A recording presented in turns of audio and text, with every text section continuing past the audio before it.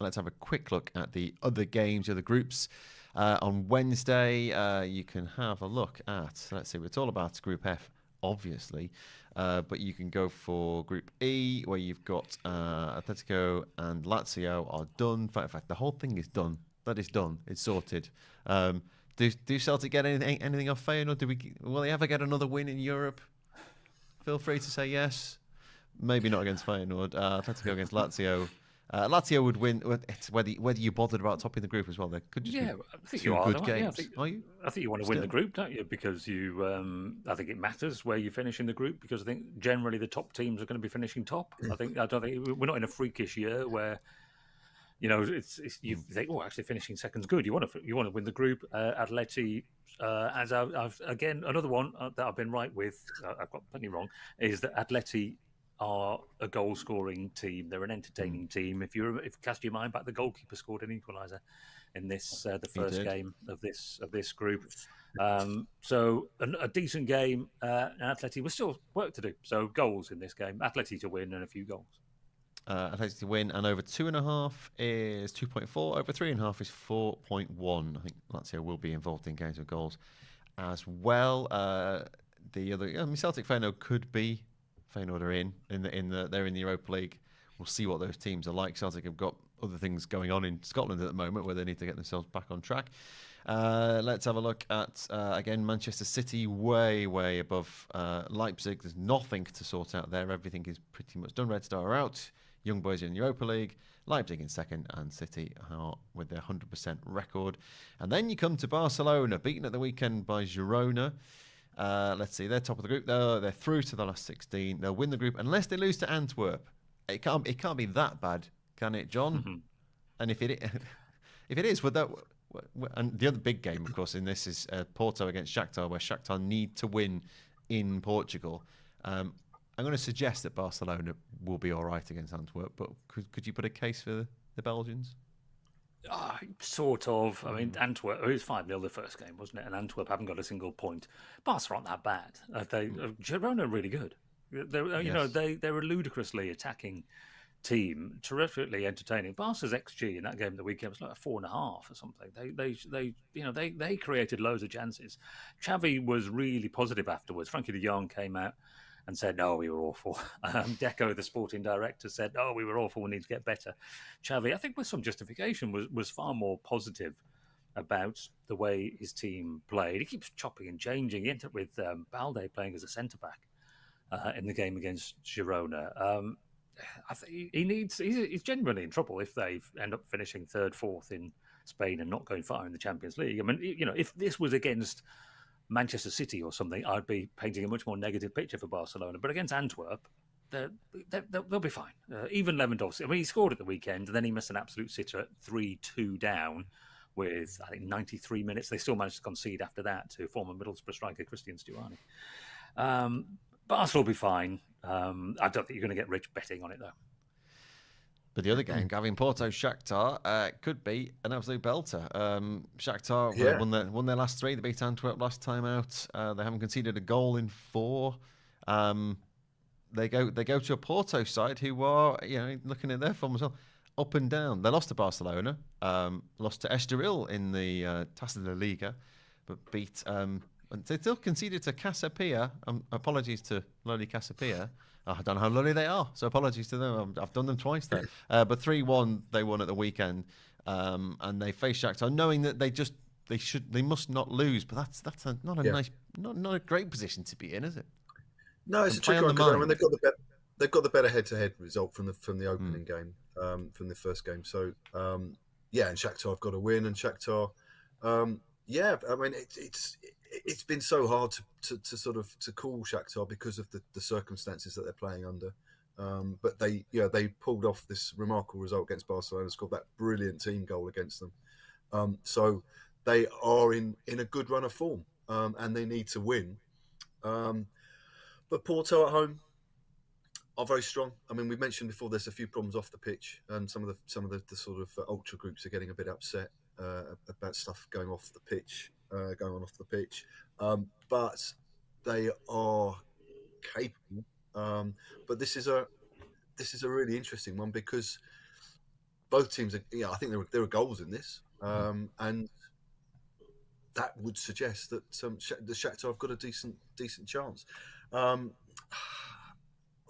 still think Porto will do enough in this to hold out, and maybe a score draw is the best way to go for this in terms of value, because I think it'll be too much for Shakhtar and a Europa League campaign would be interesting for them. I don't think they'd be disappointed with that. And Shakhtar are also the sort of club that reinforce in the January window. There'll be a lot of movement ahead of the Ukrainian season, the big winter break. So they'll be looking at transfer market in January, and a Europa League campaign would suit them really well, I think. So I'm going for Porto, probably a score draw, because I think Shakhtar have got something in them as well. Okay, so we think there's possibilities for Shakhtar. Certainly, the Porto and both teams to score. Porto to win and both teams to score is 2.9. They are the rest of the games in the Champions League as we complete the set in the group stage this season.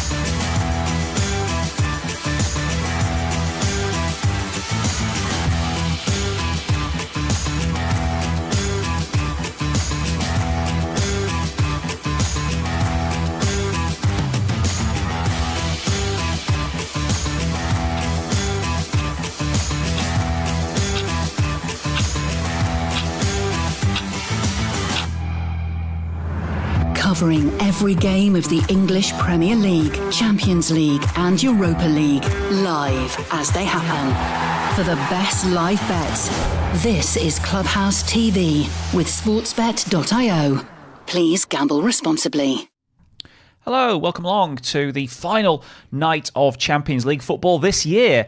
Yes, it's the last group games of what's been a pretty interesting opening section. We've seen some big fallers, we've seen some surprise teams, and we should probably see maybe one or two surprise results tonight. I'm Simon, joined by Dave T here in the studio to look at these 8 remaining games, of which 2 kick off quite early.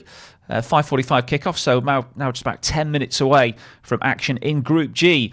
And, well, sadly, they've chosen probably the least interesting group to start proceedings tonight because everything's decided, Dave. Yeah. Is this just like a procession? Man City have won the group, Leipzig are second, Young Boys are third, and Crvena Zvezda are fourth. Yeah, Man City, I suppose they could win all 6 games in the group. I think it's just Liverpool who did that a couple of seasons ago. Maybe that's something to tick off for Pep. Yeah. I don't know. Although just get back to winning ways would be good for Pep. Yeah, his team news suggests he's not busting a gut to achieve that, is it? Is he? No, it's an eyebrow-raising selection from Pep Guardiola in attack tonight. Have you got the teams in front of you? I have, and they're too small for my eyes, but I'll try it. Ortega, Sergio Gomez, Akanji, Stones and Lewis, so the back 4. Then you've got the rare sighting of Calvin Phillips in midfield. Who he? Yeah, exactly. I know Calvin. It's a dead game. That means nothing. Have a game. You play. So he's maybe wants to put him in the transfer sort of window, as it were, to would-be suitors, to would-be buyers. He's in a midfield 2 with Kovacic. Then you've got 3, Grealish, Mateus Nunes and Hamilton behind Oscar Bob, who I can't help but enjoy saying every time I say it, Oscar Bob. But this young Hamilton, do we know his first name? Micah. That's it. I was thinking Micah Richards, not Micah Richard, Micah Hamilton. He's been on City's book since he was 9, one of those sort of young kids. This is his chance, his big moment, I guess, to do something. But you were saying there was a stat that he's forgotten how to score a goal. Yeah, he's been playing in the Premier League 2 and EFL Trophy early rounds for Manchester City's reserves, but his last goal was May, so he's not scored this season. They are going to be playing him surely in a midfield role, which is his natural position, not up front tonight. Yeah, because on one formation I saw, they had him as like the central striker. I'm thinking, is this a joke? Guy's not scored since May. It must have been a really good goal to have, stuck in Guardiola's memory since then. But yeah, you're right. I think Bob has got to be the one that plays further forward. Yeah, the UEFA graphic has got a back four, 2 holding midfielders, and then the 3 behind Bob up front on his own. So he might just bob around up front. Might bob around, yeah. So yeah, we'll see. Is that? I'm trying to find a picture of Hamilton. Do we know what he looks like? Does he look like one of these young Manchester kids? We will do in 5 minutes, I think, when the game kicks off. As we can take you through the prices, nonetheless. So we're not gone through the Svena Zvezda team, but perhaps we don't really need to. They are bottom of the group with 1 point. Is that right? So it's not been a great campaign for them. It's not, but they should just tell them this is a domestic fixture, because have you seen that stat? They've not lost for something like 122 games. Seriously, it's like a record. Do you think maybe the president knows the head of referees over there in Belgrade? It's not over in Serbia. But to be honest, I mean, that is pretty remarkable. And their Champions League home form isn't too bad. They've drawn 1 in the other one. They lost 2-1, so they've scored in both their 2-2 and a 1-2 they've had so far. So I think we can expect them to get on the score sheet tonight. I don't think that's beyond kind of reasonable expectation. Yeah, well, Man City have been conceding goals for fun, haven't they, this season? 3 to Tottenham, conceded against Luton recently as well. 4 to Chelsea. 4, yeah. It was like 10 in 3 games, wasn't it, prior to and then 12 in 4 as well. So, yeah, and then Luton opened the scoring in that one. Plus probably the strength of the City team relatively is the defence tonight, just because of the familiar names. But, I still think Red Star...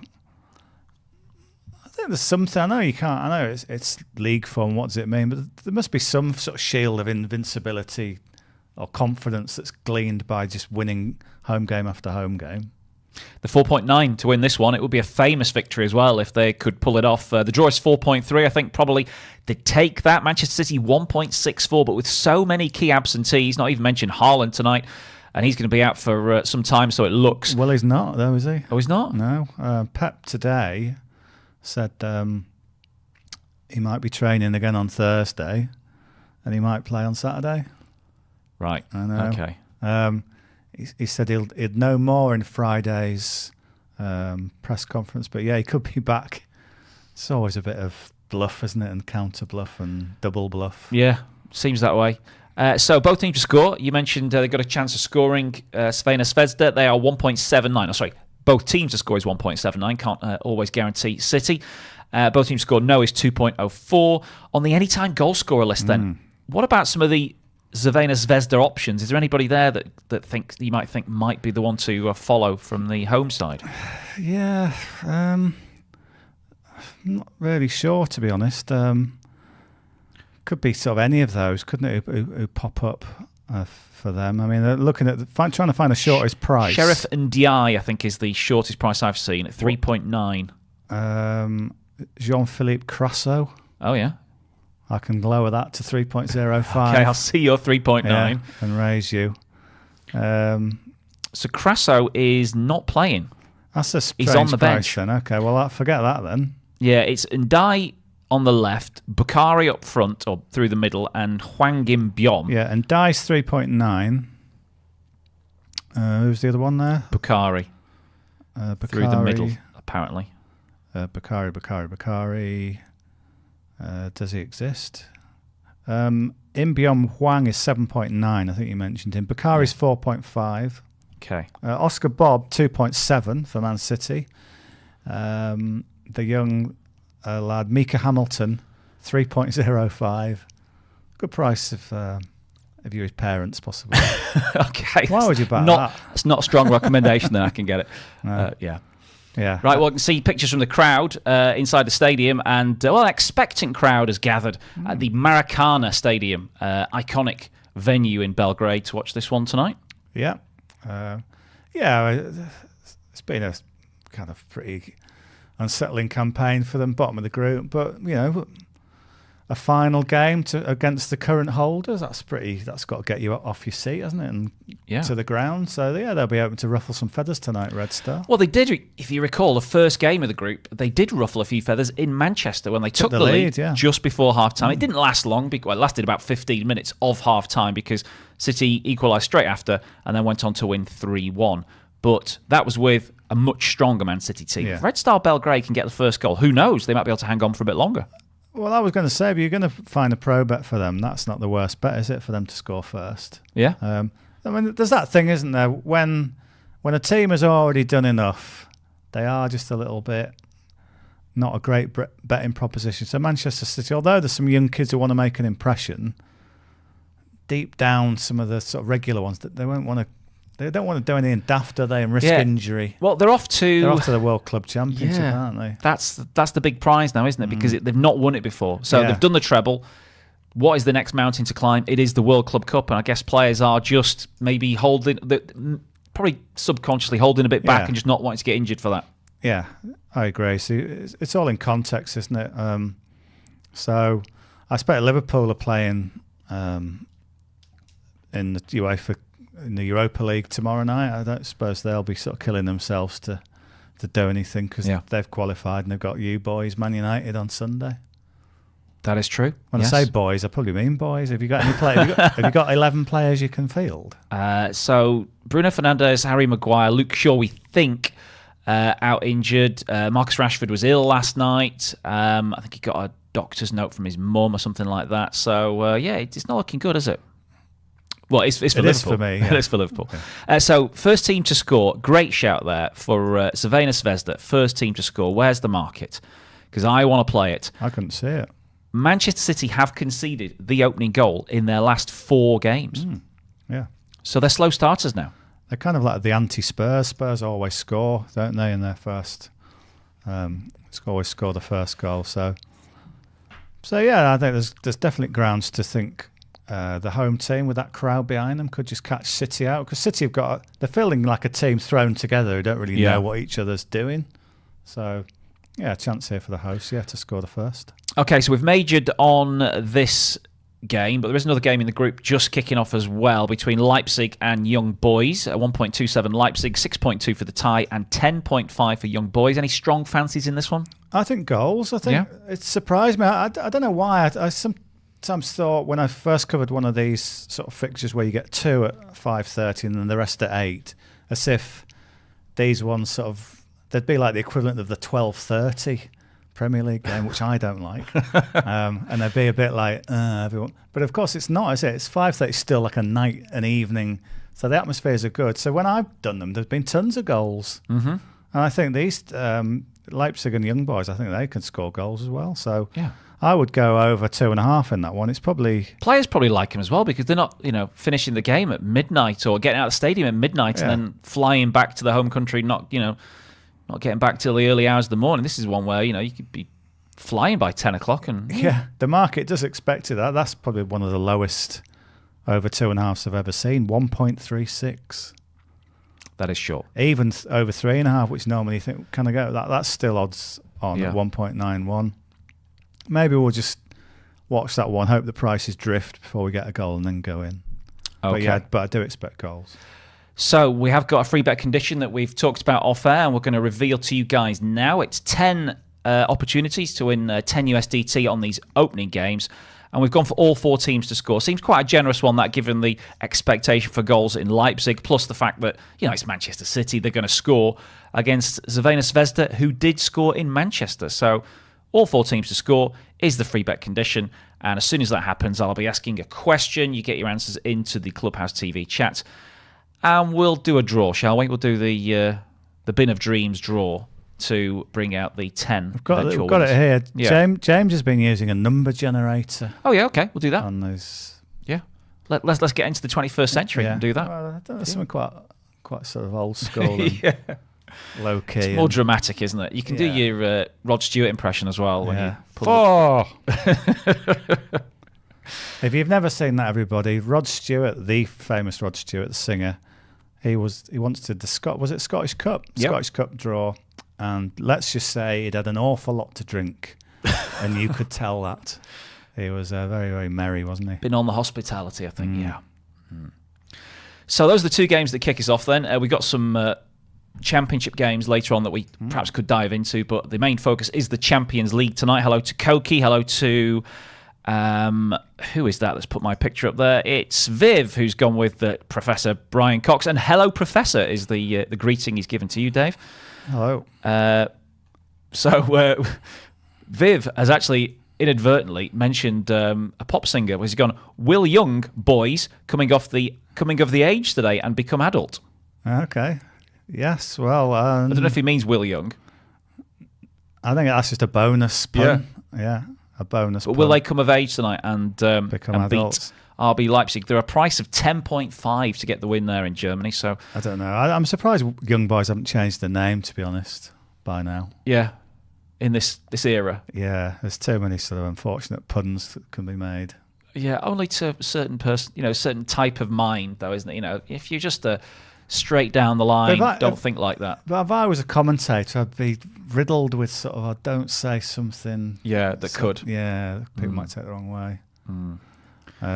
Maybe just call them YB tonight. Okay. Hello. Then we've got RB against YB. Yeah. Okay, let's do that. RB versus YB. Yeah. No JB tonight, by the way. He's having a night off. He'll be back for Europa League action tomorrow. Yeah. So if we'd rehearsed this, yeah, we hadn't. Hello to Jeremy PWR, and to Chi, and to Joe, who's said, no bin of dreams. We made it yesterday. It was fun. So he wants the bin of dreams there, says Joe. Okay, let's just check that it's got the things in it. Not James's half-eaten takeout from last night. Yeah, there's a load of numbers in there. Oh, and hello to producer Liam as well, who's joined us and stuck his first message in the Clubhouse TV chat on Telegram. If you want to join in the conversation, you can get in touch with us there. And Liam has got his Will Young gif out there in a very tight white T-shirt as well. And there's a kangaroo from Viv. What's that mean then? Not sure. Something tasty, maybe. Skippy. So, underway in Serbia. And Manchester City, well, what's their away record like in Champions League group games? I mean, it's I can tell you. The last 7, they've drawn 4 and lost, drawn 4 and won 3. So they don't lose them, but there's quite a lot of draws in there. So it's just about the sort of dominant result. I certainly wouldn't be backing them at this sort of short price. We'll have the price, won't we, on a Red Star to score first? Yeah, I was hoping for bigger. 2.66. 2.66 though. It's surely it's just a 2-horse race, this one, because it is. No team to score is not going to land in this game. It's not going to be 0-0. Yeah. So FK Kvena 2.7 to score the first goal. Man City 1.57. Is this Hamilton on the ball now? I think it is. Yeah. Win a date with Micah Hamilton. Have you ever seen the musical Hamilton? No. Brilliant. I went to see it in London. Yeah. Right. Took the kids. Marvellous. It's sort of like Wrapped, isn't it? Okay. It's about the former Conservative backbencher Neil Hamilton, right? Yeah. And his wife. It's about the snooker player Anthony Hamilton. Right. Lewis Hamilton. No, it's brilliant. If you ever... I think, okay, I mean, I understand it's, like I say, it's a very modern take on a famous moment in American politics, I guess. Yeah. Okay. If you like your sort of rap and clever wordplay, very entertaining. Right. So maybe Hamilton can give us some entertainment of his own tonight. He seems to be stuck out there on the right wing as Pep looks to sort of spread the pitch wide like he does. Yeah. So you're getting bet recommendations and theatre recommendations from Dave T tonight. So do people like? I was one of these people who never used to like musicals. I used to think, just stop singing, just say the words. Yeah. But I've seen about 3 good ones now. Not your classics. I've seen Charlie and the Chocolate Factory. Yeah. Which is great. By classics, I mean like Miss Saigon or something like that. Okay. And I've seen School of Rock. Okay. Very good. In the theatre, yeah. Yeah. Avenue Q was one of the ones I went to. That's like puppets, but it's really good, really funny. Puppets? Yeah, it's puppets. Yeah, it's like it's puppets singing. What? Yeah.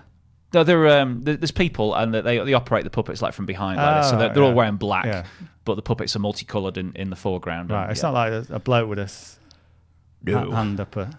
No. Although I did sit through a puppet show like that, sort of old school Punch and Judy style puppet show at the weekend. It's my son's sort of a Christmas train trip this year, and it's obviously aimed at kids of around sort of 5 and 6, and I had to sit through that at the end, which was a bit, should we say, disturbing. The things we do. Leipzig have got the ball in the back of the net, but it's gone to a VAR goal check for first of those of the night. Well, this could be good for the all 4 teams to score, though I think probably everybody was expecting Leipzig to oblige at some time. Not brought you the stats on this one yet, but I'll get it in vision now. We got RB Leipzig. The referee what's he doing? I think that looks like a bit of a no to me. Computer says no. Or is it? It looks like they're taking a goal kick, doesn't it? So RB Leipzig... Yeah, offside. Are in their white colours tonight. Obviously, they're the home team. Young Boys in the yellow and black hoops. And there have been 3 shots already for Leipzig. In fact, 3 off and 1 on. So that's 4 shots, isn't it? And then 1 off target for Young Boys. So quite a lively start there. 5 shots in 6 minutes. Yeah, no wonder the goal quotes were so kind of stingy. Let's just check in what they are again. Over 2.5, 1.4. Well, over 3.5 has now gone to over 2, so over 3.5 goals is 2.09. So couldn't put anyone off that for now. So yeah, if you back both teams to score, then I think you're in play on that one, Leipzig and Young Boys, and the other game as well. To be honest, that's what we want for the free bet, isn't it? All 4 teams to score. Yeah. So. Can Manchester City oblige with this mix and match team tonight? There's 1 or 2 sort of players in the lineup who you think are probably close to being, if not in, Pep Guardiola's strongest 11. The likes of Stones, obviously, Kovacic, maybe, Grealish probably. On the ball, now. But the rest of them not. Akanji, I don't know if he gets into their best team anymore. I don't know. He's kind of on the cusp, isn't he? He's probably in the first 14, if there's a 14-man squad. Yeah, they've got so many good defenders, though, haven't they? I mean, does Gvardiol get into their best 11? No, on form. And he's the one that cost the most money. On form, no. Surely Pep only signed him because he's got a name that sounds a bit like Guardiola. He did say, didn't he? He said, I like his name. Oh, right. Like that. Yeah. As you say, I did like his sort of demeanour when he was talking about Calvin Phillips. And he said, I can't give him any minutes. I'm so sorry. I'm so sorry. Well, don't say sorry. Just sell him or... Well, he plays the same position as Rodri. It's no consolation, is it? Yeah, Rodri has got to be the first name on City's team sheet every week. He just controls the game. Basically, if they don't have him, they lose. Sort of simple as that. And it's funny because you think they would lose... without Rodri, they would lose the games because they'd lose control and concede more goals, but it's actually the other way. They don't score goals when Rodri doesn't play. That's the problem they've got. So he's playing the pass that leads to the pass that leads to the goal. Yeah, and he's so vital. I mean, I don't think I've ever seen sort of black and white stats on when he plays they win and when he doesn't they lose. I think the last I think it's about the last 6 games that he's missed, they haven't won any of them. And they've lost most of them. I think. Yeah, they've lost most of them. Yeah. Do you think they'll win the title? By the way, now, no, but things change quite dramatically, don't they? I mean, De Bruyne comes back. Maybe they go spending again in January. It could easily turn around for them, but at the moment, with this team, no. What about you? Yeah, as it stands, no. But then you're always wary of their second half of the season charge. I think that Rodri suspension injury away from it being a hard no from me and saying no, they're not. Yeah. But then if you have to say no to that, then who does win it? Yeah, well, it'd be one of Arsenal, Liverpool, basically. Yeah, I don't think Aston Villa stay the course, to be honest. I mean, you never know, do you? Never. He's done a remarkable job, hasn't he, Unai Emery, with Aston Villa, and those players probably are starting to believe they could do anything, having just beaten the teams they've beaten. But I don't know. It just feels like it's too much of a step to go from, where did they finish last season, 7th to 1st? Well, Leicester obviously made the step, but yeah, they went from about 14th to 1st, didn't they? Something like that. But yeah, I think their away form is they're pretty. I mean, the home form is ridiculously good. It can't stay like that, can it? But it can stay very good, but not just 100%. But the away form, they got hammered at Newcastle 5-1, didn't they? They played well in that game. That's the thing, to a point. And then they still had 5 knocked past them. Liverpool beat them 3-0, sort of cruising really. Yeah. And then although they beat Spurs 2-1, Spurs could have scored 5 in that game. Yeah, I think that high line thing is on the road. I think it's dodgy. Yeah. I just don't back them to sort of go away and automatically get a win. Then again, I don't. When Liverpool go away from home, it's all a bit huff and puff. It's like, can't we just win 3-0 with no sweat? It's always got to be some dramatic comeback. Yeah, you've got a few of those this season. I think is it most goals after the 90th minute? Yeah, and we've won 18 points from losing positions. Yeah. Which is sort of two stories to that. One, it's good to win all those points, but in the first place, why are we in losing positions? City couldn't have, good teams, brilliant teams don't win 18 points from losing positions because they're never in that position. Yeah, I'd be more sort of glass half full than glass half empty on that stat, to be honest, because I think nowadays in football at the top level, conceding goals is just what happens. Very rarely do you get a team that can just shut out opponents week in, week out. The nature of the game is that there's too many good attackers out there. The rules are sort of bent towards more attacking football. It's just hard to keep clean sheets. So you're gonna go behind in certain games, but if you can continually come back from behind and win them, then that's a big positive. Yeah, for the sort of optimistic take on Liverpool from me, not just because I'm a fan, is the fact I think we've got more players who can come off the bench than anyone else to change those games. I think we've just got a lot of attacking. They just take it in turns, really. Harvey Elliott's been brilliant off the bench. Well, I think other teams, I don't know if Arsenal might bring on Nketiah, but then who else? There's not many who you think they're going to turn it around. Yeah. So we got a free kick to Leipzig at the moment. They are back at 0-0 after that early goal was disallowed. And Manchester City have just had a foray forward through Rico Lewis. And that was not successful either. So no goals as yet. Liam chirps up with Villa are currently on the same points after the same amount of games as when Leicester won the league. That is a stat. Yeah, but I've heard that stat quite a lot this week, but it's like, I don't know, it's just like a sort of nice symmetrical stat. What does it mean? Well, Leicester top then? Villa are going to have that sort of neutrals favourite vibe about them in this title race, aren't they? Because they're a new face in the race. Obviously Arsenal were in the hunt last season until April. Man City are in it every year, Liverpool most years. But Aston Villa, this is for a lot of the Villa fans, once in a lifetime that they're in the title race this late in the season. So they're going to get a lot of neutral admiration, I think, aren't they? Yeah, deservedly so. I mean, it's some effort to beat City and Arsenal in 1 week, isn't it? Well, less than a week. So yeah, it's enjoyable. In a way, I'm glad there's another team sort of taking points off the big teams. It makes it more exciting, doesn't it? Absolutely, yeah. Be interesting to see what their approach to the FA Cup is this year. Generally, Aston Villa have fallen at the first hurdle in the FA Cup for the last few seasons. And I don't think that changed much under Unai Emery. Did it last year. He's got the Conference League sort of bubbling away nicely. And the league has got to be the massive priority now. So I think the FA Cup falls by the wayside for them.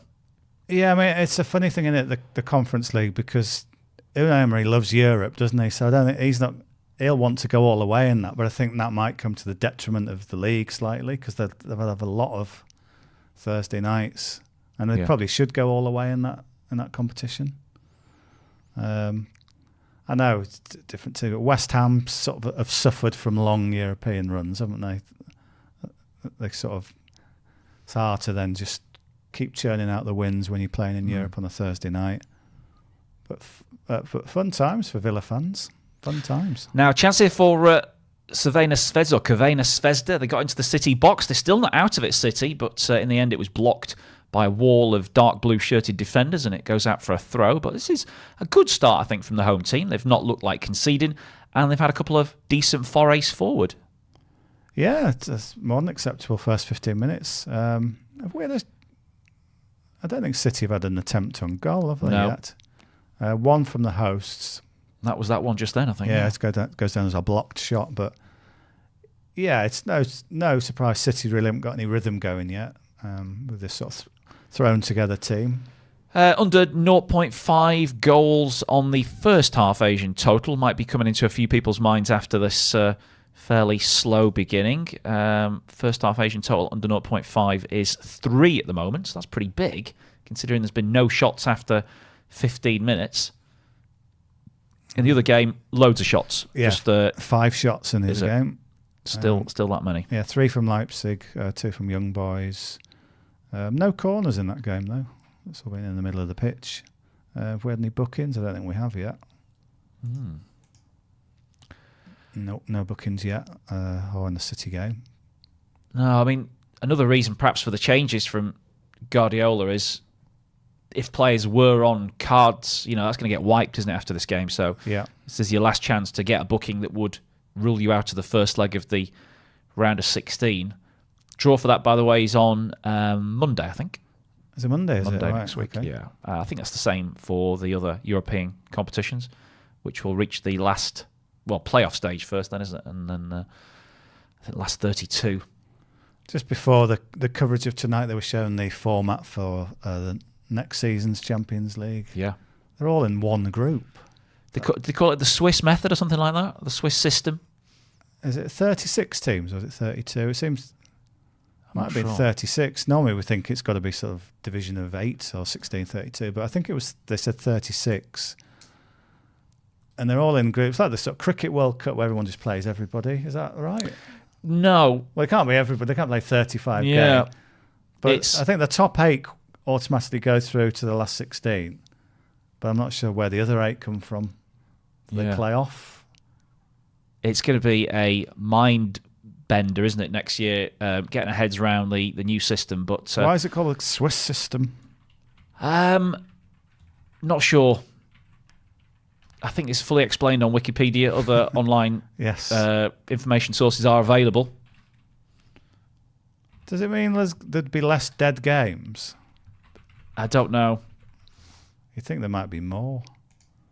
It'd be the 70th season of Europe's premier club football competition, apparently. Right. Well, we're only halfway through this one. It's first qualifying round 30. That's too complicated. I'm lost already. The league stage, which is sort of this stage, it's 36 teams. Yeah. So that's another 4 added from the usual 32. Yeah.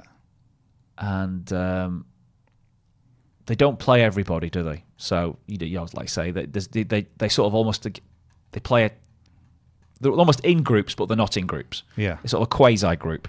Yeah.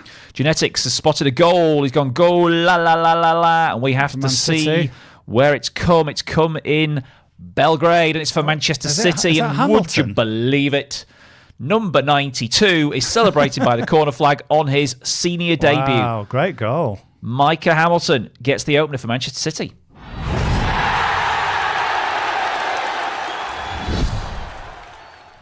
His parents will be mint loaded now. They've backed him for any time scorer. Well, he was what, 3.75? 3.05. 3.05. Okay. Still, it looked a little bit. It's a good finish though. Yeah, it's a blast. Just a power beats the keeper. He picks the ball out on the right edge of the box, sort of shuffles past a couple, fairly tightish angle, and then just hammers it. If you're on shirt numbers, he wears, is that 92 he's got on his back? Imagine if we'd done that. Cheltenham has just got to get to like 50 and he does it in one swing of the boot.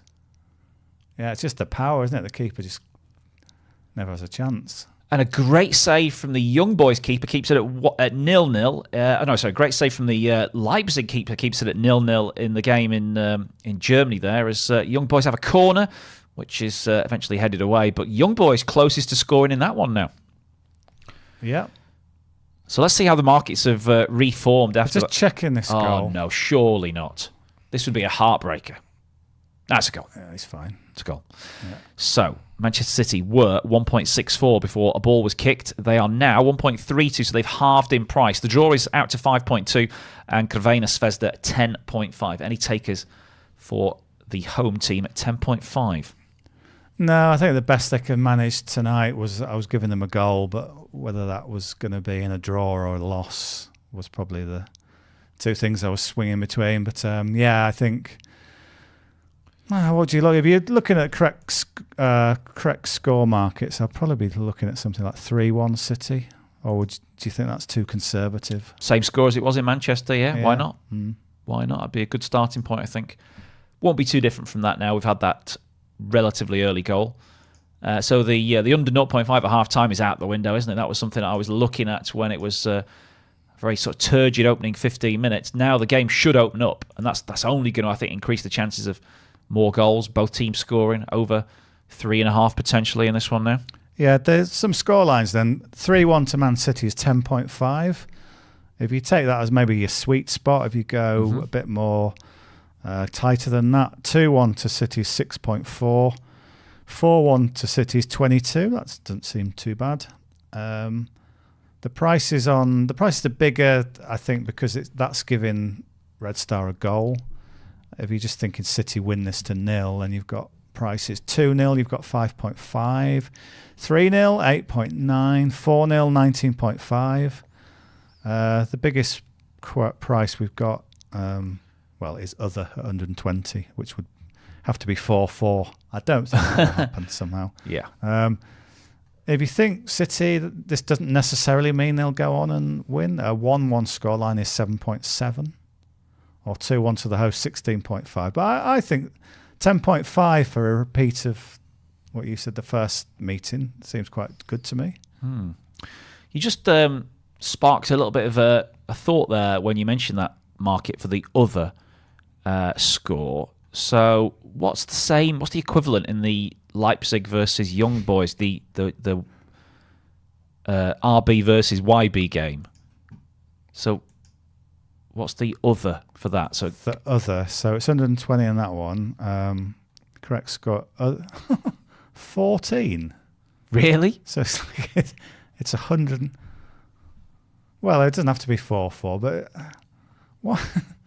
I know it's probably going to be goals, but it seems to 4-4 minimum, isn't it? Then 5-4, Yeah. 6-4, 6-3, crazy scores like that. Anything's fives in them. Yeah. 12.5. It's not comparable to 120, is it? But it just shows you the difference in expectation from the pre-match prices, the amount of goals in each game. I'd understand it more if they thought someone was going to hammer someone. But, then you'd have like 5-1 or something, or even 5-0 wins you that. But we're halfway through the first half and it's 0-0, so it seems one of these less appealing bets I've ever seen, that one, somehow. We've had two good chances, haven't we? Goal disallowed, really good header saved. So there's action in the game. There's probably more action in that game than the one that's got a goal in it. So I just thought maybe there could be some value in that other, but no, there isn't really at 12.5, is there? So no, we look elsewhere. Indeed, you do. Do we have... Just checking if we've got goal scorer prices still. Yes, anytime scorer prices. So Hamilton's already scored. Who else could we think of? Oscar Bob is now 3.35. He was 2.7 at the start. We see much of Oscar Bob? No, not yet. No, not really. I think Grealish maybe. Grealish is 3.35. Okay. It's sort of like, it's a great finish, isn't it? Keep watching that. It's fairly close to offside, wasn't it? Yeah, it was. Because he was out on the wing. But the automated offside, the virtual reality have shown us that although his hand was behind the line, he can't score with your hand, so he's okay. Yeah, it was the defender's backside that was playing him on. So City just trying to press now, maybe get another one before half-time. Quietens the crowd down, doesn't it, that goal? It makes things just so much easier for City to manage the game now, I think. Yeah, got Manchester City total goals, so they've got one. How far do you go with that? So over 1.5, well, that's expected. That's 1.36. Over 2.5 goals is 2.75. Over 3.5 is 7. I guess if you fancy City and you're not quite sure for the correct scoreline, that's just a safer way to do, isn't it? To just back their goals, take out the other team. So if you think City can get to the 4 or more mark, it's 7. I think it would need Crvena Zvezda to just completely crumble for that over 3.5 to come in, though, wouldn't it? I mean, they don't look like they're going to just give up the ghost here. No. What's your thoughts on a Man City clean sheet? Not for me at this stage, no. With the record they've got in the Premier League this season, this being an away game with nothing on it. You know, they're going to start even some of these players that are playing tonight that perhaps aren't in Guardiola's best team are going to start thinking about the Club World Cup and the other games to come. And yeah, I could see them just a slight little drop off in concentration. They could get punished. Point. Yeah, the market agrees. A City clean sheet is the outside at 2.1. No for a Man City clean sheet is 1.68. So the compilers agree that at some point City will let one in. Yeah, so coming up to, nearly half an hour gone in these two Champions League early kickoffs. Like I say, we've got 6 more to come at 8 p.m, where Antwerp host Barcelona. Atletico Madrid are up against Lazio with the top place in the group up for grabs in that one. Celtic Feyenoord. There's a chance for a goal, and it's wide from Crvena Zvezda's defender. Yeah, he caught. I thought I was going to nestle in the top corner. That he cut back onto his left foot. This is the right back, is he? Yeah, just curls it. Oh, that must be close. Keeper's beaten. Keeper's got no chance with this. Nedeljkovic. Oh, look how close that is. He's actually the left back. So what's he doing up there in the right wing position? He's the left back. Seems to go through the goal. Where's number 2 though? He's confused. He thinks he's a right back. Well, there's a lot of big clubs looking at him as well. Apparently, 17-year-old looks like a monster for a 17-year-old, doesn't he? About 6'6". Who's he been linked with? Any Premier League teams? Who was it now? Who was it? I read the article, but then forgotten the team. Italians, I think. Oh, okay. Juventus, probably. They get Serbian defenders, don't they? Stuff like that. Right. Well, that was certainly a good bit of skill, wasn't it, that? From the young boy. Over 3.5 goals is now 3.1. So in this Leipzig game, I just couldn't pull the trigger on goals. I just thought they were so short. But we're now at the stage where over 2.5 is nearly 2. So I think when that hits 2, I think I'm going to have a bet on that. I still believe in goals in that game. Yeah. On the stats, we've had 7 goal attempts so far. It's not too bad. Chance for City with Grealish putting a deep cross in, and it's headed behind for the first corner of the game, which comes after 28 minutes. First time really seeing Grealish in an attacking sense as well. He got at the full-back, got wide and drifted a cross in, but couldn't find a teammate. Later on as well, as the Champions League games I was going through, Celtic Feyenoord, Dortmund versus PSG, that's a big game as well, isn't it? Dortmund already through. PSG need the victory to ensure that they go through in second place. Otherwise, it opens the door to either Newcastle or I think AC Milan might have a slight chance, might they, of going through in that group? Maybe not. So if PSG draw, that would give them 8 points. Then if Newcastle win, that would give them 8. But Newcastle's got the superior head-to-head record. That's the first tiebreaker, isn't it? Yep. What did Milan do against PSG? So Milan lost away in PSG. I think they won at home. I think.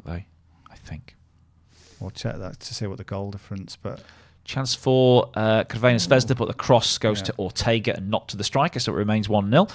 And then we got Porto, Shakhtar, and Newcastle AC Milan, as we mentioned there, the other games at 8 p.m. Also in the Championship tonight, a lot of interesting games towards the busy Christmas period. And we've got leaders Leicester. Oh, sorry, no, they're not leaders anymore, are they? Because Ipswich went above them last night. Yes, it is, yeah. But Leicester would go back top if they were to beat Millwall tonight. Yeah. And big game in the northeast region between Middlesbrough and Hull as well. So give us a shout if you've got any recommendations or bets on the Championship or those other Champions League games later on this evening. Yeah, there was a Bellingham on the score sheet last night that didn't play for Real Madrid. His younger brother got the winner for Sunderland against Leeds, didn't he? Yeah. But apparently... Oh, no, sorry, no. They don't. No, forget that. I was going to say Real Madrid would be interested in the other Bellingham, but I think no. I think I saw him linked... I saw Real Madrid linked with a young English player this week. I thought, that's got to be Bellingham's younger brother, isn't it? It's not. It's Lewis Miley, who Real Madrid have been looking at, really? the Newcastle midfielder. Yeah, right. It's very early to be trying to. Yeah. How many midfielders do they want? Well, it's a corner of the market. They buy every midfielder Liverpool ever wanted to buy, or Chelsea do. Modric is 37, 38. Kroos is. Yeah, I suppose. Getting on a bit. I'm thinking more of the sort of Camavingas and stuff. Bit more stretched now, the Red Star City game. Yeah, but still unable to find a breakthrough for the home side anyway. Right, I'm going in. Over 2.5 goals in Leipzig Young Boys is now 2.04. I'm going to put that up as a bet. Yeah, so it's got to your price point there. Yes. And why not? We've had 6 shots in the game and 2 corners to Young Boys, 50-50-ish on possession. So they're holding their own, the Swiss club. You know, that they are Champions League regulars, kind of now, aren't they, Young Boys? They're not complete new faces at this level of competition, so they shouldn't be disgraced in any game, really, Young Boys. You know, once you get in and stay in the Champions League, then you're picking up that prize money, that appearance money, and it keeps you ahead of the rest. Certainly in your own league, where Young Boys lead Zurich in the Swiss Super League table by 4 points as things stand. Got a player down here. In the Champions League this year, their one win was in the last round against Crvena Zvezda 2-0, but they drew in Belgrade as well. They've scored in 4 of their 5 Champions League games this year, Young Boys. So they do get a goal. Yeah, I'm confident that will get the goal count ticking over fairly soon. Hopefully get one in before half-time. The free bet, remind everybody of the free bet. It's all 4 teams to score in the early games. So we've got 1 so 1 far. down, 3 to go. Yes. But yeah, we've got a long time. We're only about a third of the way through these, so plenty of time to go in that one, these 2. All the Championship games, 1, 2, 3, 4, there's 5 at 7:45, 1 at 8. Yeah. And Leicester with that chance to go back top of the table. Leeds. Chance! Missed dear. by Bob, is it? No, it's Nunes. Nunez. He's offside. Might have been offside, but sparing his blushes. But yeah, was it a Grealish cross? Grealish pretending he's can't believe what's just happened. So Grealish down the left. Well, that's tight, but I think he was just off. Yeah, so Grealish plays Kovacic, I think. Kovacic. Yeah. And then from about 8 yards out, it's a fairly sort of bouncy, pingy ball, but you expect a player of that class to have finished it off. I don't really know why he went there. I never thought he was brilliant at Wolves. We were told he was going to be brilliant, but I don't know. No, Wolves were absolutely delighted. They were like, getting the red carpet out for Manchester City when they came with that money. And it was all because the Lucas Paquetá deal fell through when he was investigated for some sort of gambling issues back in Brazil, because they were really knocking on West Ham's door very hard to sign Paquetá, and then decided that it wasn't going to happen for whatever reason, and then found the next on the list. But they were much better off, I think, waiting for Paquetá, because that's gone away now, really, hasn't it? And in January, you'd rather get him, wouldn't you? Yeah, man. I think there's sort of like a TikTok montage of Paquetá. I was there at Anfield, and it's just unbelievable. It's like just Brazil 1970 stuff. He's flicking it all over the place. I mean, they lost, but just his ability. Yeah, West Ham fans rave about it. Yeah, I mean, they see him regularly. Wow, it's like what a player he is. I mean, he's a regular for Brazil in the last World Cup, so clearly he's something special. But yeah, Nunez. I've not seen it. I think Liverpool went to sign him, weren't they, before he went to Wolves? So I presumed, let's look out for him. And I keep watching, and I keep going then. Yeah. Don't really see. Dodged the bullet there, I think, really, didn't you? Don't really see anything special. No, I mean, who knows? Klopp gets hold of him. He could be a different player now to the one that City signed. I mean, I guess maybe the coaching wasn't particularly good at Wolves because they were changing managers a lot, and he was perhaps struggled to adapt and what have you, but... yeah, he's not kicked on, has he? Not yet, no. Considering, well, I don't know who you compare him against in that City midfield, given the fact they lost Gundogan, who was just brilliant, wasn't he? Just seemed to somehow be brilliant, but somehow under the radar a little bit. Yeah. He always played the big games, didn't he, under Guardiola? And scored in the big games as well. But yeah. No, and he went out on a high and, Yeah. End of contract. I mean, that's probably the only way that top players can leave Manchester City. They seem to have they don't let players go, do they, Manchester City? Now, they're not that club anymore, whereas in the past, you put the money down for Man City, they would take it. It's just, if you're a player who wants to get out of Manchester City now, you have to run your contract down to get out. Yeah. And that's what he did. Right, there's Red Star on the break. Just overruns it a little bit. They've looked a threat without quite carving out a massively clear-cut chance. But I'd still be confident of both teams to score in that game. And come on, we need a goal in the other one between RB and YB. Yeah, it's just gone a little bit off the boil in Germany there. 3 corners now, so we were waiting a while for the first corner. Now we got 3 in that game. No yellow card. Also, 1 yellow card.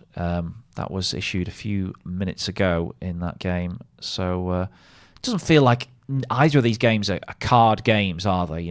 The referees, there's no reason for them to be brandishing. I mean, I don't think I've ever seen such a stretched out group. So Man City have got, if it stays the same, Man City will have 18 points. Leipzig will have 10. Young Boys 5 and Red Star 1. It's almost as stretched as you could ever get it.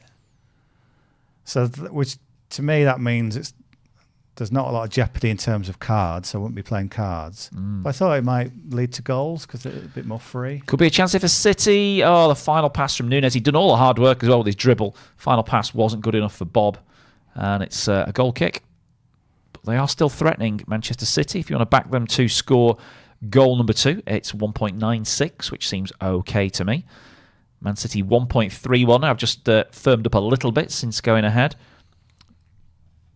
Let's have a look at these anytime scorer prices. What are you now, Oscar Bob? It was, I think, 3.3 the last time we checked for him. Oscar Bob now is 3.85. Grealish, same price, 3.85. Nunez, who just had that little dribble there, is 8. Who else for City? Rico Lewis is 14. Yeah. Probably the main ones. Stones from a set piece, 10.5. Not seen a lot of him yet, really. No. I mean, Oscar Bob, has he scored for Manchester City? Not sure before? He has. He scored for Norway quite recently, didn't he? And I think in a Euro qualifier. It might have been a friendly, actually. But those prices I quoted were all anytime scorer prices. Grealish down the left again. And he went to corner. If you fancy player to score the next goal, i.e. the second goal, you're obviously going to get bigger prices. So Oscar Bob is 7.5 to score the second goal. Jack Grealish is also 7.5. Mika Hamilton, who got that brilliant first goal that gave City the 1-0 lead that they currently hold, he's 8.9 to add a second goal. Wow. Maybe that's a bit too big, given what he's just produced. Yeah. Oscar Bob has not scored a senior goal for Manchester City. So he's like Hamilton, hoping to open his account tonight. That's a wayward cross from Grealish that goes out for nearly a throw-in. Yeah, it's a bit harmless, wasn't it? Have you seen Calvin Phillips do much? Well, it's not a sort of glory position, is it? What he's playing, No. But I'm not really seeing him do anything, to be honest. No, I think he might be more of a limited player than Guardiola realised he was getting. Bielsa got a real tune out of him, didn't he? In that season, they went up from the Championship, and he looked like sort of complete midfielder. He'd played for England as well, and it's just not happened for him. He can't get past Rodri. He can't sort of find a role for himself there. Do you think? I don't know. It's like, well, clearly they must have scouted him heavily. So what? Why don't they pick up on his shortcomings? Would you have him at Man United? No. I mean, I think there's loads, but I mean, there's probably loads better in our academy, to be honest. Let alone loads better that he could sign than him. What do you make to Amrabat, by the way? He looks shot from Red Star straight at the keeper. He looks limited to me. Yeah, he looks like his first touch isn't great. It looks like everything's happening a bit quick for him. He looks panicky a little bit. Yeah, so hopefully, comes good, but it's not looking great at the moment for Amrabat. Can't see him being there for more than a couple of seasons. Well, he's on a loan. He's on loan, isn't he? Is he? I think we've got him on loan with a view to buy. Right. But if Ten Hag is sacked, I mean, I don't want him sacked. But if that's the way they go, then what's the point in keeping the player that he wanted? You just cut your losses on that, wouldn't you? Was it based on the World Cup? I mean, he was good in the World Cup, but slower pace. He's played for him, I think, before, didn't he? He played for him at. Right, so we knew him from. AZ, was it? Right, yeah. His first club, I think. Yeah, so he's been long time friends, I think, with Amrabat. I thought he was good in the World Cup. Obviously, Morocco were very defensive, and it sort of suited him. He was very deep, could sort of stroll around and win the ball a little bit. Yeah. But yeah, you're dead right. He does look a bit sort of rushed, doesn't he, in the Premier League? Or just in any Man United game. In the Chelsea game, he actually did an okay job in the end, but he almost gave Chelsea a goal with a shocking square pass across the face of our goal. Thinking Mudryk scores that, then, Well, different game. He probably saw it's only Mudryk. He'll look busy and alert and then flash it He did get wide. better after that. You sort of went, I'll give him a chance, and then you see the next couple of games, and it's like, oh, no, not again. There's Hamilton again in that right position where he scored. What's he going to do this time? Well, he's got 3 defenders on him this time, so they've worked him out now. Yeah, and he's still got the ball. He's sort of twisting and turning. Has to go backwards in the end, but it slowed down a little bit. Son says, free bet tonight, all 4 teams to score is impossible. How can you say that? Not It's impossible. football. Little smiley face, though, as well. Okay. Maybe he's hoping by saying impossible that it makes it possible. We all have these betting kind of, what are they called? Not Superstitions. Superstitions, that's the word. Just escaped me there for a moment. Do you have one as going to a Man United game? Oh, yeah. What do you Staircase. Turnstile, staircase, things like that. If we've lost the last couple of games or last game that I've been up that staircase or through that turnstile, change it. My best superstition was in the season we won the treble. So we're talking a long time ago now. I used to have a pie at half time, and the pie was worth 2 goals. So half time, you're losing 1-0 or it's 0-0, pretty dull first half. I just get the pie at half time. It was guaranteed 2 goals in the second half every time after that pie. Any yourself? Yeah, absolutely. I've not seen Liverpool lose at home for, I think, 20 years. Right. Yeah, it's ridiculous, isn't it? I I don't go. Yeah, but I don't think they have lost at home, have they, for about 3 years? No. I go about 6 or 7 games a season. But yeah, I park in Liverpool 1 down by the sort of docks. I have a wee in John Lewis. Mm-hmm. Absolutely have to have a wee in John Lewis, which is almost a second for City. Jack Grealish keeps it in. and then he's got a load of defenders around him.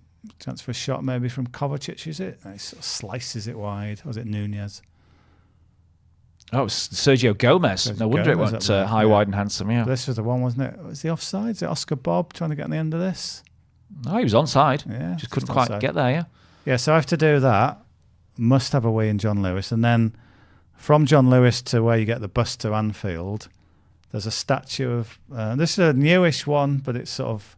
It now gets me 3 goals. You know, you said a pie was worth 2. Mm-hmm. So to get 3, I have to... There's a new statue of Brian Epstein in the last few years, former manager of the Beatles. I sort of touch knuckles with him. Okay. And that seems to work. Every time I've done that, they've scored at least 3. If something was to happen, so you couldn't do that, you know, bus broke down or... it'd be my fault. It'd be all my fault. Really? I thought I'd blown it against Fulham because there's a third element. After I've had my wee in John Lewis, I have to look at the Fred Perry clothing, and I didn't because I was a bit rushed. I thought, oh, you idiot! And you're losing 3-2 to Fulham.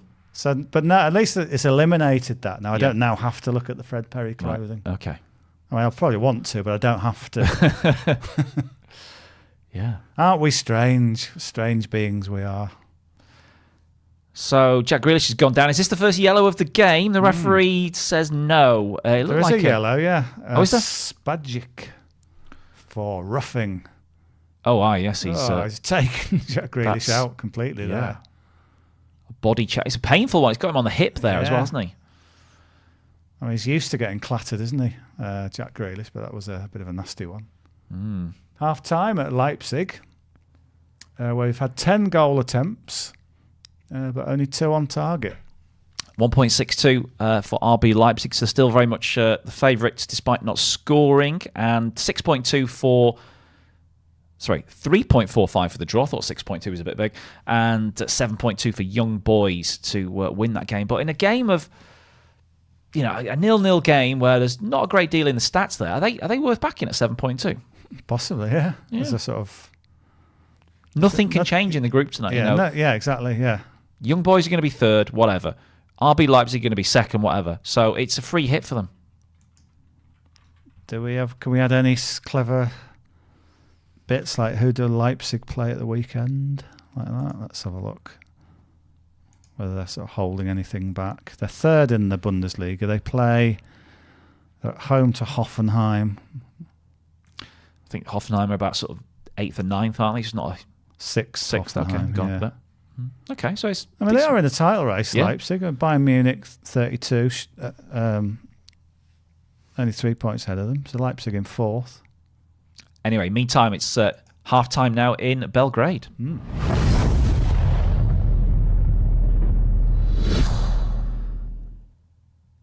So, no goals as yet in Germany, but City lead in Belgrade. We'll come back with some more bets and hopefully a few more anecdotes about having a wee in John Lewis or something like that after half-time.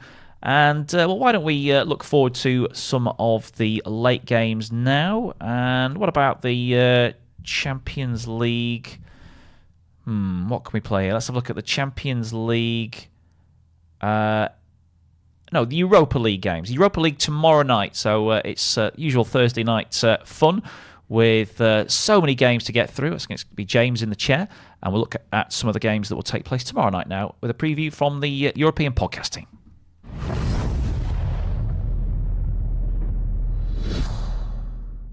It's Europa League football on this Thursday.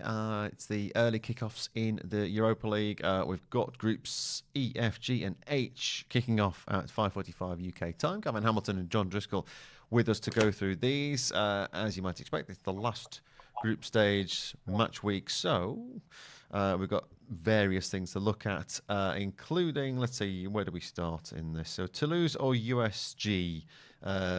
Union Saint-Gilloise face Liverpool. Will be a very, very, very weakened Liverpool side going to Belgium because Liverpool are top in the group. They don't need to do anything. They've got Manchester United at the weekend.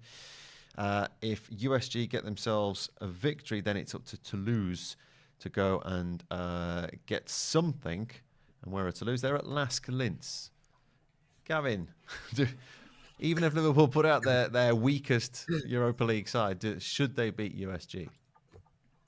It's a tricky one. I mean, I was at the Palace Liverpool game at the weekend, and on the touchline they had Liverpool's bench warming up. Okay, they brought on Elliott and Diaz as well, but the average age of the bench was very young. I mean, these kids on the sideline looked like they were ball boys warming up. I mean, they were very young, and those sort of guys might get a chance in this game if I mean, Klopp been brilliant in his use of substitutes and makes full use of his bench in the Premier League. So this will be an opportunity for some of the youngsters. So it's a tricky one because Union SG are top of the league in Belgium. And the Belgian league has been a funny old league over the recent years, and it's been partly because of the way that the league splits and they have this sort of playoff system at the end. It doesn't necessarily matter if you're not leading at certain stages of the season. So, but they are top, and they've been consistent, whereas other clubs have been very much up and down. So they are establishing themselves remarkably, as a dominant team in Belgium, which is extraordinary given their history. They haven't got any connections with Brighton. Apparently, they tell you UEFA there's no ownership conflict according to UEFA. Apparently, even though the owner is very good friends with Tony Bloom, the Brighton owner, they are a growing force, and potentially they could get something from this for Liverpool, because for Liverpool maybe the experience of blooding some of the youngsters is more important than the actual result. So Union, possibly to get something from this, because that would set them up well. I mean, the whole UEFA, the Europa League games are interesting because there's also the prospect of the third place teams dropping into the Conference League. So there's quite a bit at stake. I don't want to go into too many of the ramifications for the Conference League options, but it does affect, will affect the mindset of some of these teams who are going to be able to carry on playing European football into the spring. I'm just looking at Union Saint-Gilles was in the Europa League. Was their head-to-head with Toulouse? So a draw and a draw. So, Toulouse have the away goal. Does that matter in the head-to-head? The draw and the draw? No, it goes to goal difference. So they need so a win for them, and they need to lose. It would seem. So you could probably back the USG win, and then they'll just see what happens with Toulouse elsewhere, who are 3 points ahead of Lask, Linz. Oh no, they're 5 points ahead, aren't they? So they need Lask to win that, and Lask have only beaten one side in this group so far, and that was USG. So you'd probably back the USG victory more maybe than them going through to the next round, Gavin. Yeah, I think so. They've got Toulouse have got the better goal difference, which will probably cut overall goal difference. So that might come down to that. But them to beat Liverpool would be an interesting one, I think. But Liverpool, in terms of sustaining the unbeaten run they're on, would be concerned not to do that. So that's an interesting. It's a nicely set up tie because there are obvious ramifications for the group and for the Conference League as well. John, is it Villarreal need a victory? They're playing. Who are they playing? They're playing Rennes. They're playing Rennes. Yeah. So they need a win. Yeah, to finish top. top. My standings to finish top of the group. So quite a few of these are who wins, who goes top of the group here. So have they got it in them to beat Rennes? Yes, they are okay at Villarreal. How important is it for them to finish? I suppose finishing top of the group means you avoid a dropping Champions League team, so it's probably worth doing, isn't it? It's probably worth going for it. Also, in Villarreal's situation, they've relatively recently changed managers for the second time this season, so Marcelino is back in. Started okay. So it started well enough, and then they got well beaten by Real Sociedad at the weekend.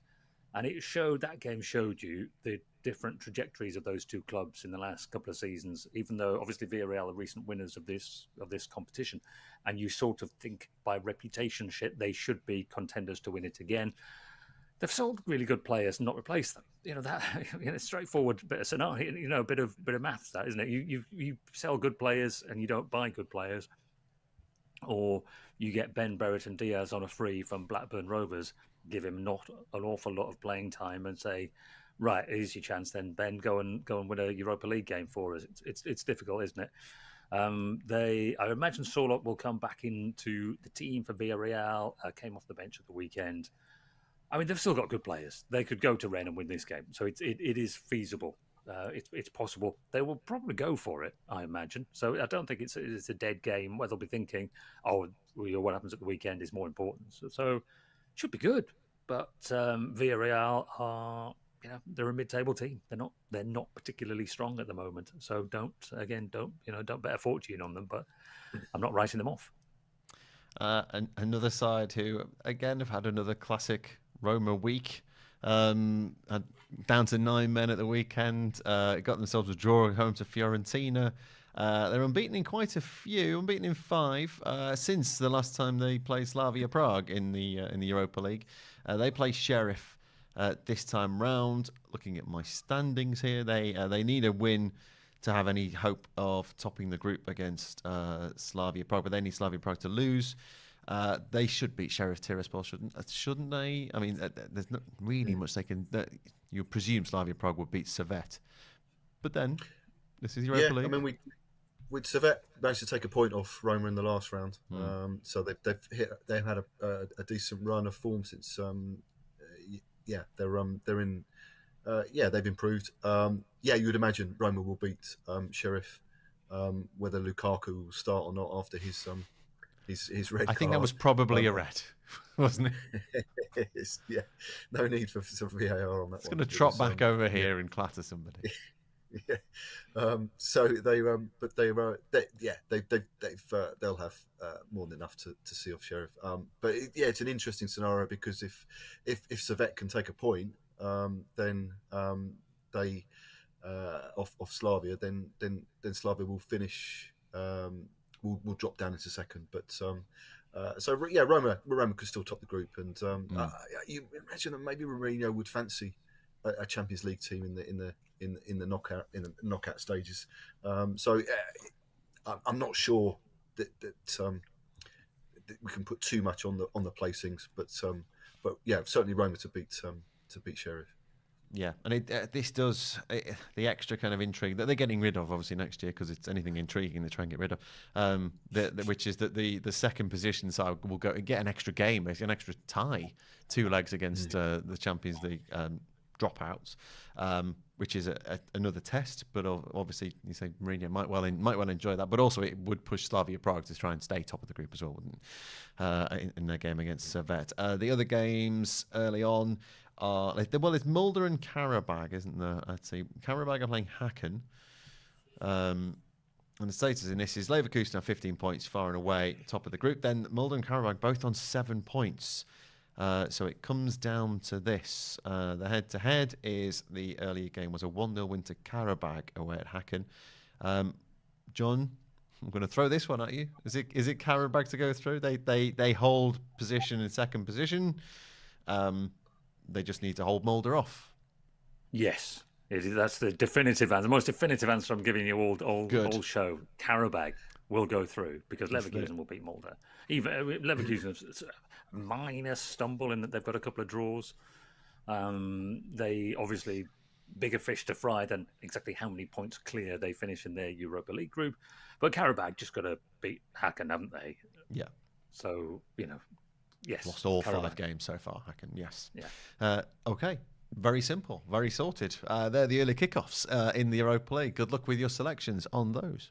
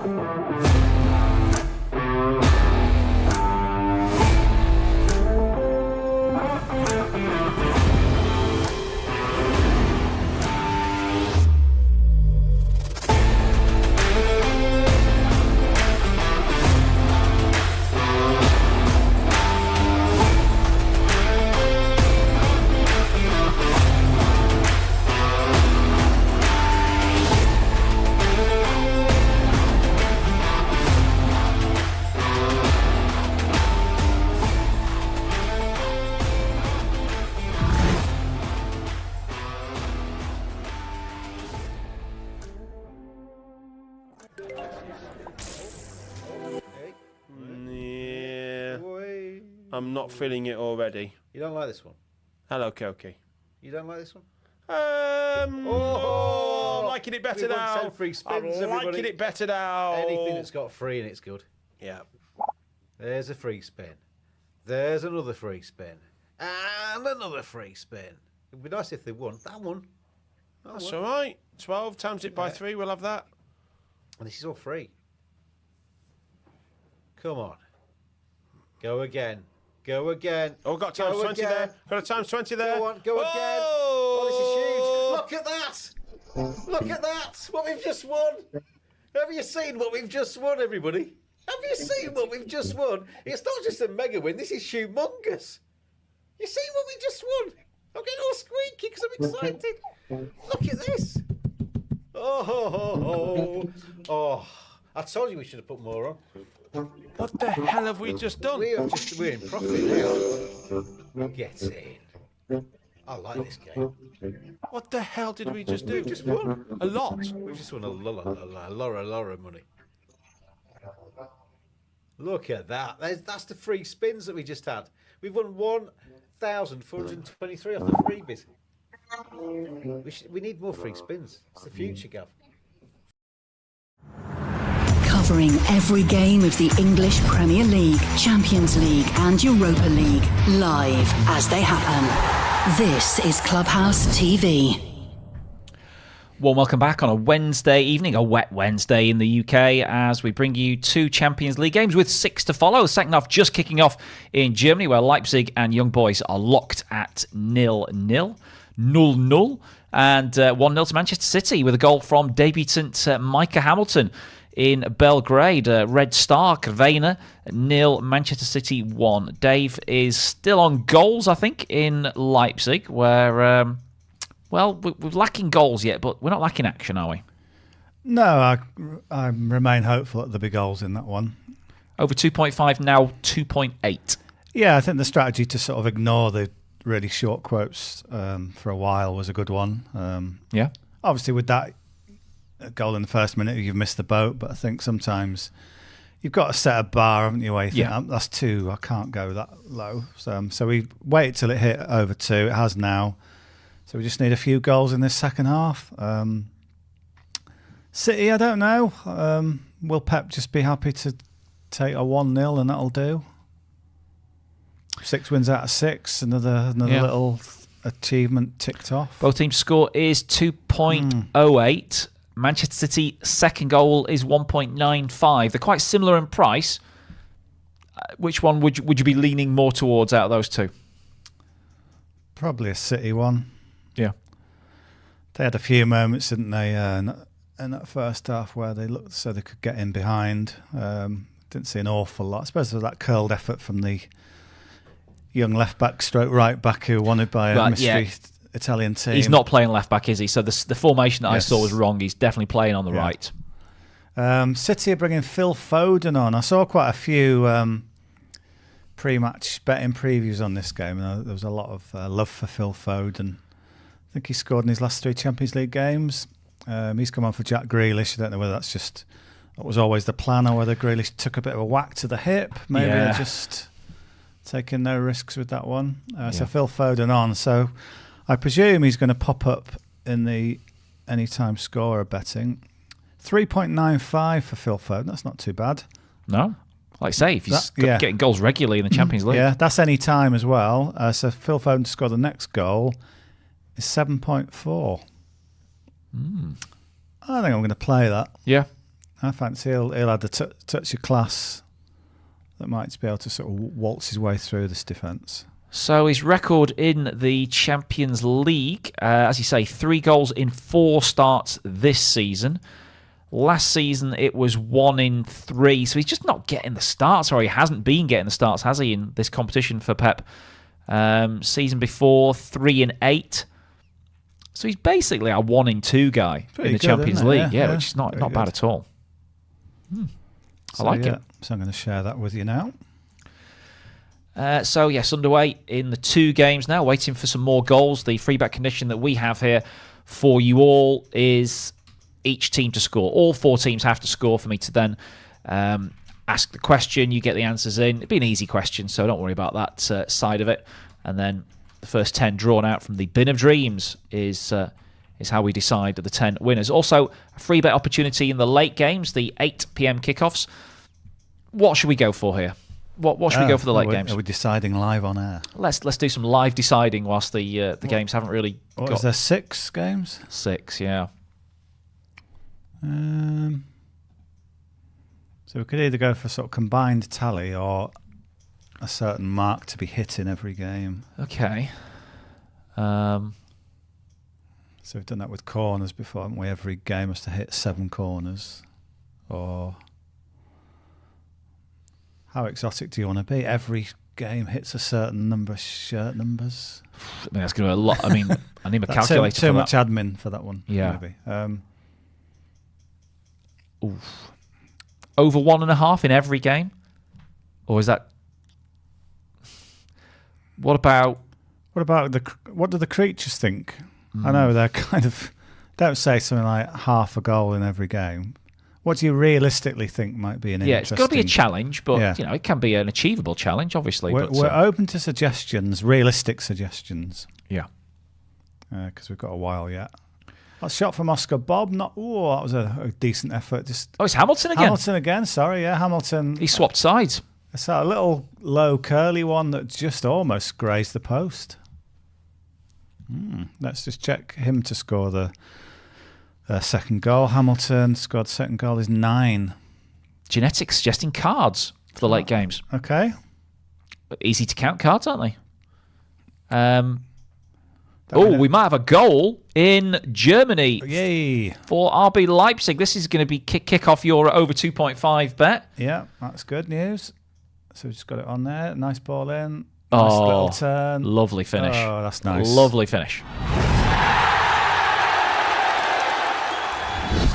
Benjamin Sesko's got it. He was the one that was denied by the VAR earlier, and he puts RB Leipzig ahead in this one.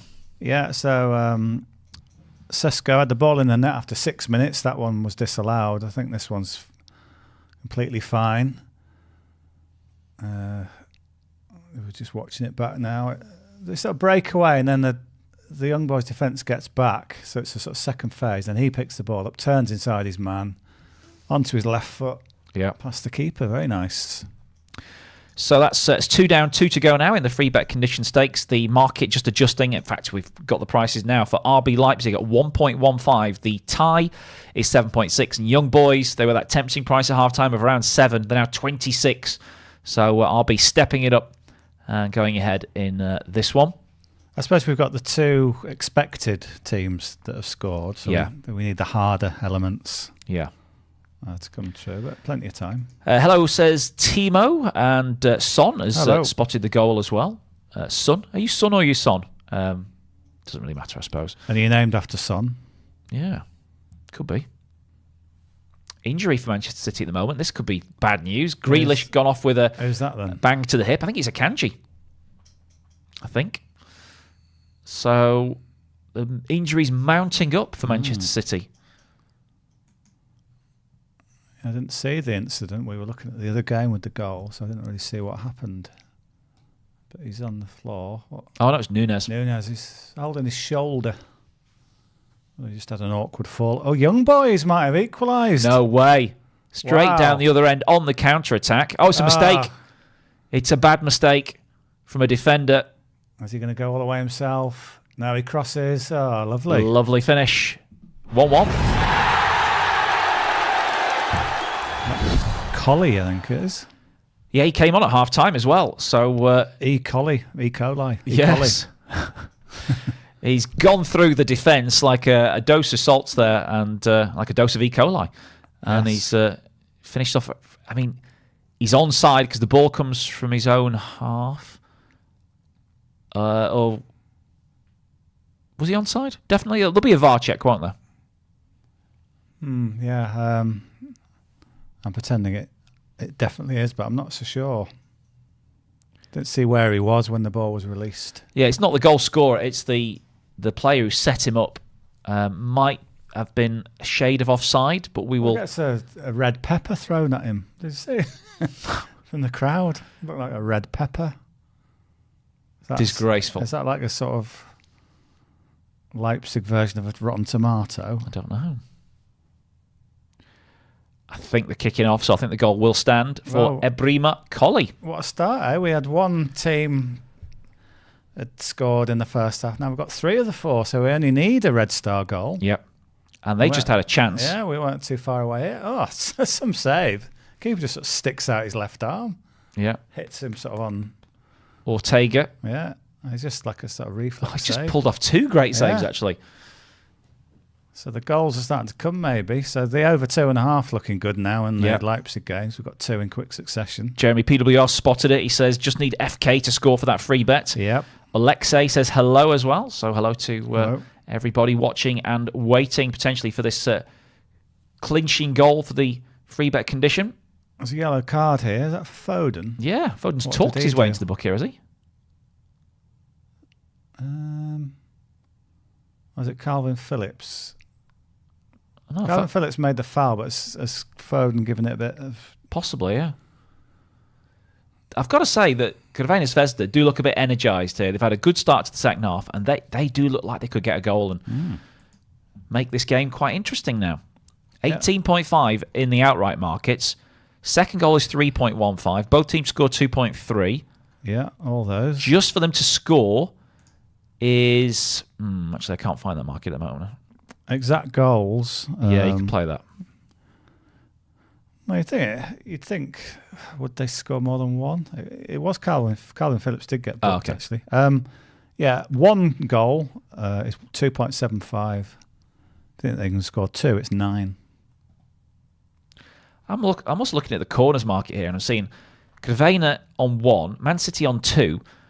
The prices obviously reflect the fact that City are favourites and 2-1 up on the corners, but race to 5, Crvena Zvezda at 8. They just need to have a good 20 minutes, and they could get a few corners and get above Manchester City. It's just a race to 5, so City could still eventually get more corners than them, but as long as they get to 5 first, it's a big price there, 8.4. Yeah, it's a big price, yeah. You could even do race to 7, and that's 21. Yeah. Too rich for my blood, that one. I think I would just take a very good price on race to 5, but they've got the wind in their sails at the moment. They're pressing Manchester City. They're winning the ball back in the City half, and they look... And another goal for Leipzig. Really? The over 2.5 lands in about the space of 5 minutes. And that's why the traders had the prices as they were. They were expecting the goal glut at some stage.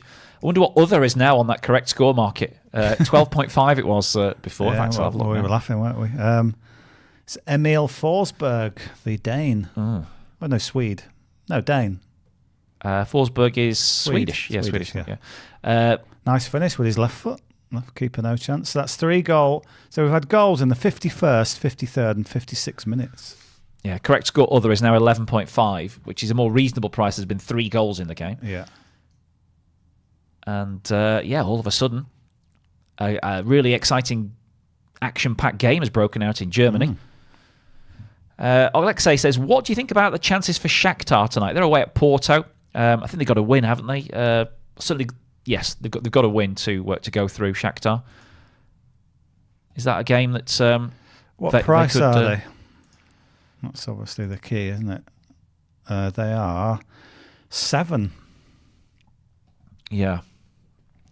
So situation in their group is that Barcelona... Where are they? Barcelona lead 12 points. So I think Barcelona... Porto and Shakhtar are both on 9. Yeah. A draw doesn't really do Shakhtar any favours because of the head-to-head. Yeah. Barcelona need a point, don't they, to guarantee top spot. Yeah. It's a price, isn't it, at 7? I think Portuguese teams can be sort of really erratic, can't they? They can be sort of, they're quite good, and then they can get hammered, and then they can lose daft games. So, yeah, I wouldn't put anyone off back in Shakhtar at 7. Crvena Zvezda almost had a great chance there. The referee's whistle stopped them going through on goal, but the manager's not happy. This game has totally changed around now. Yeah, both games have come alive, haven't they? It's a mistake, is it? Oh, Calvin Phillips gets caught, doesn't he? He does get caught, but then he's dived. He's dived and he's got. He realised he's in trouble and he's sort of thrown himself. So lucky. Even the 8-year-old kids didn't like that. Yeah. And the crowd go, oh. So substitution being made by the host team. Alexander Katai is coming on. I think he's a striker, isn't he? So that's, again, a sign that the coach thinks there's something there. That Lukic on. To chase, yeah. So as you say, Shakhtar are 7s to win tonight. Team News is dropping any second, isn't it? I think for that one, an hour away. Yeah, we'll have a look at some team news in a sec. I want to see if Newcastle have managed to get out there on the pitch. They did win at Antwerp earlier this season, Shakhtar. They've also beaten Barcelona and Antwerp at home, although those games weren't played in Ukraine for obvious reasons. Porto, checkered form really, but stronger at home. They did lose to Estoril not long back and to Barcelona in the groups, but only 1-0, and that was, close-ish game. I've got the Newcastle team if you're interested. Right. Yeah, please. There was a feeling, wasn't there, that Loris Karius was going to have to play in goal. His last game in the Champions League, do we remember that? I do remember that. Yep. Oh dear, yeah. 2017 final, was it? Or was it more recent than that? 2018. 2018 final. Yeah. Anyway, he's not playing, so I don't have to have flashbacks. Dubravka then, who took a knock. He's currently the stand-in for Nick Pope, who's injured. Nick Pope was brilliant, wasn't he, in the first game in Milan? He sort of kept them at bay, made a load of saves. Yeah. And a 0-0 draw. I think that game, though, it was sort of Newcastle finding their feet in Europe and thought they did quite well to get a 0-0. But anyway, Newcastle go with Dubravka, Trippier, Lascelles, Shah, Livramento. With Geordie accent. Livramento, Bruno Guimaraes, Miley, who you mentioned before. Yep. Who was after him? Real Madrid. Real Madrid linked this week. Linked with him. Jer Linton, Almiron, Anthony Gordon, and I've written a preview about this game in another one of my jobs, and I backed Callum Wilson to score, open the scoring, and he starts as well. So he's in from the start. He came back in Newcastle's game at Spurs at the weekend. He came on for about last half hour, set up a goal, had another header. He's always out, isn't he? But he tends to, when he does come back, he tends to sort of get back into it quite quick. He doesn't really need like 10 games to find his sharpness again. So he's back. Milan, they go with Mike, I never know how to say that now, Magnan goal. Calabria, Tamore. Got a terrible font on the AC Milan Twitter page. Keeps sort of... Anyway. Tamori, Theo Hernandez, Florenzi, Loftus-Cheek, Reinders, Musa, Pulisic, and Olivier Giroud. I was checking out Olivier Giroud, actually, to see what he used to do at St James's Park as an Arsenal or Chelsea player. He did once score twice in a 2-1 win for Arsenal at St James's Park. Right. And domestically, Giroud, is Man City coming forward? Is he going to have a shot? Kovacic, is he? He's just trying to play a late pass, and in the end there was no option to do it. And its shot is blocked. Yeah, in Milan's last three domestic away games, Giroud scored 4 times. Okay. So the old warhorse is still... Oh, yeah. Knows how to find the back of the net. So he might be worth a look for an anytime scorer.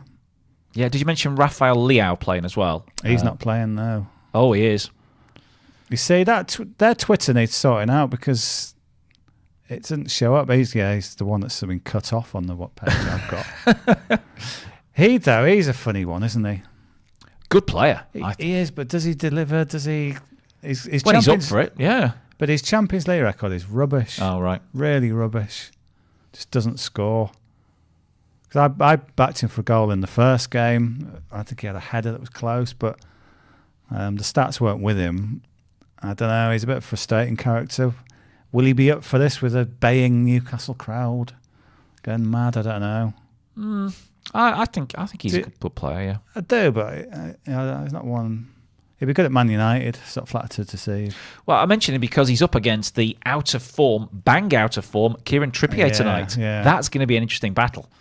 So you've got a guy who's having a real struggle at the moment. Good player. Don't get me wrong. I mean, I rate him. But City, last few weeks... Man City have got a second. Yeah, Manchester City cutting through is the... Is it going to be Phil Foden? Cavanis, Zvezda defence, Nunez, Bob, who is it? Phil. No, that's a lovely goal. Bobby Bob has scored. We kept mentioning him, and Oscar Kill Bob. the game off.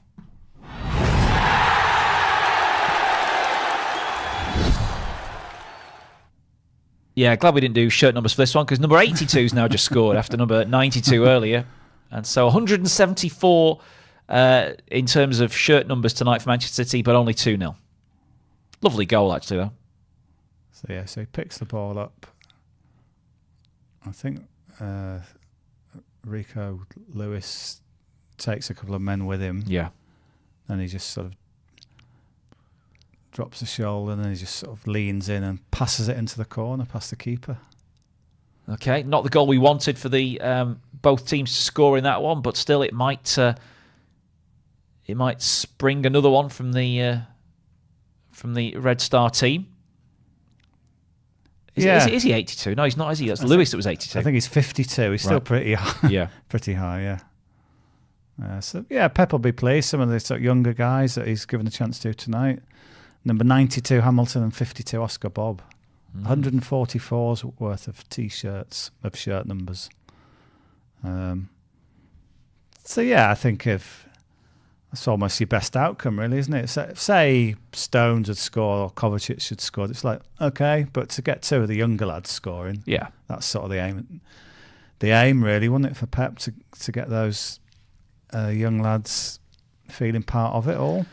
So, Cavanis Zvezda now 55, at the draw 23, Manchester City 1.02. I still think there's a chance that Cavanis Zvezda score here. Both teams' score is now 2.82. But they keep playing out from the back, and Cavanis Zvezda are definitely looking to press and be aggressive here to get themselves back in the game. Yeah, 3.7 to score the third goal, Cavanis Zvezda. 2.82 for both teams to score now. If you want to do the scorer markets again, next goal this is, you could give Phil Foden another go. He's 7.9 to score the next goal. That would be the third goal. Hamilton 9.4 to get it. Oscar Bob 8.7. So yeah, I mean that price of Phil Foden. Okay, he didn't get this one, but maybe the next one is 7.9. Yep, 2-1, by the way, still a score in the game in Leipzig, and RB just going through the... I don't know what they're going through. They're just sort of going through the gears maybe now to try and finish this one off. 5 shots to 4, 3 on target apiece. Only 4 corners in the game. The majority of them have gone to young boys in that one. Still only the 1 yellow card as well. Yeah. Change coming in for the home team in Belgrade, and Rodic is coming on. For Spajic, who was on a yellow card, wasn't he? Yeah. The number 5, so his work is done. Yeah, if you're the home crowd, you probably thought you might lose tonight, but at least you want that raw, don't you, of your team scoring. Yeah. So they don't want to just end with a whimper, so hopefully they can push for this goal. That's a nice turn in midfield. That might be a yellow card. Yeah, Nunez gets... booked for that one. Cards clocking up a little bit there, aren't they? Let's have a count up. I think there's a few City players that have now gone in the book. We've got Spajic got booked, and then Calvin Phillips, then Mihailovic. Yeah, that's Mihailovic. So that's three yellows so far, and 2 in the last 13 minutes. I got team news in from Glasgow for Celtic Feyenoord as well. Looked like pretty much full-strength sides named by both Brendan Rodgers and Arne Slot. Celtic go with Hart in goal, Johnston, Welsh, Scales and Taylor across the back four, O'Reilly, Iwata, McGregor in midfield, Johnston, Furuhashi and Lewis Palmer for Celtic. Then for Feyenoord, it's Billio in goal, Hartmann, Hanko, Buren and Gertrudia in defence, Timber, Stengs and Zaruki in midfield, Ivanusic, Jimenez and Pashao for Feyenoord's front line there. So, looks like a game, that one, that could have a few goals in it, I think. So I'll give you some Celtic stats. Please do. I'll do it in the form of a quiz. Okay. When do you think they last won a game in the Champions League? The last win in the Champions League would have been under Neil Lennon, probably. So we're going back to 2014, 15? Well, they did win a game, I think it was away in Anderlecht in 2017. Right.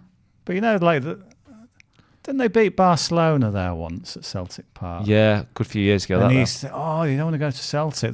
They've not won a Champions League group match at home for over a decade. It's amazing, isn't it? Yeah. I mean, they've had chances and they've been in games and they've had good moments, but they just haven't won a group match since. And Feyenoord won every game in the Eredivisie this season, I think. They won 15 out of 15. Really? Yeah, it's a bit mad, isn't it? The story's been how bad Ajax are, but it's kind of doesn't really... No, they've not won every game. They've won 11 out of 15. 11 out of 15? Yeah, it's PSV who've won 15 out of 15. Oh, I knew there was one team. So 11 out of... So they're second, are they? The second, yeah. They're 10 points, though, behind PSV because they're just invincible at the moment. Yes. So, yeah, that's the team news there from that game. Also, a lot of intrigue around Dortmund versus PSG tonight because Paris Saint-Germain, the great project that is Paris Saint-Germain, could go out of the Champions League at the group stage for the first time in 11 years tonight. They don't have to win, but if they were to lose or draw, it would open the door for Newcastle potentially to creep in ahead of them. But having seen the dodgy penalty they got against Newcastle in the last game, if they need a dodgy penalty tonight, surely somebody at UEFA will decree that they get through. Do you not think? You cynic, yes. I think... Friends in high places, mate. And they have got friends right at the very top of UEFA. Well, there's that element, the sort of darker element. The other, the more, I'm going to take the more sort of shiny and nicer element, is that Mbappe steps up tonight. Maybe he can't go to the well with him every time. Tonight he knows what's on the line. This is where he comes good. So I shall probably be doing a goal scorer accolade. He will definitely be on it. Well, Donatello has got 43 in 66 previous Champions League games. So he's certainly he's better than a 1-2 man. He's like a 3-4 man, really, isn't he? In this competition. And he lines up alongside Bradley Barcola and Randall Kolo Morny for PSG this evening. I think Young Boys might have got a leveller. A second equaliser in Germany. Young Boys will not go away. Well, there might be a flag here. Let's have a look. Does this lead to the goal? Well, does he touch it? He's back on side. That's he's got back into a... Well, there's lots of phases of play, but I think the offside flag has gone up. The flag went up. I'm not sure which part of the move there was the dodgy bit, but there's a couple in question. Chances... Red star! Oh, in the post! Oh, wow. That was it. That was the chance to make it all four teams scored. Mihajtovic has missed. He's had a shot just before that as well. He's looking dangerous. I think there's a goal incoming from the host here. Oh, hits the foot of the post. Keeper beaten. Still plenty of time left. Yeah, no goal for Young Boys. Goal didn't stand, no. Yeah, there were a couple of slightly dodgy elements to that goal. But they're still, coming forward, and they wouldn't rule out an equaliser, would you, for no. Young Boys Burn? So 7.6 for the draw in that one. Fourth goal, Young Boys is 4.5, which seems okay the way the game's been going. And Crvena Zvezda certainly now looking just as likely to score as City are. But third goal, Crvena Zvezda 4 to score it. Both teams to score is 3.35. I'd probably prefer that because it might be that City score again and then they score. So quite like BTTS 3.35 there. Dortmund team, by the way, no great surprises there. Quite a strong one named by coach Edin Terzic, despite the fact that they are through. Kobel in goal, Wolf, Sula, Hummels and Bentabini in defence. Salih Ozcan in midfield. Adeyemi, Royce, Brandt and Bino Gittins ahead of them with Fulkrug up front. Hummels was sent off at the weekend, wasn't he, against RB Leipzig for a last-man tackle. And then the full PSG lineup is Donnarumma in goal, Leo Hernandez, Skriniar, Marquinhos, Hakimi across the back four, Vitinha, Zaire, Emery and Lee in midfield, and then Barcola, Mbappe and Kolo Muani up front. Only 5 outfield players on the bench for PSG. They're maybe making a bit of a point there. The squad isn't so good. Right. Dortmund, what are they on? 10 points. So they're through. But PSG could beat them for top spot, yeah? Yeah. That's what's at stake, really, in this one. Yeah, so Dortmund, obviously, if they finish second in the group, you're more likely to play a big team, and Dortmund, will want to finish top for that very reason. I'm just looking if we've got any goal score prices yet there. Yeah, Mbappe, 1.6 to score any time. Mbappe scored the first goal, might be worth a look. 3.9. Takes penalties as well. Yeah. I always think Mbappe's good at scoring later goals, last goal. So maybe that's a good game to play in running. Maybe someone else might score the first goal and then Mbappe maybe to score after that. But yeah, I got a feeling he might come up with something tonight when needed. Yeah. Or they'll get a penalty when needed and he'll take it. So either way, he scores. Yeah. Whether it's beautiful way or the cynical, something's dodgy way. I mean, yeah. Soft influence. Let's put it that way. Soft influence. Newcastle still finding their feet in European competition and in the corridors of power as well, I'm sure. Might be missing out on a... I mean, Europa League is still a decent outcome. So they're in the group of death, Newcastle. If they don't get through it and they get in the Europa League, that's still, I think, a good competition to be in for them. So as long as they don't lose tonight, they'll still be in Europe, won't they, in some shape. Could be a chance here for Leipzig. Is that onside? No. I think the flag has gone up now after the pass was blocked anyway. Certainly, there's definitely scope for a goal here for Red Star. Certainly on the break. I mean, that's all we need. We need a goal from the hosts.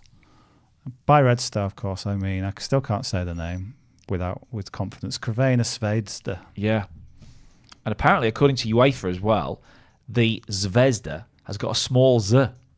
So it's not a capital Z. The first one. Yeah. Yeah. There's 2 Z's, aren't there? Yeah. First Z, small. So I don't know why that is, but... Is the Zvezda the star bit? Or is it star red? No, I think it's star red, yeah. Right. Didn't know that. Although, on our console, we've got Celtic down as Celtic Glasgow. Yeah. And then... well, they're not. That's not even the proper name, is it? They're not...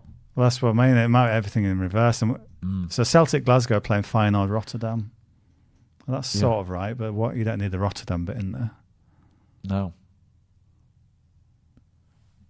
15 minutes to go in they don't these call games. Arsenal London or Tottenham London, though, do they? Well, you wouldn't have thought so. Yeah. So Manchester City, another young lad. Who's this young fella coming on? Mahamadou Sissoko. Do you know Sissoko? Sissoko. Do you know him? Nope. Let's find out about Mahamadou Sissoko. He wears number 76, so... I mean, he's going to have a great song, isn't he? With a name like that. Yes. He's coming on for Kovacic. A tenacious defensive midfielder, according to the Manchester City website, but with an eye for a pass. Is he English? He is Spanish, I think. Spanish? Oh, no. Yes, he's Spanish. But... he was born in Brussels. Brussels, Spain. Chance for the... Yes, it's there! Scored. Straight after the substitution. Boom. Free bet lands. Crvena Zvezda get their goal.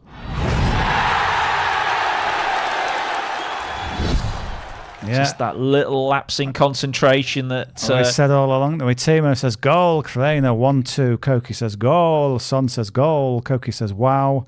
Viv says 1-2. Koki says Red Star, do it. They do. But Slissy says damn, no, City. Oh, did you have them to win to 0 tonight? Right. Whose lapse in concentration was this? Just a general team lapse, wasn't it, from Manchester City? Nice finish, struck it well through the keeper's legs. Wasn't the substitute? Was he? Who's just come on? He looks a bit. I think it was. Yeah, he might be his first touch. I think he was a bit asleep. Oh right, yeah. Sorry. Anyway. Yeah, good for well. We saw all along. So I can now press this.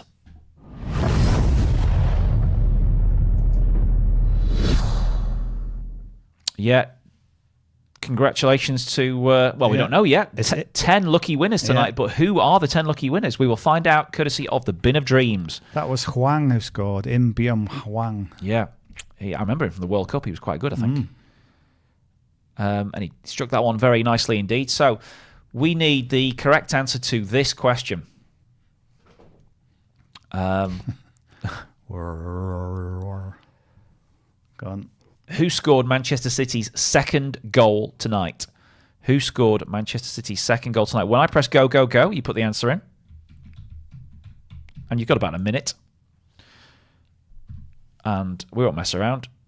Straight away, right? Oh, go, go, go. So, yes.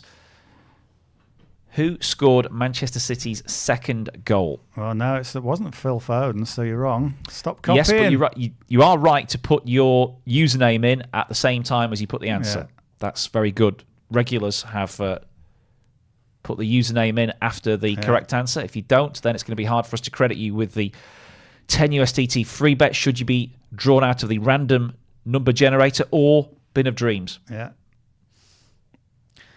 Lots of wrong answers, I'm afraid. Yeah. You need to actually watch, not just copy. But the very first answer listed was wrong, so anyone copying that, I'm afraid you're wrong. Yeah. And City, well, I said City 3-1. We were looking at 3-1 City, weren't we, at about 10 points something? It was. Still very much in play here. Yeah. Foden, actually, we still want to, on the Phil Foden score the next goal train, he's went close there. Probably should have scored, really. Just didn't quite get it on target. So I think we've had enough now. I'll go with stop, stop, stop. That's the Bin of Dreams. And so that means we have how many correct answers? Let's go up the list from 1, 2, 3, 4, 5, 6, 7, 8, 9, 10, 11, 12, 13, 14, 15, 16. 16 correct answers. So if you can just get numbers 1 to 16 there, please, Dave. And doing your best Rod Stewart impression, can you perform the draw for the... So it's only 6 losers. Okay. 10 winners and 6 losers. That's good odds to get you 10 USDT free bet tonight. Are you jotting these down? Or I've got a pen. I'm going to have to type them. I'll type them into a notepad or something like that. Okay. I have the first number when you're ready. Just give me a shout when you're ready. Man City looking to restore their 2-goal advantage. Go for it. Who is it? First number we have is number 3. So, number 3 is Shelby or Tarzanua. Congratulations. Good. Yep, next one. Second number 5. Timo. You're a winner. Easy one here. Number 1. First answer that we received was from Son. Or Son. Nice one, Son. If the line's at the bottom, does that mean it's at the bottom or is the line at the top? Line's at the bottom. Yeah. Number 6. Oh, lower numbers tonight. Lubo, 392. What do we go up to? 16? Yep. All right. 16. Oh. Do-do-do.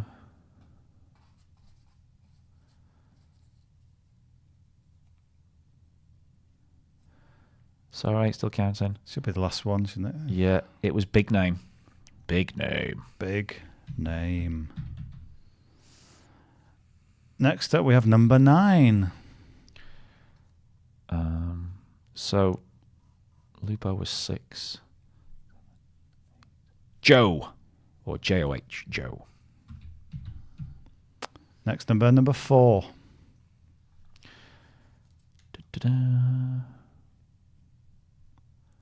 Fretless.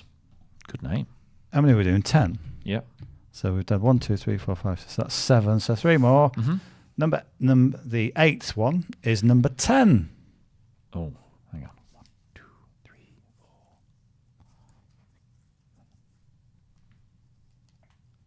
4. Trachini. Congrats. Let's dropped one then. Also goes by the name of Yisik. Okay. The penultimate winner is number 15. Okay, down the bottom again. It is Black Dog. Hello, Ecuador tonight. Well, this afternoon probably for you. And finally, the 10th and final winner is number 14. 14. That is obviously Jezeslaw. So I've just realised that we've got Liam here who could have done all that, but I've been typing them in anyway.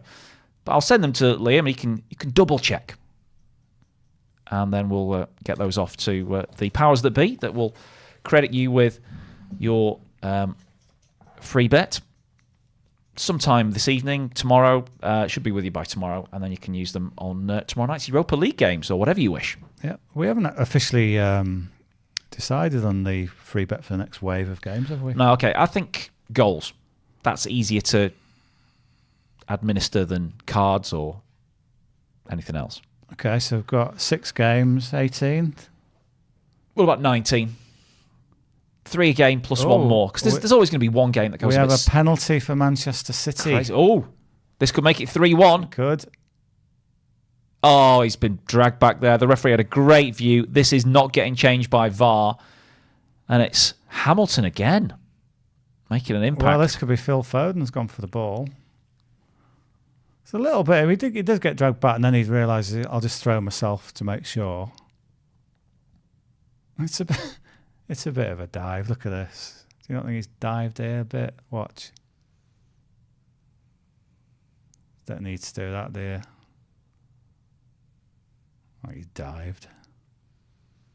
There's contact, but that's ridiculous. That's just throwing himself. If James Butler was sat in your seat now, he'd be going mental. Yeah. I mean, it's sort of like a young man's inexperienced guy's dive, isn't it? An old pro would have made that contact look more realistic. He's just sort of gone. Once the referee gives it, though, it's not going to get overturned. So it's what they're taught. Look who's going to take it, Calvin Phillips. Yeah. Please score. So this is the chance it'd be so for nice. Calvin Phillips to make a name for himself. Where have you been, Calvin, these last 2 years? Getting splinters on the bench at Manchester City. And it looks like he's done it because Manchester City are just chewing his gum. Unless the penalty's missed and somebody else puts it in. Oh, no, he scores. A lovely penalty.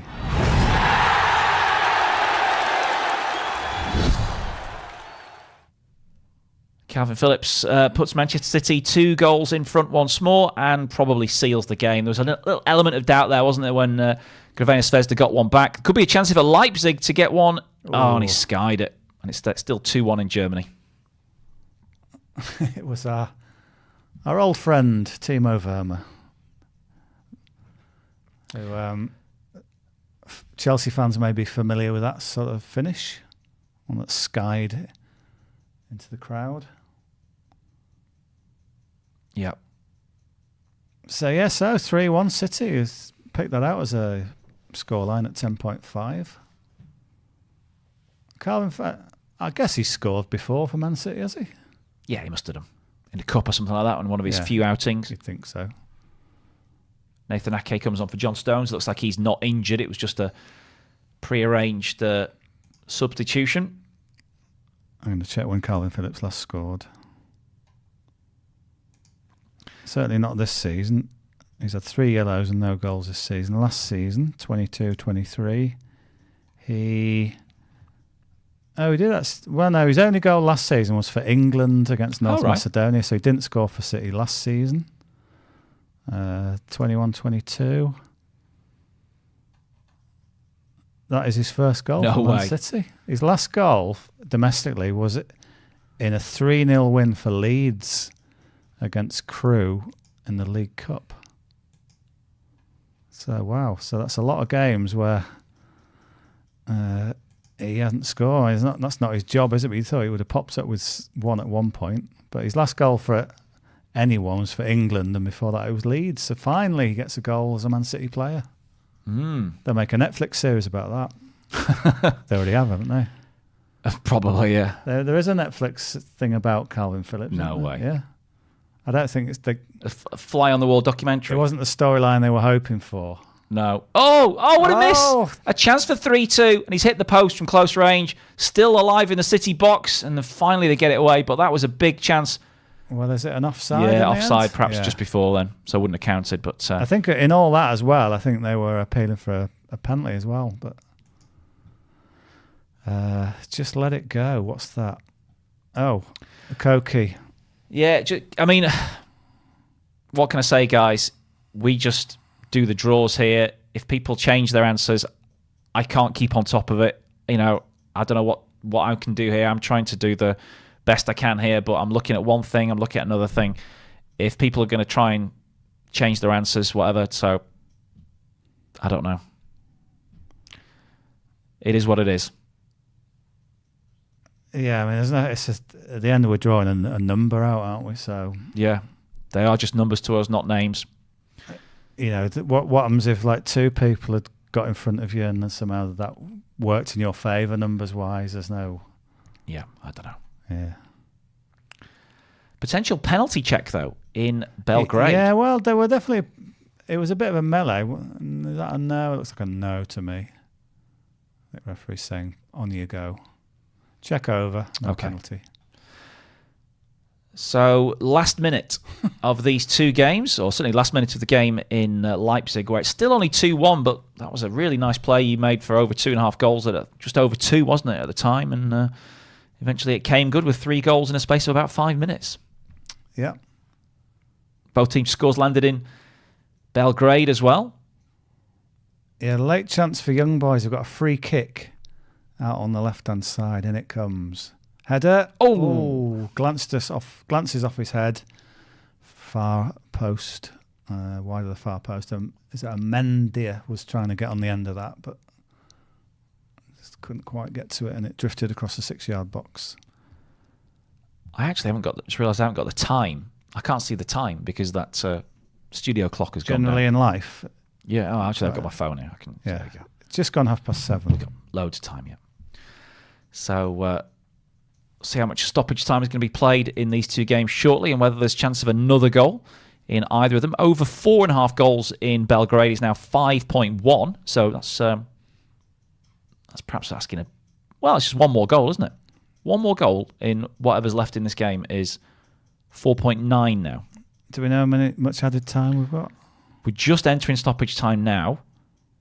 And I've not seen the number of minutes, but still on the attack here, Crvena Zvezda. Shot. Just wide. Yeah, corner.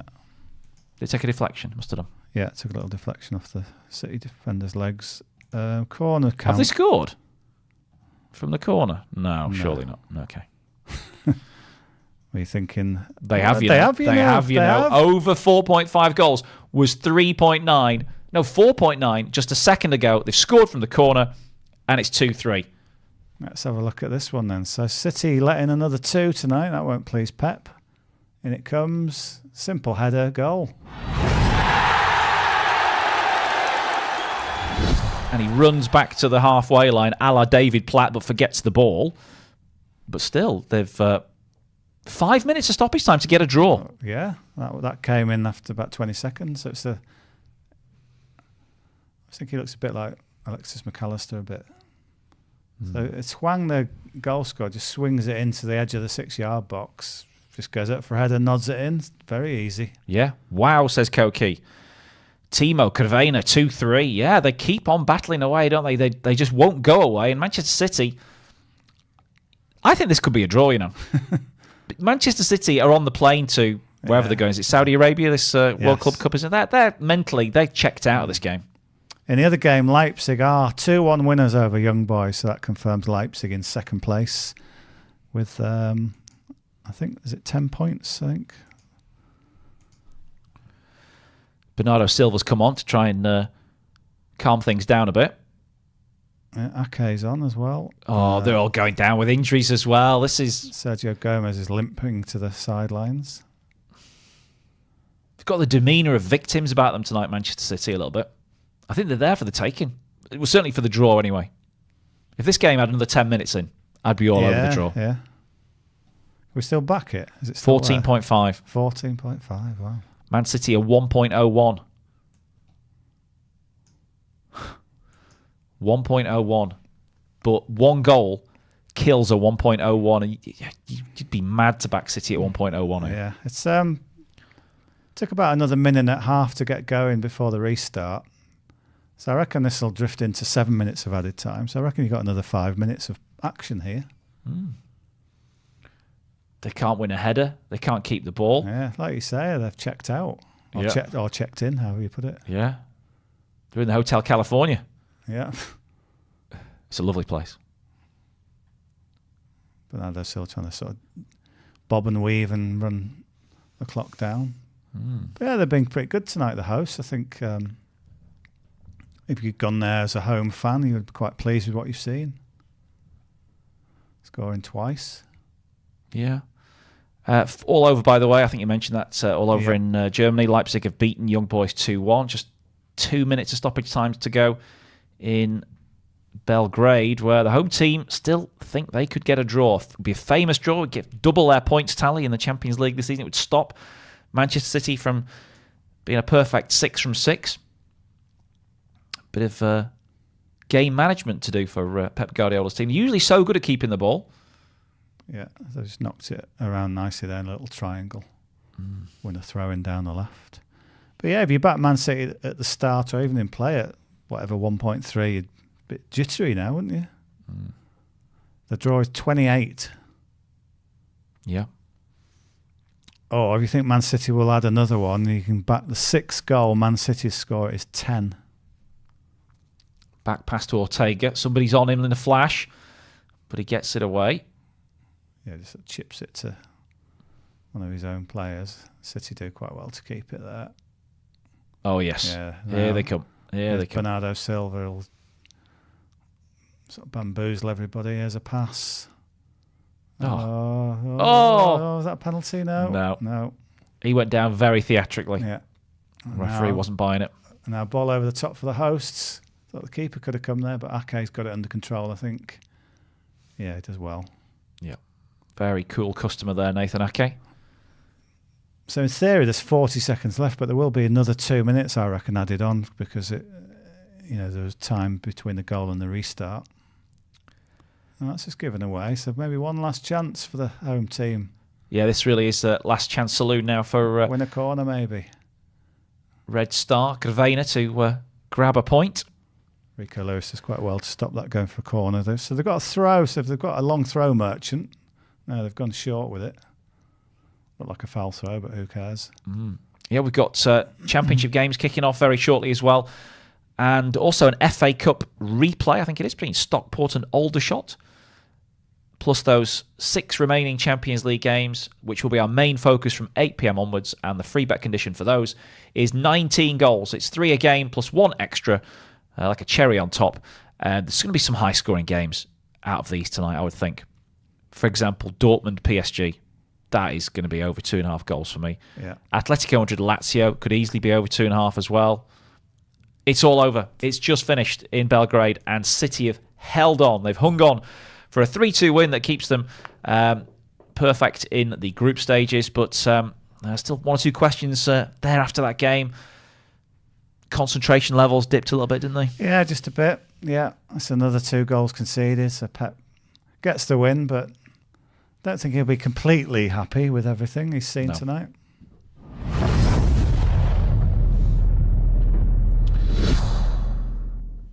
Right, we're going to take a quick break ahead of the 8 o'clock games, and I'm going to leave it to Liam to decide what to play next. He'll be furnishing you with a preview podcast from the European team ahead of some future games.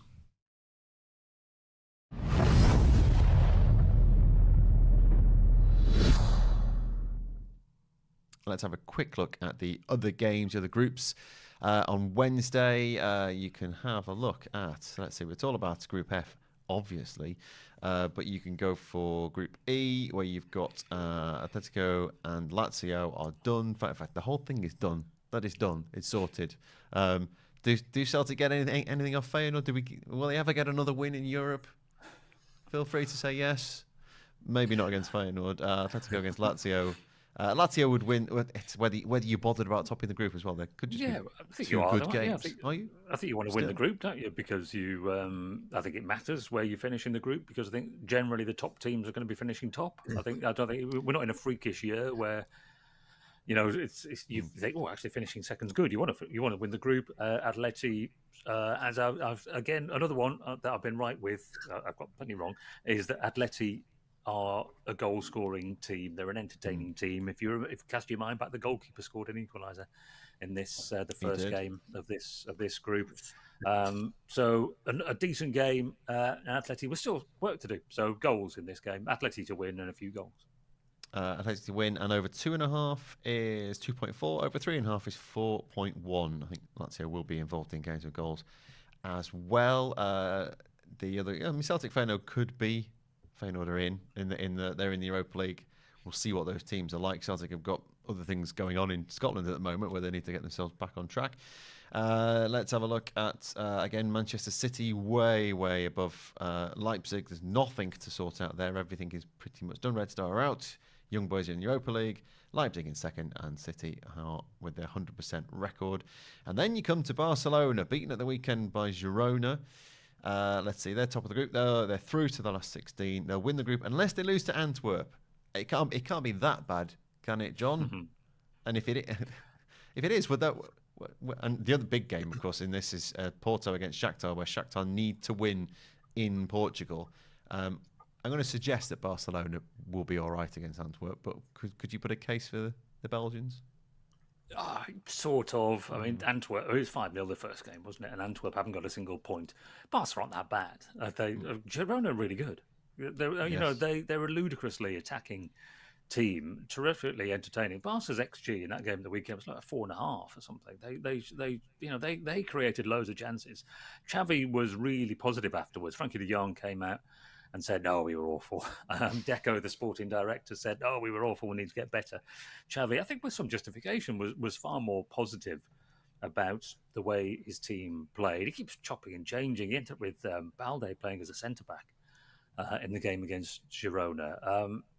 I think he's genuinely in trouble if they end up finishing 3rd, 4th in Spain and not going far in the Champions League. I mean, if this was against Manchester City or something, I'd be painting a much more negative picture for Barcelona. But against Antwerp, they'll be fine. Even Lewandowski, I mean, he scored at the weekend, and then he missed an absolute sitter at 3-2 down with, I think, 93 minutes. They still managed to concede after that to former Middlesbrough striker Christian Stuani. Barca will be fine. I don't think you're going to get rich betting on it, though.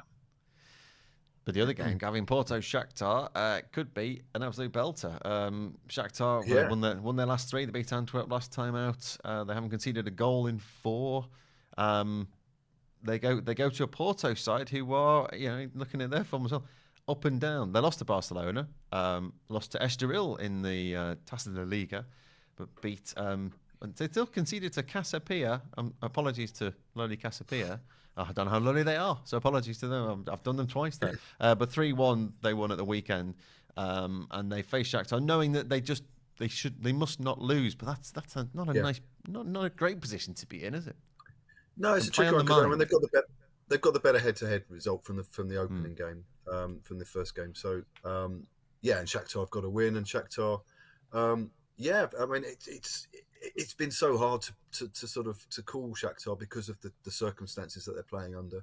But they pulled off this remarkable result against Barcelona, scored that brilliant team goal against them. So they are in a good run of form, and they need to win. But Porto at home are very strong. I mean, we mentioned before there's a few problems off the pitch, and some of the sort of ultra groups are getting a bit upset about stuff going on off the pitch. But they are capable. But this is a really interesting one because both teams are. I think there are goals in this, and that would suggest that the Shakhtar have got a decent chance. I still think Porto will do enough in this to hold out, and maybe a score draw is the best way to go for this in terms of value, because I think it'll be too much for Shakhtar and a Europa League campaign would be interesting for them. I don't think they'd be disappointed with that. And Shakhtar are also the sort of club that reinforce in the January window. There'll be a lot of movement ahead of the Ukrainian season, the big winter break. So they'll be looking at transfer market in January, and a Europa League campaign would suit them really well, I think. So I'm going for Porto, probably a score draw, because I think Shakhtar have got something in them as well. Okay, so we think there's possibilities for Shakhtar. Certainly, the Porto and both teams to score. Porto to win and both teams to score is 2.9. They are the rest of the games in the Champions League as we complete the set in the group stage this season.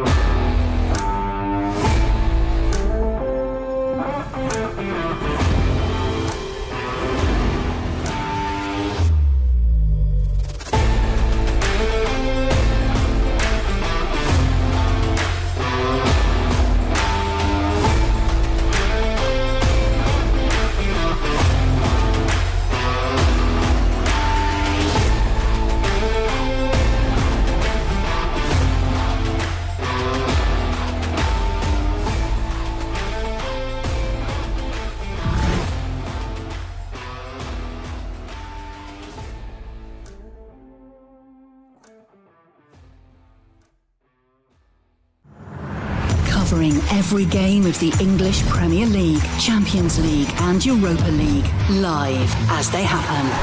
This is Clubhouse TV.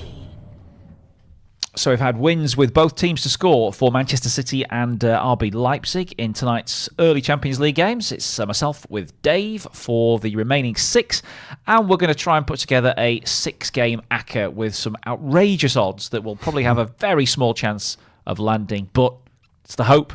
Yes, we shall try and go through the card. I mean, are there any one of these 6 games that you would say is an absolute banker bet for you tonight? You can say no, because it's the last game of the Champions League and some of the games don't have much on it. No, I don't think so. There's nothing that I'm saying. Nothing you'd be sticking your, No. So I was going to say savings on, but, Yeah, please gamble responsibly. Yeah. No, these are all sort of on the balance of probability, I think. Yeah, okay. Should we start then? So you go first. Atletico Madrid versus Rome. Yep. The home team for me. It's Straight 1.63, yeah. Shall I click these in, or are you doing that? I'm doing it now. Okay, So, yeah. So they've won all the games at home, haven't they, since February? Yes. Something like that. That's probably one of the easier calls, I think. Yeah. I'm going for Paris Saint-Germain, 1.81 to beat Borussia Dortmund. If they don't win by fair means, they'll win by some hand from above that will enable them to get a penalty or a decision, something like that. I'm playing a slightly more Mbappe will come good. Okay. Good will triumph over evil. Or we're sort of saying good and evil will triumph at the same time. But yeah, put them in. PSG at 1.81. Yep. Celtic against Feyenoord. Can we slightly divert and go for both teams to score rather than just Celtic? It's a bit short. I'm tempted by the draw, but I mean, both teams to score is 1.52. It's short, but yeah. Yep. So we've got those 3 legs in now. Yep, I see them there. Okay, so what's the next one? Porto, Shakhtar Donetsk. We're talking about we were talking about this earlier, and Shakhtar was 7. They've actually been clipped to 6 now.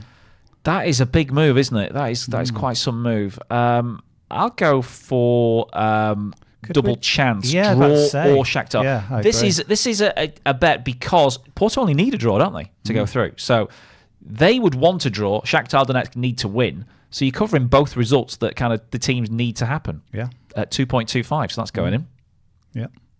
You're next. I think Newcastle. I think Milan are no great shakes. I think I was looking at their last 10 matches. They've lost 5, drawn 3, lost 2. Won just 2 of the last 10. That Newcastle crowd, it'll be an amazing atmosphere there tonight at St James's. They've got Callum Wilson back. Yeah, Newcastle 1.87. Okay, and the last one is tricky one. Royal Antwerp at home to Barcelona. Barcelona were beaten by Girona at the weekend. They've not been in the sort of classic form that you would expect. Could this be... What price have we got so far with those 5? Does it say? 20. It's boosted odds to 20.76. Yeah. So that's tasty. Maybe you don't have to go big here then, no? Could keep it really sort of short at something that's definitely going to happen, like an Asian total over 1.5. Yeah, I'm a bit dubious about Barca. I do think they might react. I mean, Girona are league leaders, aren't they? So it's not like they've lost the bottom of the table, Girona. So, but yeah, maybe just go steady. I'd hate for this to blow the rest of it. I'm going to go really, really negative. Not negative, but 1.17 for over 1.5 goals. There you go. I mean, if that doesn't land, it doesn't really boost the ACCA up. It's 22 now, but it's 22 is better than kicking the teeth. It's only gone from 20 to 22 with that. With that, yeah. Sorry. I'm like the last person on the chase who does that sort of negative thing of like taking the extra step for a really low prize money, and the rest of the team just sneer at them and go, "What are you doing?" Just to get to the final. Get that one in, because I've got another one that I want to do. So before I ruin your bet slip, do you want to paste that in? I've placed the bet. That's done, yeah. Sharing the bet slip and copy the link so you can go for your life now. Right. So part 2 is going to be an anytime scorer. I'm hoping I can get this. Yeah, okay. So we'll start with Mbappe. He will score tonight. That's a fact. He's 1.58 to score for PSG. In the other group game, why am I saying that? My bets. I think it's got all your bet slip in it.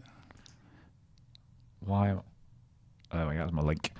Can you type this in? Mine's gone a bit weird. I'm just going to close, and I'm now going to... Yeah, that's why. It's all gone. Yep, all gone.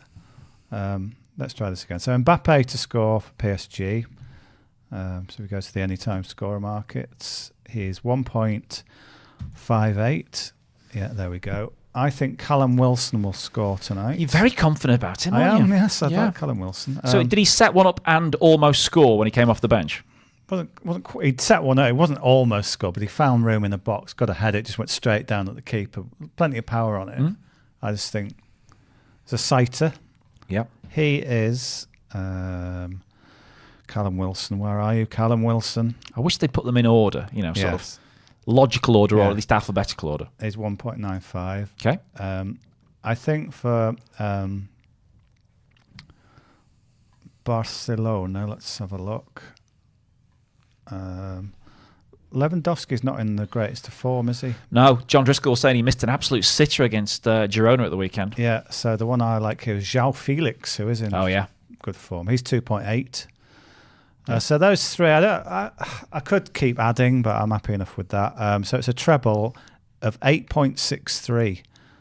Mbappe, Callum Wilson, and João Felix. So I'm going to put that in as our goal scorer project. Yeah, we like a project. And if you've got any bets that you want to share with the community, then you know where to do it. It's simple as what we've just done there. Put the link in to your bet on the live stream chat, Clubhouse TV on Telegram.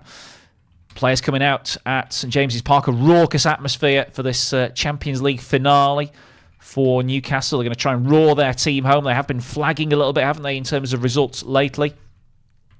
Look absolutely out on the feet at Tottenham last weekend, but I think you should be energised. You always look tired in tough away games. It's easy just to feel the fatigue. Not really mentioned Tottenham tonight, but what have you made of their recent tumble?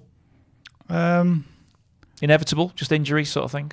Yeah, I thought they were getting away with it for a while. I mean, I was really impressed by the way they just decided to keep going at Man City rather than just, we did quite well and then it's over now. They hit back again.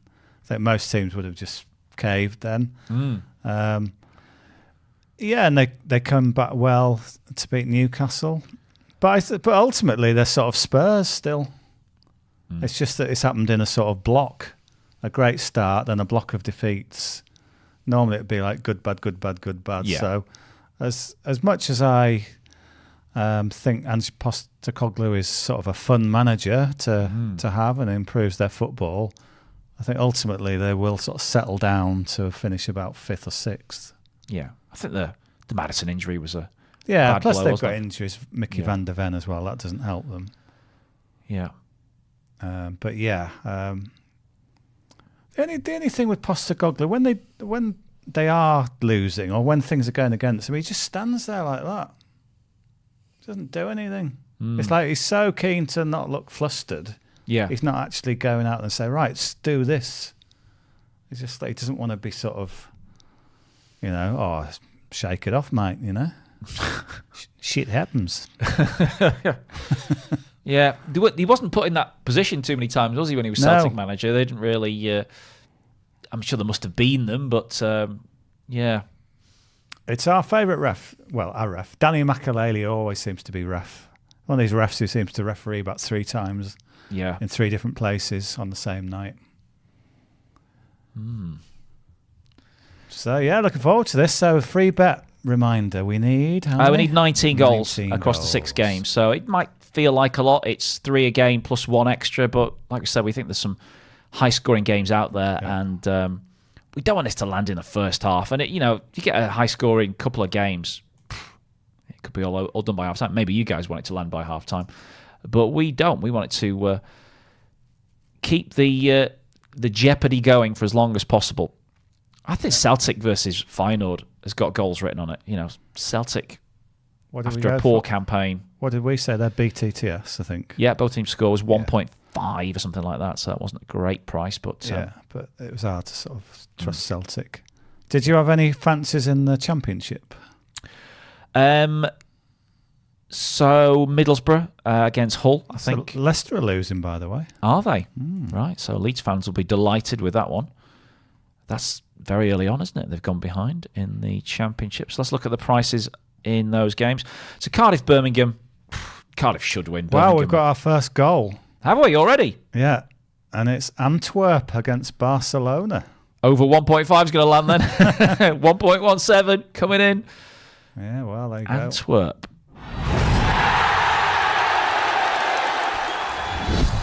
Vermeeren. Yeah, Joey Vermeeren. I think his name, isn't it? Midfielder. Let's have a look at this then. So what a start inside 2 minutes. I think Barcelona are interested in buying Vermeeren, actually, or have been linked to him in the past. So he's certainly in the shop window tonight. And he scored early for the Belgian champions, who are not having a great season domestically, but they're still battling for points in the Champions League. Let's wait for a replay of this game. Yeah. This goal, sorry. So... is it a defensive It's a error? back pass, right? Okay. And then what? Oh, dear. Then they just overplay at the back and then he just smashes it in. Who was that? Who's That's the an pass? awful touch. It's a bad pass out. It's a terrible Araujo, touch. maybe? I'm not sure who that is. And then, yeah. Well, there you go. It's on the half slightly volley. shins it, doesn't it? Yeah. Shinned half volley, but there's enough power on it. So that's good news. And we've also had a goal for Norwich City in the Championship. They lead Sheffield Wednesday 1-0.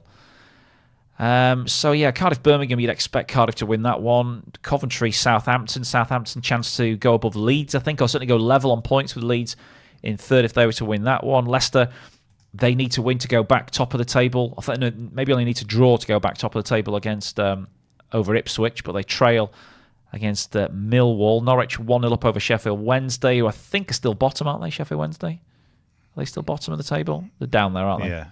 And then QPR against Plymouth. QPR on a bit of an upturn, aren't they? And they're 2.2 to beat a Plymouth Argyle side who don't travel particularly well. Rotherham actually bottom on goal Oh, difference, right. but yeah, both sides 7 points adrift of third bottom. And you got two promotion candidates there. Middlesbrough, Hull taking on each other at the Riverside Stadium. I think Borough start the day in 12th. Hull were 7th or 8th. And Middlesbrough 1.91 to win that one, which I think they just about get home in this game. Sorry to interrupt, but I feel I have to. That Milan away kit is dreadful. Look at it. Yeah. It's sort of got bits of green in it. It's sort of purpley and blue and then a bit of green. Some of the away kits this season I think are worse than ever. Leeds United have got a bad third kit, haven't they? Sort of pink and yellow, sort of like Mr. Blobby or something like that. I don't like Liverpool's away kits this season. They're terrible. There's one that looks like it's been designed by a kid who's into Minecraft. You seen that one, like the sort of quarters, and it's like a bit Right. Minecrafty. Okay. That's what sells, though, isn't it? You know? Are they trying to sell kits to kids who are into Minecraft or something? I don't know. Possibly. But who's come up with this design for the... Well, it's not so much the person who came up for the design. It's the person who went, yeah, we'll take that. That looks good.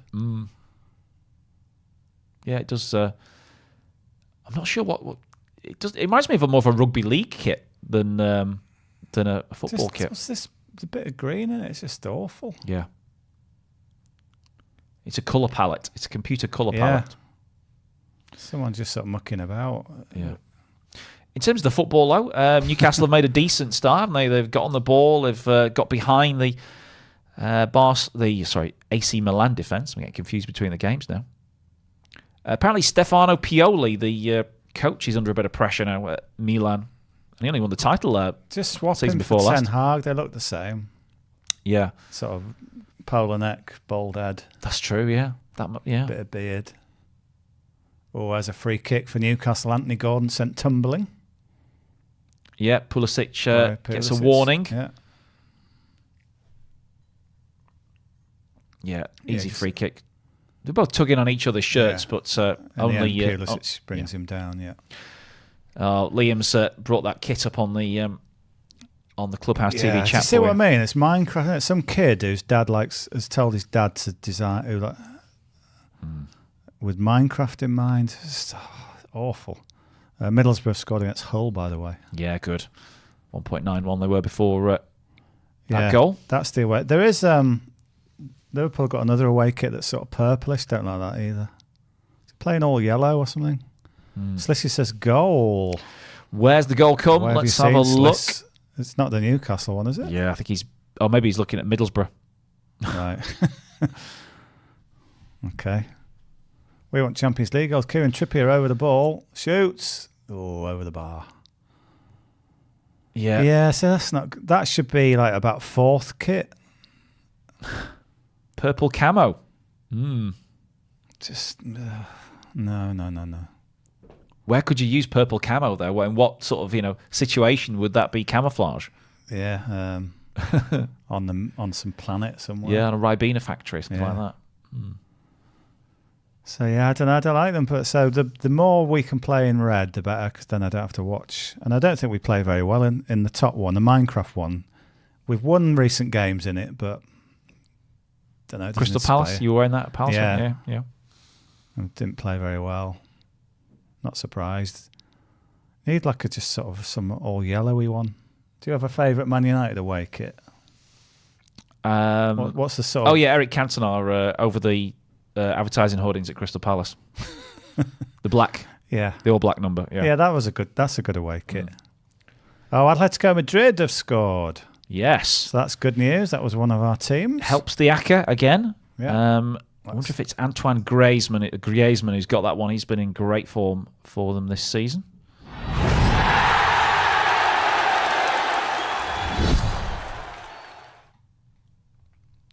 So we're just waiting on the goal scorer there for Atletico Madrid, but they take the lead against Lazio. This was a game where I thought both teams scored, but Atletico Madrid would be too strong at home with that formidable record of theirs. I think it might be him. Do you know what? If I was going to add another goal scored to my ACCA, it would have been him, and I think he's just scored. Yeah.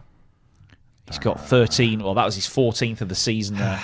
Damn. Fourth in the Champions League. Yeah. And, he just keeps on delivering for that team, who are reborn, aren't they, this season under Diego Simeone. They don't play that sort of grinding style of football that they were used to, or they played under him. It's now a much more expansive style, players going forward and scoring goals. So let's have a look. Griezmann just sort of finds space, just runs onto the ball, just side foots it home. Very classy finish. Yeah. Yeah, good. A, good to find the space. B, the execution's great as well. Got a goal for Porto. Right. What did we go for in that one? Oh, the double chance, was it? Yeah, so that's gone against us there. We need the draw or Shakhtar in that one for the ACCA.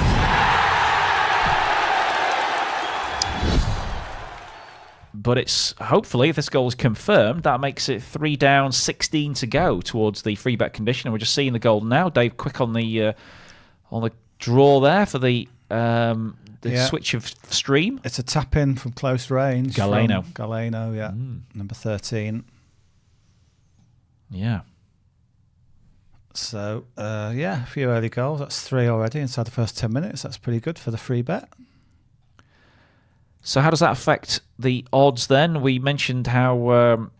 we didn't mention the changed odds for the Antwerp game. That was the first goal of the night. Royal Antwerp now 3.1, a goal up against FC Barcelona 2.24, and the draw is 3.7. Now, Barca were 1 point short, weren't they, before kickoff? Now 2.24 to come from behind. Would you be taking that? Well, I thought they were about 1.63, I think, at the start. Not really, no. Okay. That's short enough, isn't it? 2.24. And after the Porto goal, they go into 1.21. Shakhtar out to 13.5, draw 7.2. So the draw price is now what Shakhtar were, about an hour before kickoff. Yeah. And then after the goal for... it's still changing, actually. Is there a VAR check for the Atleti versus Lazio goal? No, it's fine. I think so. Just the prices haven't returned yet. But I'll let you know what they are when they come back. Let's go back to Newcastle Milan. We'll have a quick check on some stats in that group. Plenty to play for in that group. I think all 4 teams could still qualify. Yeah, let's see what the scenario is in Group F. So Group F is Dortmund are through, but they'll finish in first place if they avoid defeat. PSG go through go through as group winners if they win tonight. They'll go through in second place should they lose, but Newcastle and Milan draw. Yep. Newcastle go through as runners-up if they beat Milan and PSG don't beat Dortmund. And Milan go through if they beat Newcastle and PSG lose to Dortmund. So, yeah, that's kind of like a winner takes all between Newcastle and Milan as long as PSG don't win. Just the only one there, you probably said it, but there was that many. If PSG draw and Milan win, what's that? Hang on. Have I found a hole in it? Yes, that yes, would put them sorry, both yes. on 8. PSG go through. Better head-to-head, yeah. I think so. Yeah. Yeah, didn't they win 3-0? Maybe one of the home leg? I'm going to find the results now. I think they won the home leg 3-0, maybe lost the away leg 2-1. I might be making this up completely, but clearly they have got a better head-to-head. Yeah, I think they do. Okay, here we go. Find my favourite site where I can get the results. Just quickly some stats. Newcastle have had 1 goal attempt against Milan, who haven't troubled the scorers yet in that other game that we're talking about, Dortmund PSG. The stats in that one, nothing, no goal attempts from either team. Yeah, it was as you said, 3-0 in Paris, 2-1 in Milan. So head-to-head is in PSG's favour. Yeah. Just check in with Celtic Feyenoord, some stats from that game. Quite a bright start from Celtic. They've had 3 goal attempts, 2 shots on target. They've had 62% possession. Feyenoord of Rotterdam, they have had 39% possession and 1 shot, but not on target. And then you've been to Rotterdam? No, I haven't. No, I've been to Amsterdam a number of times, but not Rotterdam. Where would you go? Is it Hull? Where would you get if you got a ferry? You can go Hull to Rotterdam, I think. Yeah. And I've heard the song by The Beautiful South. That's right. Rotterdam, but I've never been. Have you? I presume you've been to watch football? Yeah. I've been to De Kuip. I saw a game there. Euro 2000. No, Euro. Yeah, was it Euro 2000 there? It was, wasn't it? Yes, Euro 2000. Yeah. I saw Spain beat somebody, or Spain played somebody at the De Kuip. Crikey, memory's gone now. Right. Yeah. Yeah. No, I've never been. You've been to Amsterdam, I presume. Yeah. Yeah. Been to that ground. Few games. Yeah. Seen England play there. Which fixture was that? Oh, it was friendly. It was rubbish. Friendly in November. Might have been 1-1, something like that. What year are we talking? 07 or 09, something like that. Right. They actually had, halftime entertainment. This really doesn't work in football ground either. They had a darts competition in the centre circle for halftime entertainment, and 50. They do love their darts in. Yeah, 50,000 Netherlands. crowd. What's that? Is that treble? What? From like the back of the stand at the you can't see darts. Have a young Michael van Gerwen throwing. Probably was, yeah. Oh, who's the one that was a tram driver? Who sort of went like that. Had a ridiculous action. Raymond van der Voort. No. Roland Scholten. He was.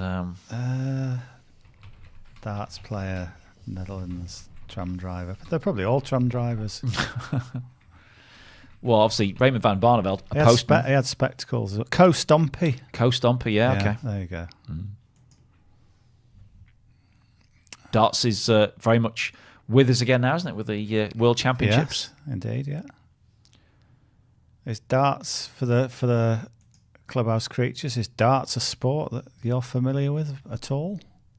I don't know. Has it got much of a reach worldwide? Maybe not outside Europe. I don't know. Here's Newcastle on the attack. Good ball up towards Wilson, but he waited for it and then got tackled. It was the guy who's got the first 9 darts, Paul Lim. Yep. Where was he from? Hong Kong. Right, okay. I think. So maybe we've got. Oh yeah, that's true. Yeah. Darts presence. Have you mentioned the red card for Plymouth? No. Yeah, QPR against Plymouth. Plymouth are down to 10. QPR are going to get another win tonight, aren't they? They are having a really good run at the moment. They changed the manager, didn't they? Got rid of Gareth Ainsworth, I think. Yes. Seems to be getting that classic bounce post-managerial change. Just a little lull in the Champions League games at the minute. We've got those 3 goals for home teams. Antwerp 1-0 up against Barcelona. Atletico Madrid 1-0 up against Lazio. And Porto 1-0 up against Shakhtar. All the other games are still 0-0. So if it stays like this, PSG would go through in second and Newcastle would be third. Yeah. But lot of football to be played. Loads to play for, yeah. Anthony Gordon's looked very lively so far. He's having a good season. He was an injury doubt for this game as well. Sheffield Wednesday have scored, equalised against Norwich. Bit of a surprise. Yeah. Big goal at the bottom of the Championship there. But yeah, Anthony Gordon was a player I thought, why spending a lot of money on him? I just didn't see he was worth it, but I think we're seeing this season he was worth it. Well, I had quite a positive view on him because he always used to play brilliantly against Liverpool. I don't know whether it was Liverpool fan, isn't he? I don't know. Yeah, whether it was just one of those things. Yeah, he wanted to prove. Yeah, see, it's a Scouse lad. He wanted to prove himself in that particular game. But yeah, when he went there, I just thought, well, he's just like going to be another squad player. But he's more than that, isn't he? He's a proper. I think he scored in something like 4 of the last 5 home games. Really good. He was brilliant against us in the Carabao Cup win, where he played as a lone striker. Yeah. They were down Isaac and down Wilson, and they had no other options really. But I thought, how's this going to go? And he just absolutely played that role, which must have been so foreign to him, playing a lone striker in a 4-5-1, and he just ran the United defenders all over the park. Yeah, brilliant. Yeah, that's his strength. That he just sort of runs and he just keeps going and unselfish runs though. So it's not like the runs aren't all for him. No, yeah. Which is as you're playing as a lone striker, you've got to keep making those runs because it opens up gaps for other players, and he did it brilliantly. Yeah, he's just got a good attitude. Yeah, I think he does. I didn't really see it when he left Everton. I thought that was a waste of money, to be honest. Yeah, maybe towards the end against Everton, maybe he'd had his head turned a little bit. Yeah. And his performances dipped slightly, but yeah, Newcastle, after maybe a quietish start, then he's really taken off. Shot from Newcastle, over the bar from Shah. Over the bar from Shah. To be honest, I'm struggling to think of a Newcastle player who would beat Anthony Gordon for their player of the season this year. Trippier, maybe, until the last couple of weeks. Yeah. The rest of sort of Joe Linton's done all right, but I think Gordon's the one that's been like, wow, he's come good, hasn't he? So still goalless in that one, and 3 goals in the Champions League thus far. We need 16 more to land the free bet condition from these 8 p.m. kickoffs. Where could the next goal be coming from? Why have we not had a goal in Glasgow yet between Celtic and Feyenoord? Yeah, why have we not? Let's have a look at the stats. Well, if we do, it's going to come to Celtic. They've had 5 goal attempts, 3 on target. What price is that? Celtic first goal. They're the outsiders, actually. 2.22 Celtic to score the first goal. Don't mind that. I think it's a decent bet. Okay, I'm just going to try and find those stats to illustrate the point you just made there. Celtic going well. Yeah, they'll be desperate to get some sort of consolation in Europe because it's been another pitiful campaign, hasn't it? Is it Brendan Rodgers? Well, they were no good under Ange either, were they, in Europe? No. I don't know what it is for Celtic. Because like Rangers have got to the Europa League final, didn't they, a couple of years ago? I don't know what Celtic are messing about at. 2 shots, as you say, on target for Celtic, 0 for Feyenoord so far. Yeah, they've had some tough draws, I think. But Rangers do seem to have had better luck in European competitions. Could be a chance for Newcastle. Oh, how's that? It's somehow off the line. Tamori. Yeah. Brilliant. It looks like Almiron's got a tap in from about 2 yards, and Tamori's got in front of him. Joe Linton does great, surges into the box, plays the pass.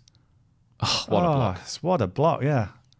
Almiron just has to get anything on it, but Tamori just sticks out a leg and blocks him right on, almost on the line, 2 yards out. Saved a certain goal. That would have been good news for Newcastle, and it would have put some real pressure on PSG in the other game. Well, there you go. Fancy that. Feyenoord.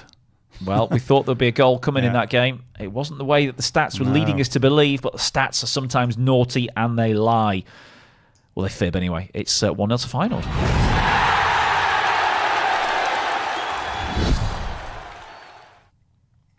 Just waiting for that goal to be confirmed, but it looks like it's going to be Feyenoord who take the lead there. Where's the goal gone? Where's it gone? What did we go for?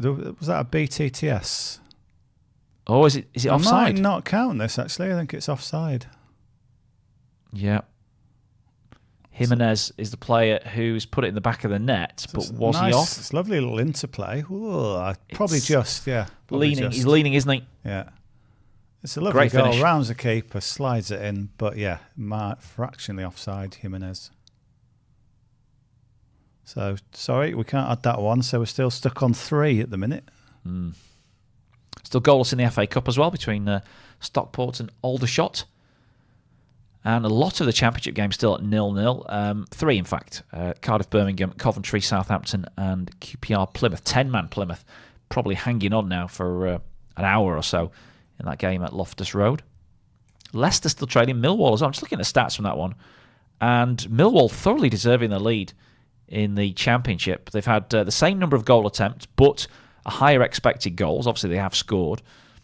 In terms of attacks and dangerous attacks, yeah, they've had a similar number of dangerous attacks, but much fewer attacks. But then you expect that against Leicester. They've certainly been effective with what they have had so far.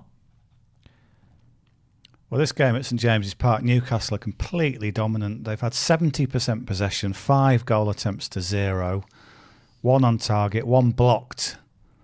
A couple of yards out, brilliant block by Tamori. So Newcastle totally all over them. There they've had the only corner as well.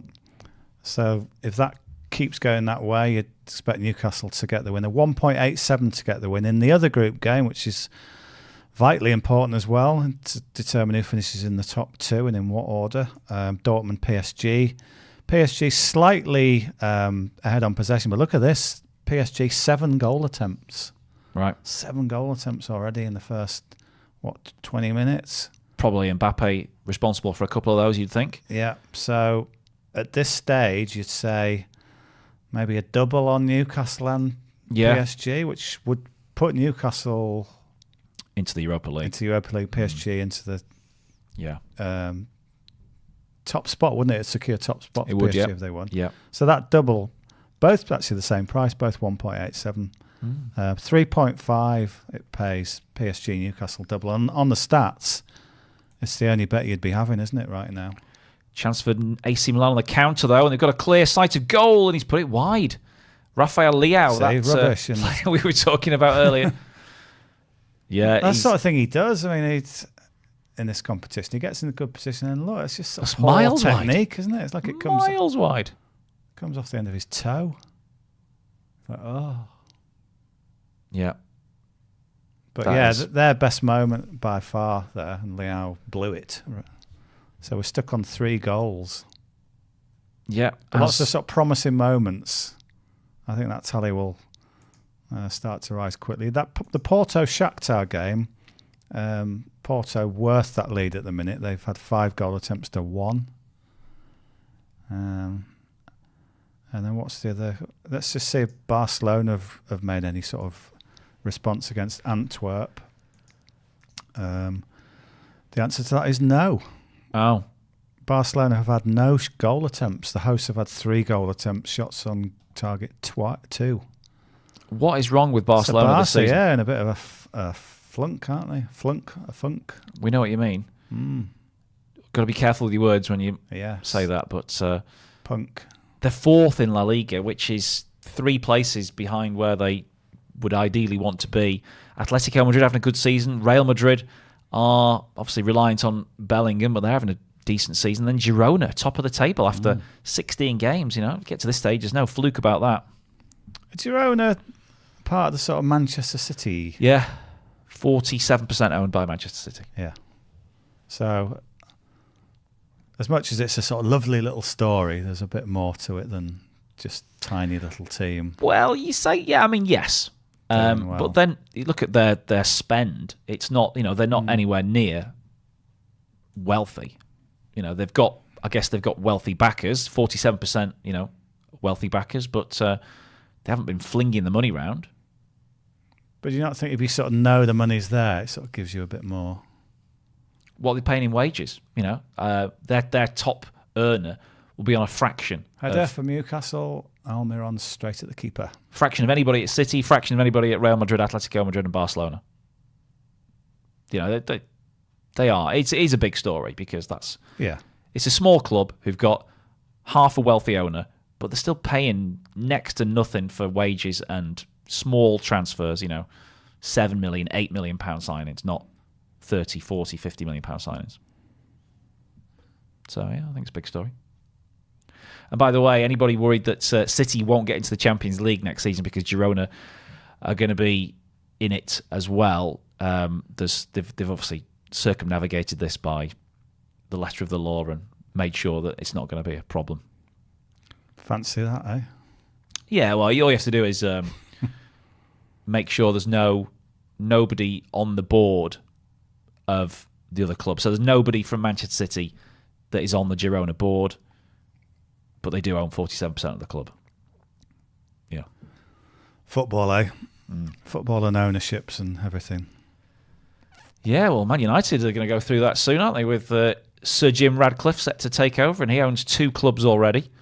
100% owner, I think, of those 2 clubs. Which are? FC Lausanne and Nice. Yeah. So Nice are going to get in the Champions League the way things are going in France. So Newcastle will hope they stay in the Champions League. They need to win here to give themselves a chance. They've got a free kick that they've gone short with. That's a bit of a clumsy touch from Bruno Guimaraes, who tries to rugby tackle his man. Oh, Shakhtar have equalised. Shakhtar, which is great news for the ACCA. Shakhtar Donetsk levelling things up there in Portugal. We were a bit worried that game. They were a goal down and the stats weren't with them. But, hang on. Referee seen an offside. It'll get checked. Well, I have to say the player there doesn't look confident, does he? It was a tap-in, but a sort of suspicious tap-in. Oh, hang on. That's close. I think he's on. It's going to be worth a couple of checks. I mean, automated offside will... I think he's on, Do you? All the Porto players appeal straight away, as you do. Referee, has he indicated this free kick should be taken? No, he's still talking. To me, I was surprised how close that looked. I thought, I don't rule out. Well, what's he doing? Well, he's booking somebody to. In the meantime, don't quite know what was said there. Yeah, somebody on the bench. They are having a good look at this. I think this might stand. Yep. Goal. Yes. Well, that was tense, but that's what you want VAR for. Those are the occasions where you can really not complain about any delays to VAR, because that's a goal that clearly looked offside to the linesman and to most people in the ground, but automated offside decisions say it's on. So what are Porto complaining about then? The referee's just booking everyone in sight. He's taking substitutes, anyone no prisoners, this ref. Is it maybe Porto are contesting not the offside, but maybe a foul? Don't know. Pepe is the veteran, who's about 40 now. He's acting as some sort of peacemaker, or I'm the official spokesman.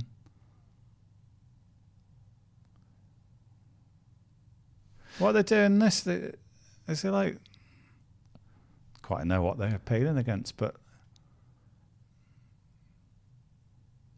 yeah, he's onside. I think that's quite comfortably offside. Onside. No problem with... okay, they stopped playing because they saw a flag. So that's what they're doing that for. They're saying we stop because, well, that's the first law of football, isn't it? Yeah, you play to the whistle, not the flag. Yeah. You play to the whistle, not the flag, and that is... It's controversial because referees are told not to put the flag up in those situations, but when they do, you play to the whistle. So the referee got it right. The linesman got it slightly wrong. Well, he got it completely wrong because he wasn't offside. But Porto, you can't do that, can you? Well done, ref. Yeah, especially whoever's played him on, because I don't know, because it was not like he was 10 yards offside and it was obvious. He would have thought, I don't know about this. You're not going to stop playing. It's far too risky. Anyway, the bottom line is Shakhtar have equalised and they've kicked off and it stands. Yeah. So that could be a really big goal. Obviously, Shakhtar need another, but at 1-0 down, you're thinking the chances of going through are looking very slim. But Celtic have a penalty, I'm hearing. Oh, right. Let's have a look. Penalty in Glasgow. We thought Feyenoord had taken the lead in that one. But now it looks like it's the other way around. It's like from a corner, from a set piece. It's one of these ones where an attacking player goes down to the ground and you're thinking, well, who knows? Sometimes you get away with that. Not here, though. So still a lot of sorting out to be done from the referee, a lot of complainants and things like that. Is it Arne Schott? Is he the... Slut or slot? Is he? Yeah. He's the... Careful. Is he the Feyenoord coach? He is, yeah. He didn't look so pleased there, did he? But bottom line is Celtic have got a penalty. Was it handball? I think it's just a player pulled to the ground, I think. But they're saying, well, you know, that's what happens from corners. You sort of wrestle a bit. But so Celtic... Lewis Palmer's going to take it. And this could help end a 6-year drought for a Champions League win for Celtic. Yeah. So this would be the 5th goal of the night in these 8 p.m. games. And the Honduran, after a long delay, is gonna put Celtic 1-0 ahead.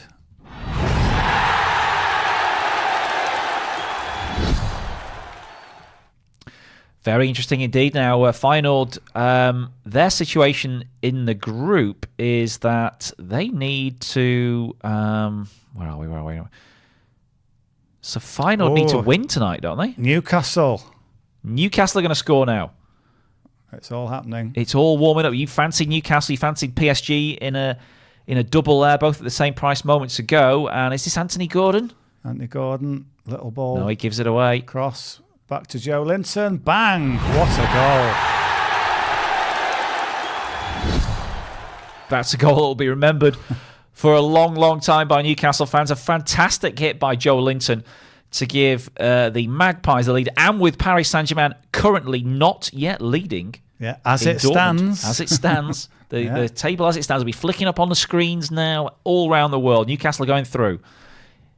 And PSG are going out. But it won't be allowed to happen, you say? I think we need to keep an eye on that one. Yeah. So, yeah, cracking strike from Joe Linton. Just pulled the trigger from about 25 yards out, top corner. Yeah, and it's 6 goals down, 10 to go now. No, sorry, more than 13 to go now. So, again, Anthony Gordon involved, picks up the ball in the pocket. I think Livramento plays the ball back to Joe Linton. Nice little pass into his stride. He takes it one touch and hit. Yeah. And he just... Beautiful strike, isn't it? Just look at that. If you told anybody that Joe Linton was going to score a glorious goal against AC Milan in the Champions League 2 years ago, they would have laughed at you. Yeah. They'd be putting you in an asylum. They would have said it would have gone into the Rosad. Now he runs straight over to Barcelona are back in it. Yeah, looks like Barca have equalised there. So that's the over 1.5 goals. The toughest bet to land tonight there of our Aka. Right, hopefully it's João Felix. It's a run from midfield, I think. and it's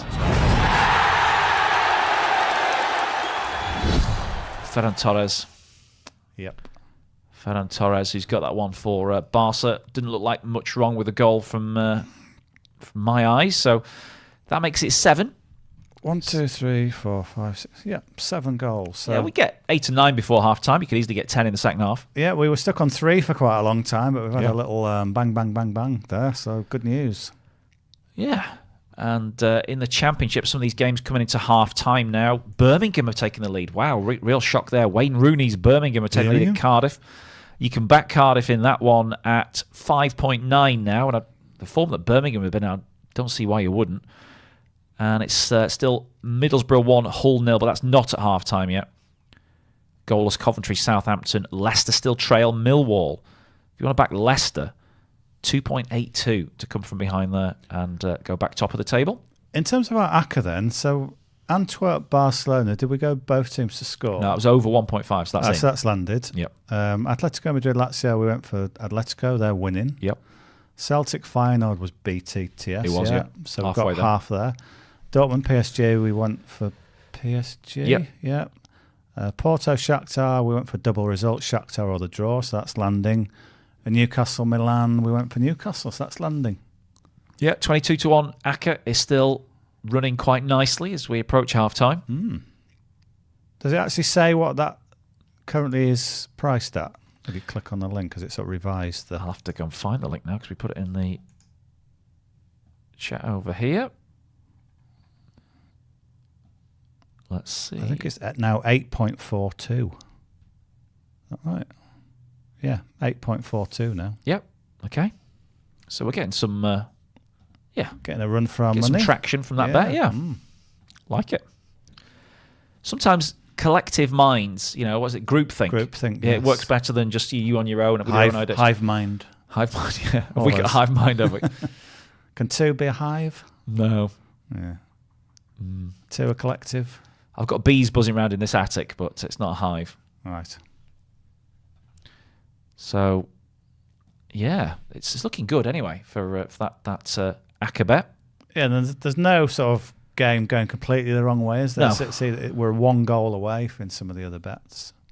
Well, I think we are exactly 2 goals away, aren't we, from overall everything coming in for us? Yeah, the we need PSG goal and the final goal. Yeah, it's all right, isn't it? Two goals across 6 games. Lots of Europa League action tomorrow night with plenty at stake for a number of clubs. I think most of the English teams have got their situation sorted. Brighton are through, aren't they? Aston Villa are through in the Conference League. West Ham, I don't think they have anything to gain, do they, West Ham? Liverpool, they're through, aren't they? They're through, yeah. Yeah, you'd be playing reserves, aren't you, against, is it Union? No. Union, yeah, in Galway. Yeah, because, and you miss a whole round out, don't you, Europa League? We sort of don't have to play the next round because we've finished top, which is quite handy. That's another little factor in the sort of pro Liverpool for the title bet. They're not expending lots of energy in Europe. They're sort of doing enough against sort of middleweight teams and can rest players. That's a free kick to Newcastle, edge of the penalty area. That's the young lad. God, he's young, isn't he? Yeah. But he's having a good game. Well, they all are. I mean, that chance for Liao, that was about it, wasn't it? From the stats in the Newcastle game, it's completely deserved lead. Newcastle 7 goal attempts to 2. Nothing on target yet from AC Milan. Just jump back to Dortmund, PSG. Well, actually, Dortmund have come back into this. PSG have had 8 goal attempts, 1 on target, but Dortmund have now had 5 of their own and 3 on target. Dortmund, watched them in the Bundesliga this season, you're thinking they're never going to keep a clean sheet. Yeah. But then look at the results in the Champions League this season. They've kept some 0-0. Yeah, they kept clean sheets in both their home games, I think, haven't they? Newcastle did have a lot of chances in their defeat, I think. Atletico Madrid have doubled their lead. Right, great news. Let's take a look at this one. Well, that was one of our picks, wasn't it, the home team? And this time, who have we got here? I'm guessing that is... it's defender, Mario Hermoso. Yeah. So the red and white and blue, they're all cheering in the crowd. Let's have a look how this one came about. Some confused faces in the Lazio players. Simeone looking happy with hands in his pockets. Lazio complaining. It's getting a VAR check, this one, so I've not pressed the button yet for Guendouzi's giving a bit of this. Yeah. Yeah, we've not really seen it. I think it was it from a set piece? It's a close range effort. But we get to see the replay, so we can't really offer much of an insight. So this would be goal number 8, is that right? Or 9? Hang on. 2, 4. 9? No, 8. 8. All right, come on, let's see it. Well, the referee's going to have a look. Okay, so it must be something subjective here. It's not an offside. It's not a foul. Now, in the Premier League, this is always, it's going to be the complete opposite. But in the Champions League, less so. Could be a subjective offside. Yeah. It could be like where somebody's running in front of the keeper. So, yeah, look at that. Look at that. He's blocking the keeper. Oh, I didn't even notice him at first. That's got to be ruled out for subjective offside. Yeah. This isn't going to stand. Yeah, the big no. Yeah, so it remains 1-0 in that one. So we're back down to 7 goals, I think. 1, 2, 3, 4, 5. Oh, no, 8. Oh, yeah, I think that's right. 7, yeah. 7, yeah. Okay. Yeah, fair dues. Can't really argue with that. I mean, what? If he just stepped off the pitch, Yeah, he just needs to step the other side of the post. Spatial awareness, mate. Why is he? There's no need for him to be stood there. What does he think's going to happen if he stood there? If I was his teammate who's just scored, I'd be annoyed. It cost him a goal. So Antwerp 1, Barcelona 1. We've not really checked in on this game for a while, but let's have a bit of Dortmund PSG action. 5.2 Royal Antwerp, 2.96 the tie. FC Barcelona 1.95. Can you trust Barca at a shade of odds on there? 1.95, only 45 minutes to go. I sort of prefer that than when they were 2.24 when trailing. Yeah. It's obviously a bit short, but not that much shorter. Oh, I think we've had a goal. Porto might be back in front. I think we've had a goal for Porto, yeah. You're absolutely right. It's a big blow to our ACCA if that one stands. So it's a cross from the left. Well, they played into the box, played back. Oh, deflected in.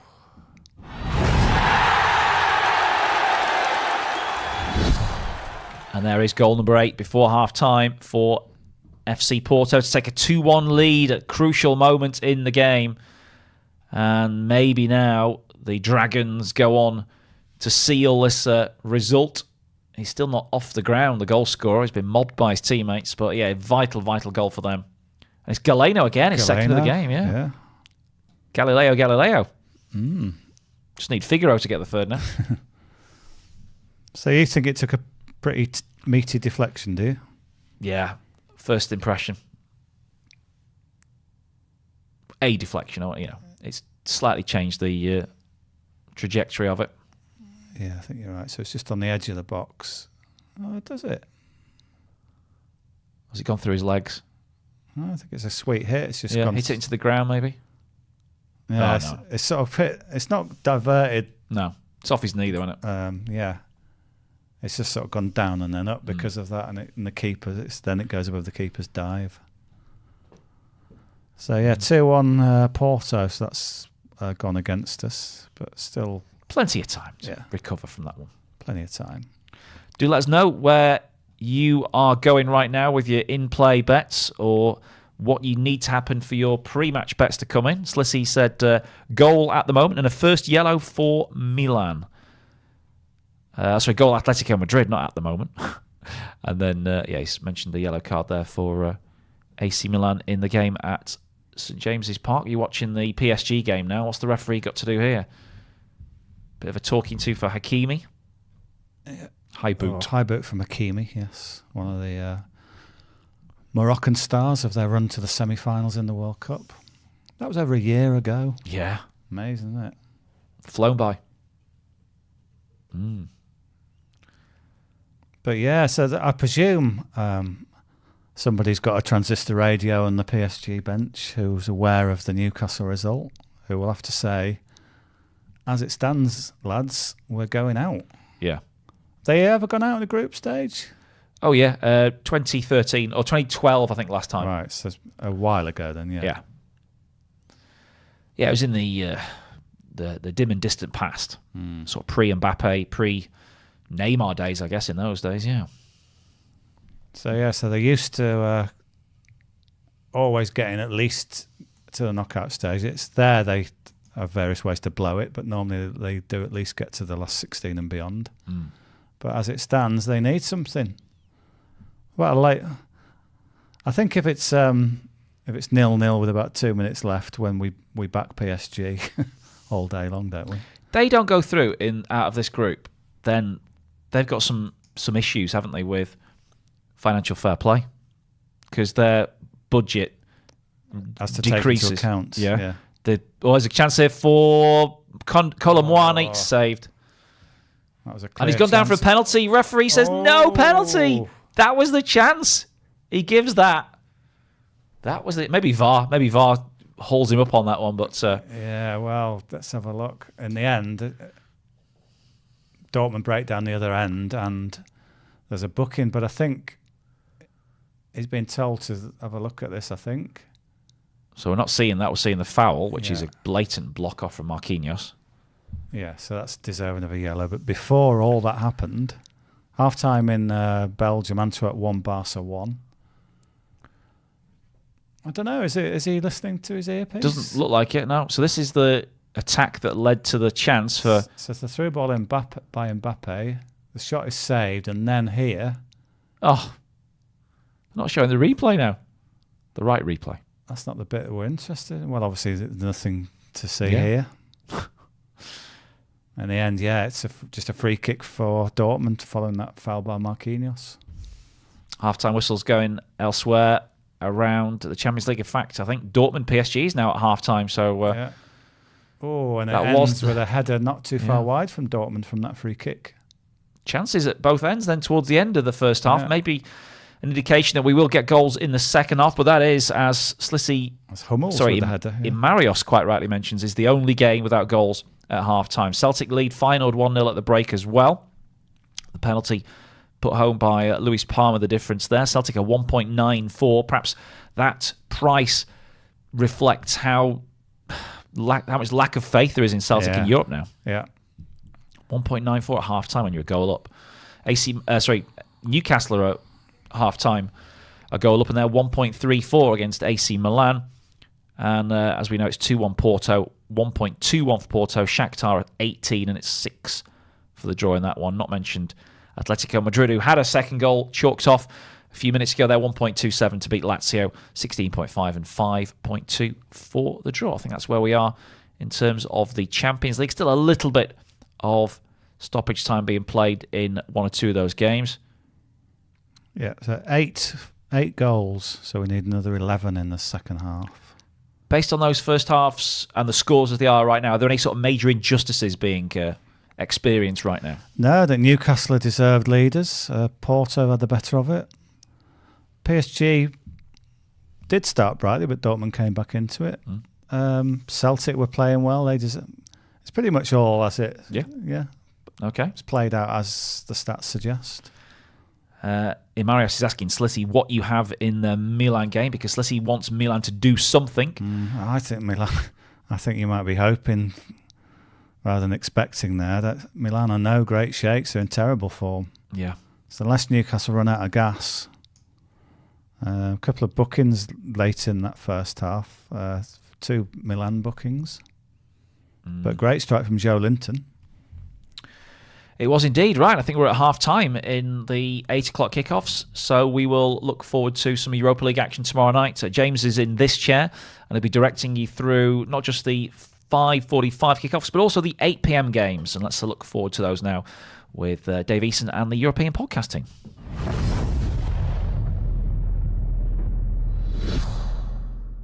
Later games in the Europa League as we get our magnifying glasses out and try and work out what is going on.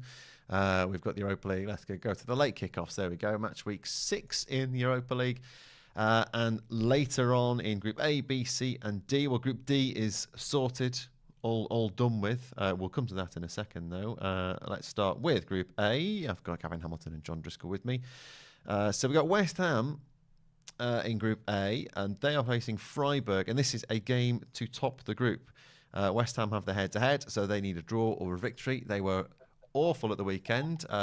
David Moyes, one of these managers, complaining about fixture scheduling already. We're not even Christmas, David. But they have done well, Gavin, in the Europa League this season, haven't they? And they've qualified. They are top of the group at the moment. They just need a win or a draw against Freiburg, and they should be strong enough as a Premier League outfit. European champions. You'll never sing that.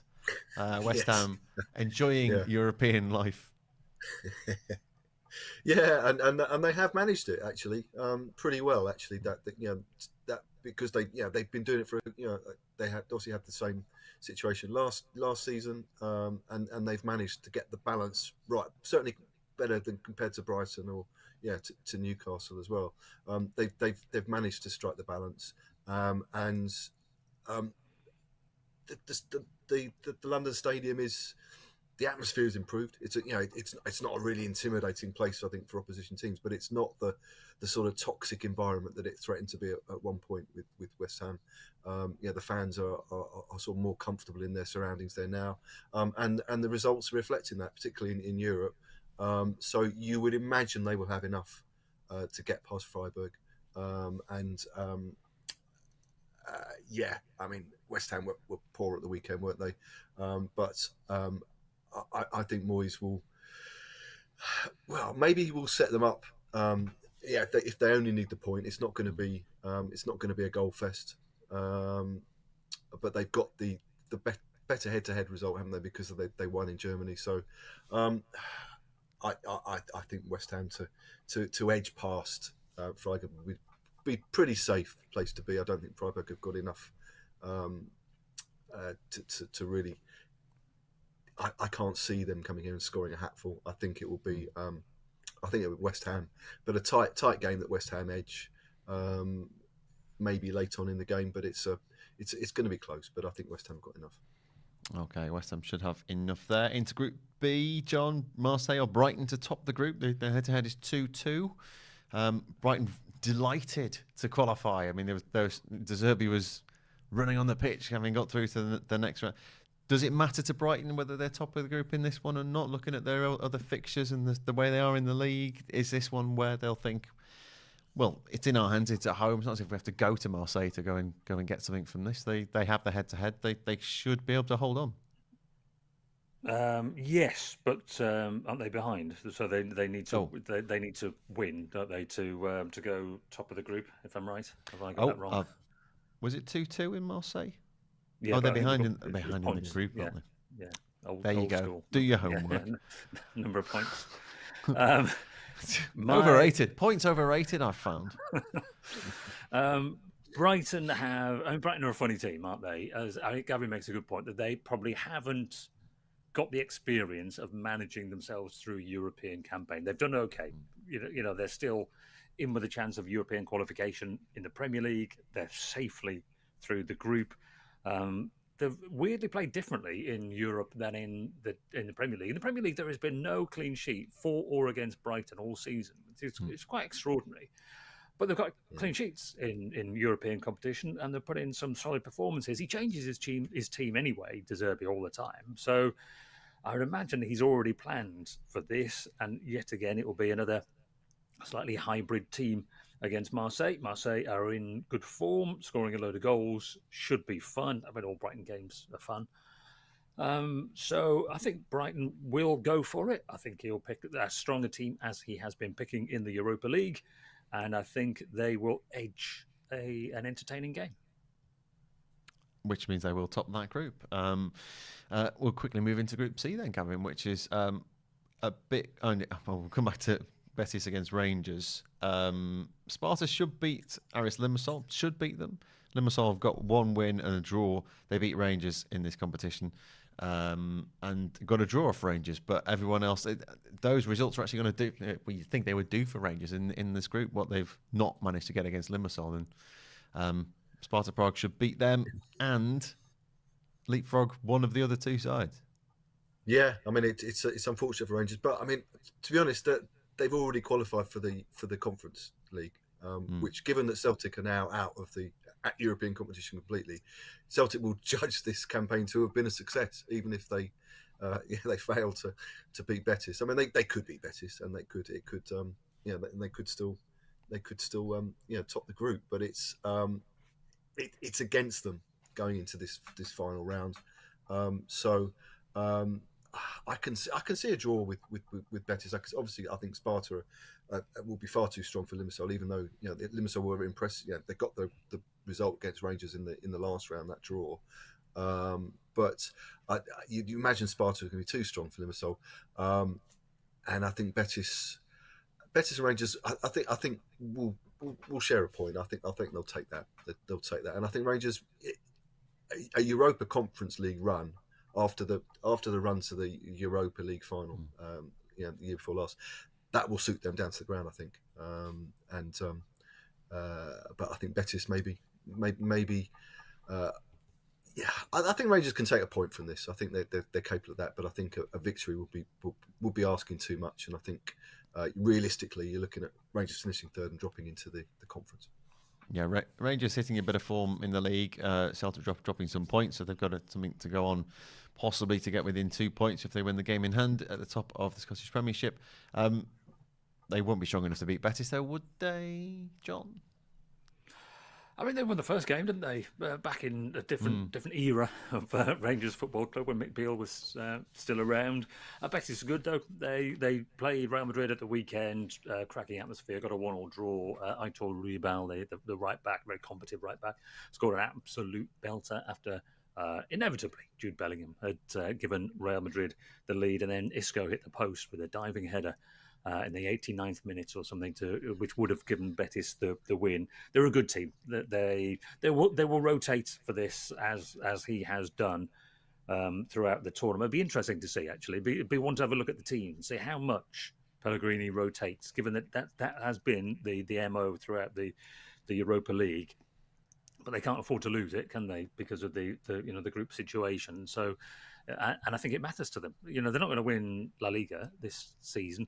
They are one of the teams that could, with a fair wind, win the Europa League. They'd love to win the Europa League. It's a huge football club, Betis. If I was a billionaire, I'd go and buy it. But they never have any money. And yet they've got this huge fan base, huge passionate fan base. Should be a brilliant occasion. Should be a great game. And yes, I'm erring towards Betis because I think they're really good. Okay, that's at 1.82 for Betis to beat Glasgow Rangers. And in Group D, it is kind of all sorted. What's the other games we've not spoken about so far? Hold on a minute. Get my groups back. I have all these windows open and it's not working for me. What's the other one? There's Betis, Limassol, Sporting. That's it. Sporting against Sturm Graz.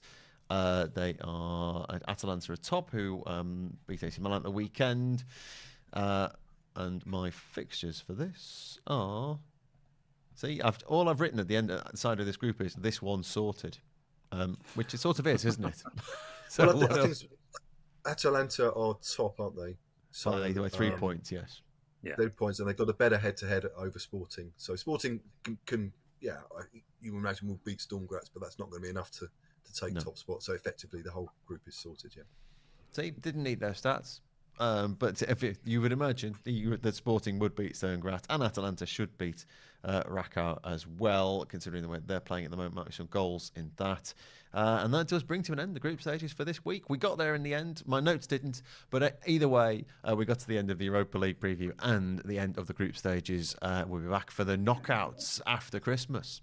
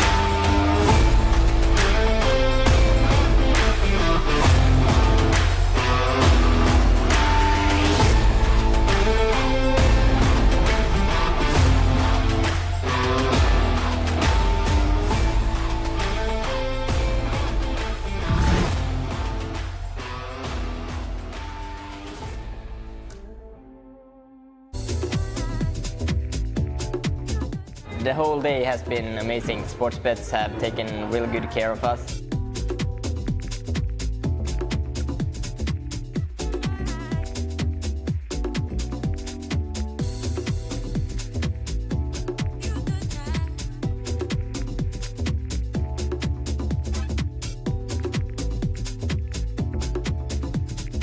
Great experience being in the sportsbet.io box, and it was amazing to see so many Bitcoin logos, especially because I'm into crypto, so that was amazing.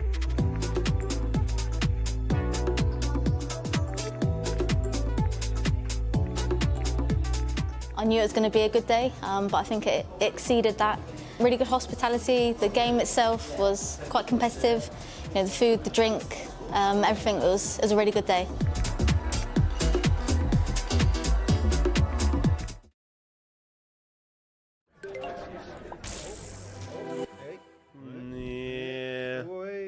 I'm not feeling it already. You don't like this one?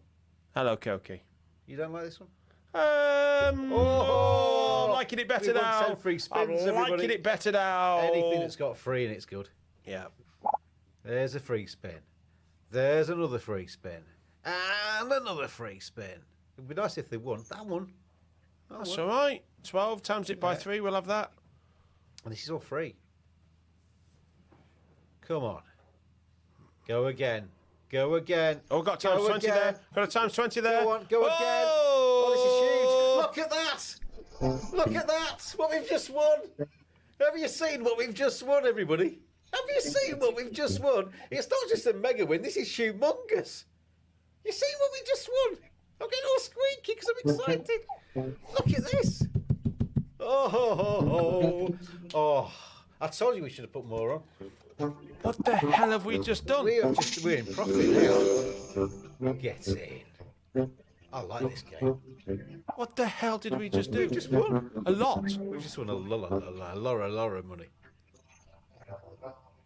Look at that. That's the free spins that we just had. We've won 1,423 off the freebies. We need more free spins. It's the future, Gav.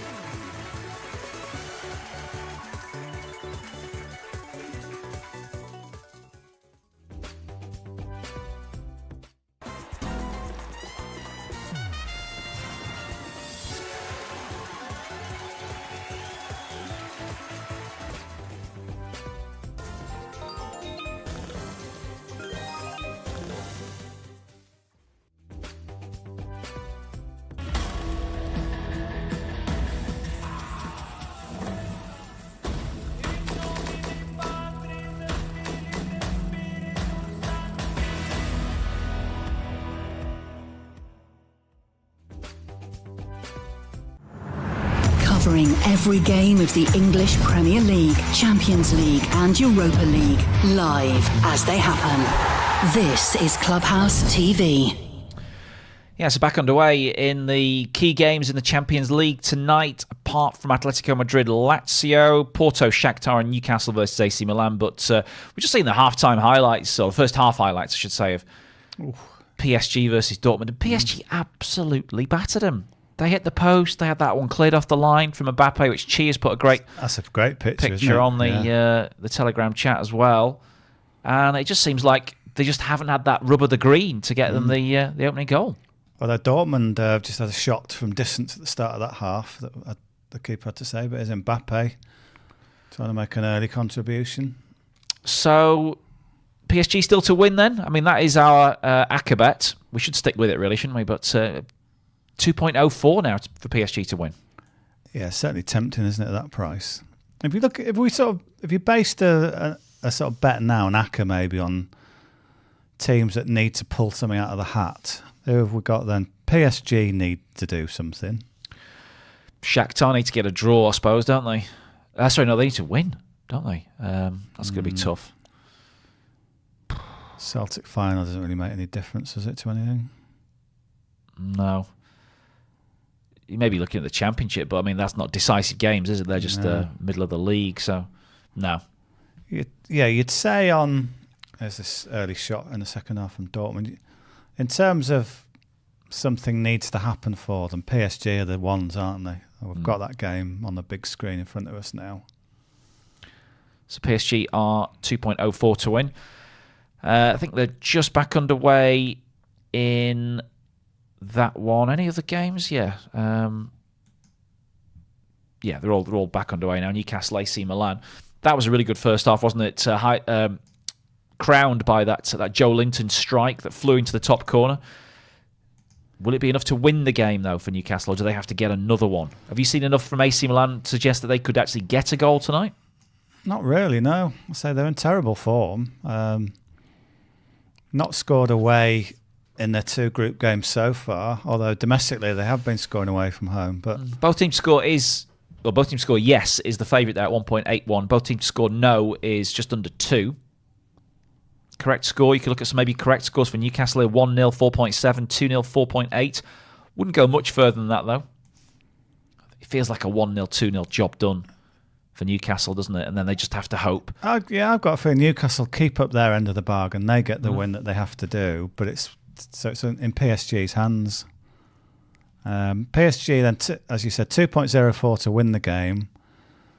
They're just 1.74 for first goal. I think I'd rather back them to win the game. Chance. PSG. Oh, good Great block. Great block from.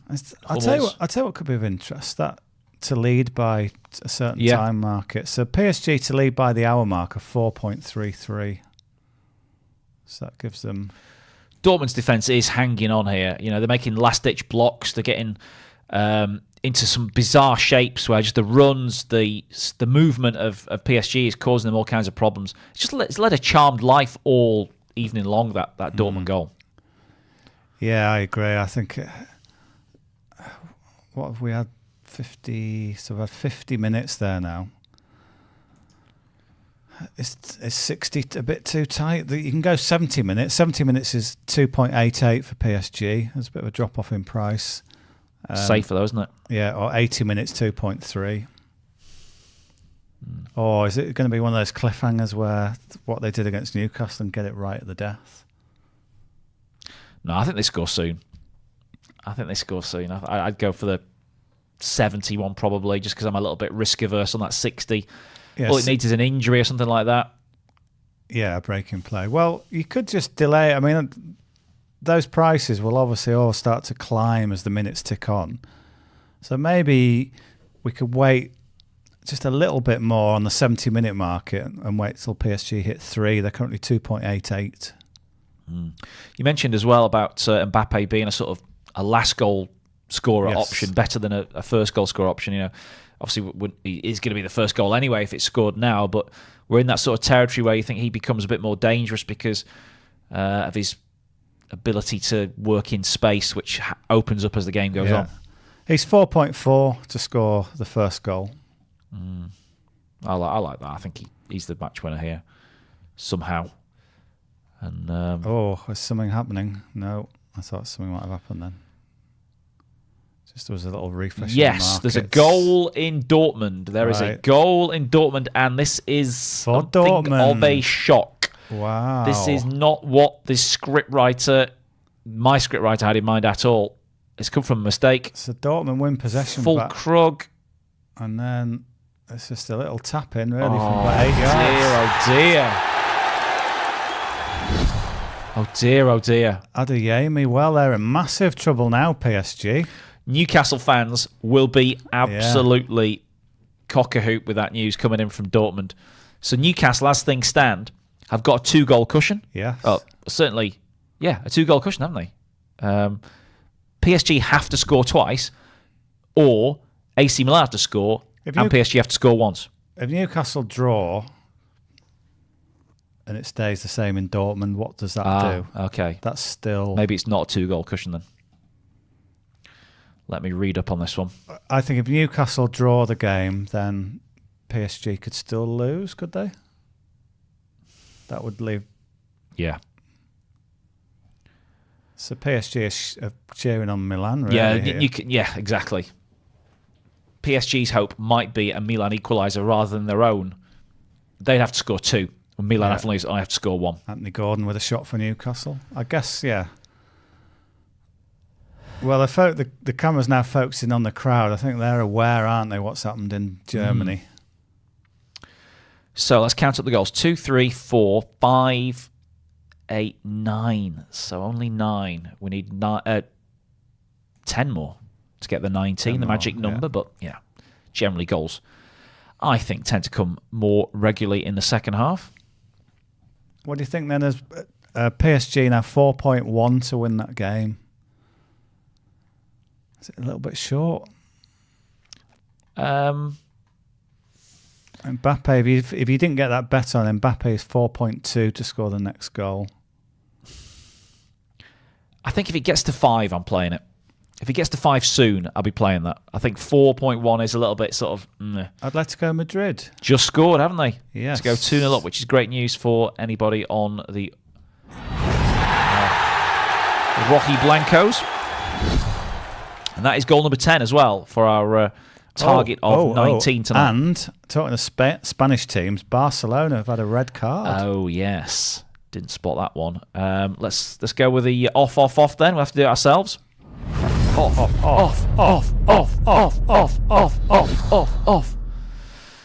Who is it that's transgressed there for Barcelona? It is Sergi Roberto.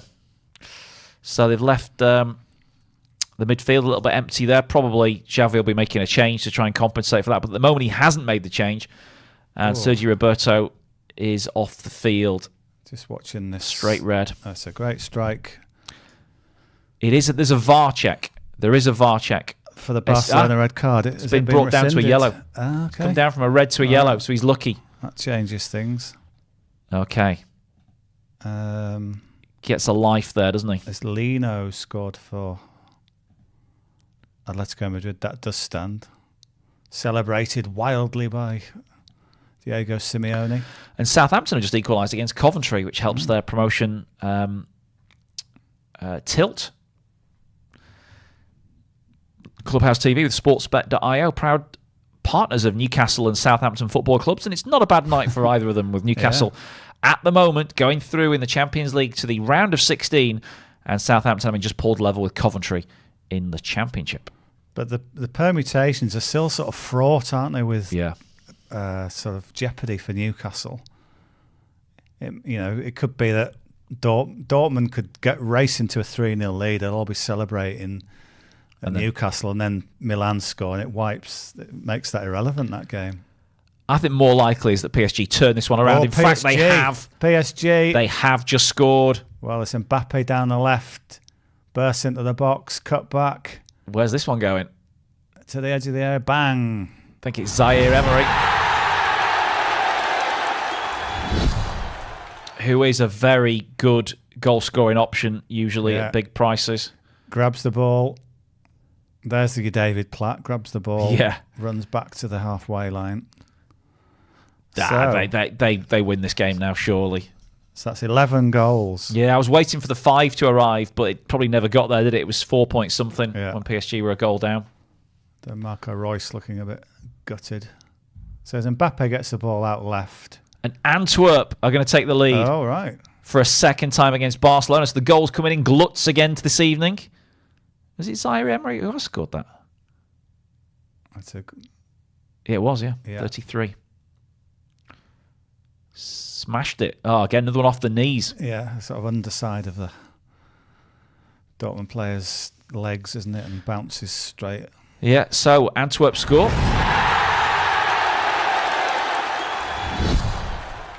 So Barca got away with the red card, but then they've conceded a goal. Royal Antwerp now 1.64, 2-1 up against FC Barcelona. It'd be a famous night, famous victory for them if they could do it, although it would matter little in the group. 7.2 for Barca.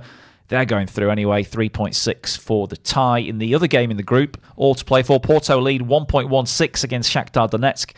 24.00, 7.4 for the tie. That's also 2-1. And The price is now in Germany, 4.9 Dortmund, 2.02 PSG, who are on the attack again, and 2.92 for the draw. Won a free kick just outside the area. Yellow card there. Is it for Hummels, maybe? Hummels just sort of ended that attack on Zaire Emery, the guy who's just scored. So sort of layoff from Mbappe, wanted the return pass. Hummels just took everything. He just sort of swept through and caught him on the leg. 2.02 PSG. You like that, don't you? You think that this is... I think they win, I think, that was the... They were staring at the precipice there, weren't they, a few moments ago, and now it's... Quickly got it back, didn't they? They weren't behind for long. 5 minutes they trailed, so it's almost like they've been stung into action. Now they've got a free kick. But I like that. 2.02 PSG to get the win. That's a weird free kick, though. What was that? Just hit it all wrong. Hakimi, which would make Newcastle's result kind of, irrelevant. It's not some relevance because Newcastle will get into Europe. Well, whilst all this action has been going on elsewhere, it's still 1-0 to Celtic in Glasgow. Feyenoord 6.2 to come back and win that one, 3.55 for the tie. Celtic are now into 1.68, which is a more realistic price for a team who lead 1-0 at home.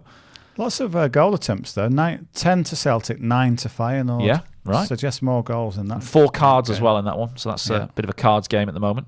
Mind you, it would be because I think Celtic had a player sent off, didn't they, in Rotterdam, start of the group. Yes. So there might be a little bit of... Celtic kept getting players sent off, didn't they, in their early group games. Might be a few unsettled scores going on out there in the game at Parkhead. And Mbappe's just starting to turn it on now, and he's just sort of running past players.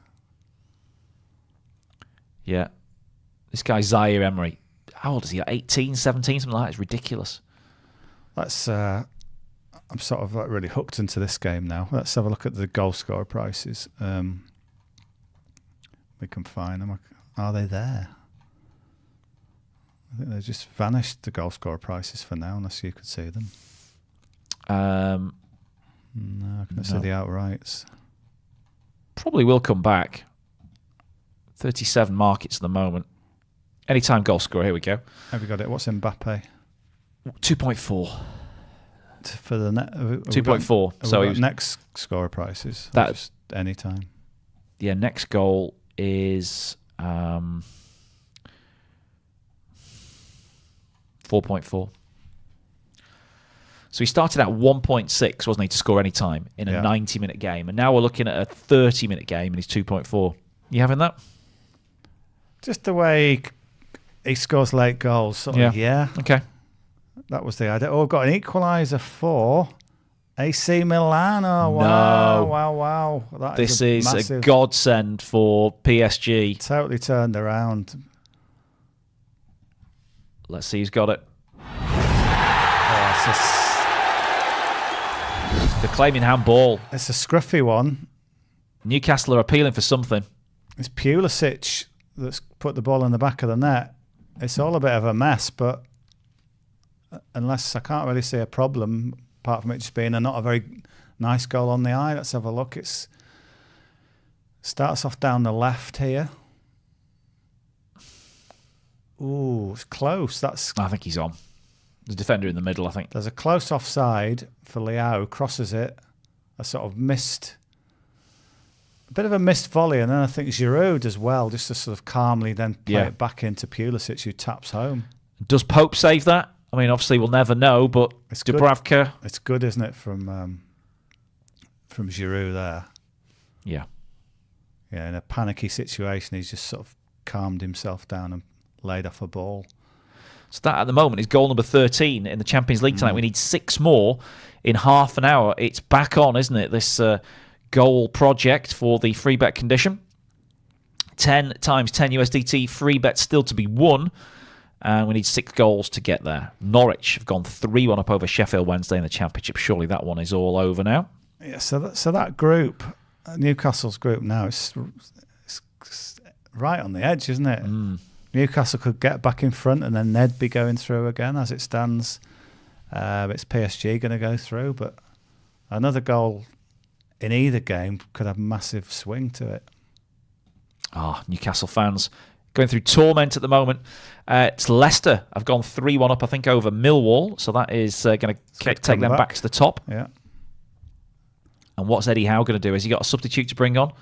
Looks like he is going to make a change shortly. He's got Isaac on the bench. Got to get him on, haven't you? I think so. Yeah. You can't die wondering. Porto have got 3-1 up there. That's killed our Aka, hasn't it? Looks like it. Goal number 14 in the Champions League tonight, or the late games, Porto.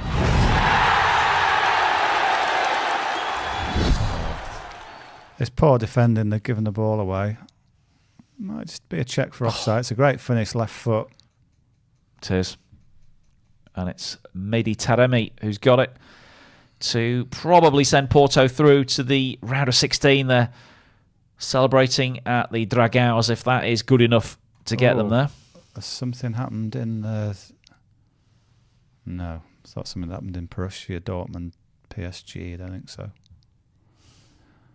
Yeah, Newcastle, if they're tired and fatigue catching up with them, maybe they're at risk. Maybe we've not really mentioned Milan as a possibility to win. Why would you, based on what we've seen so far? But now you have to take into account goals turn matches, don't they? The emotional drain on Newcastle that goal might have taken out of them, and maybe they could fold here.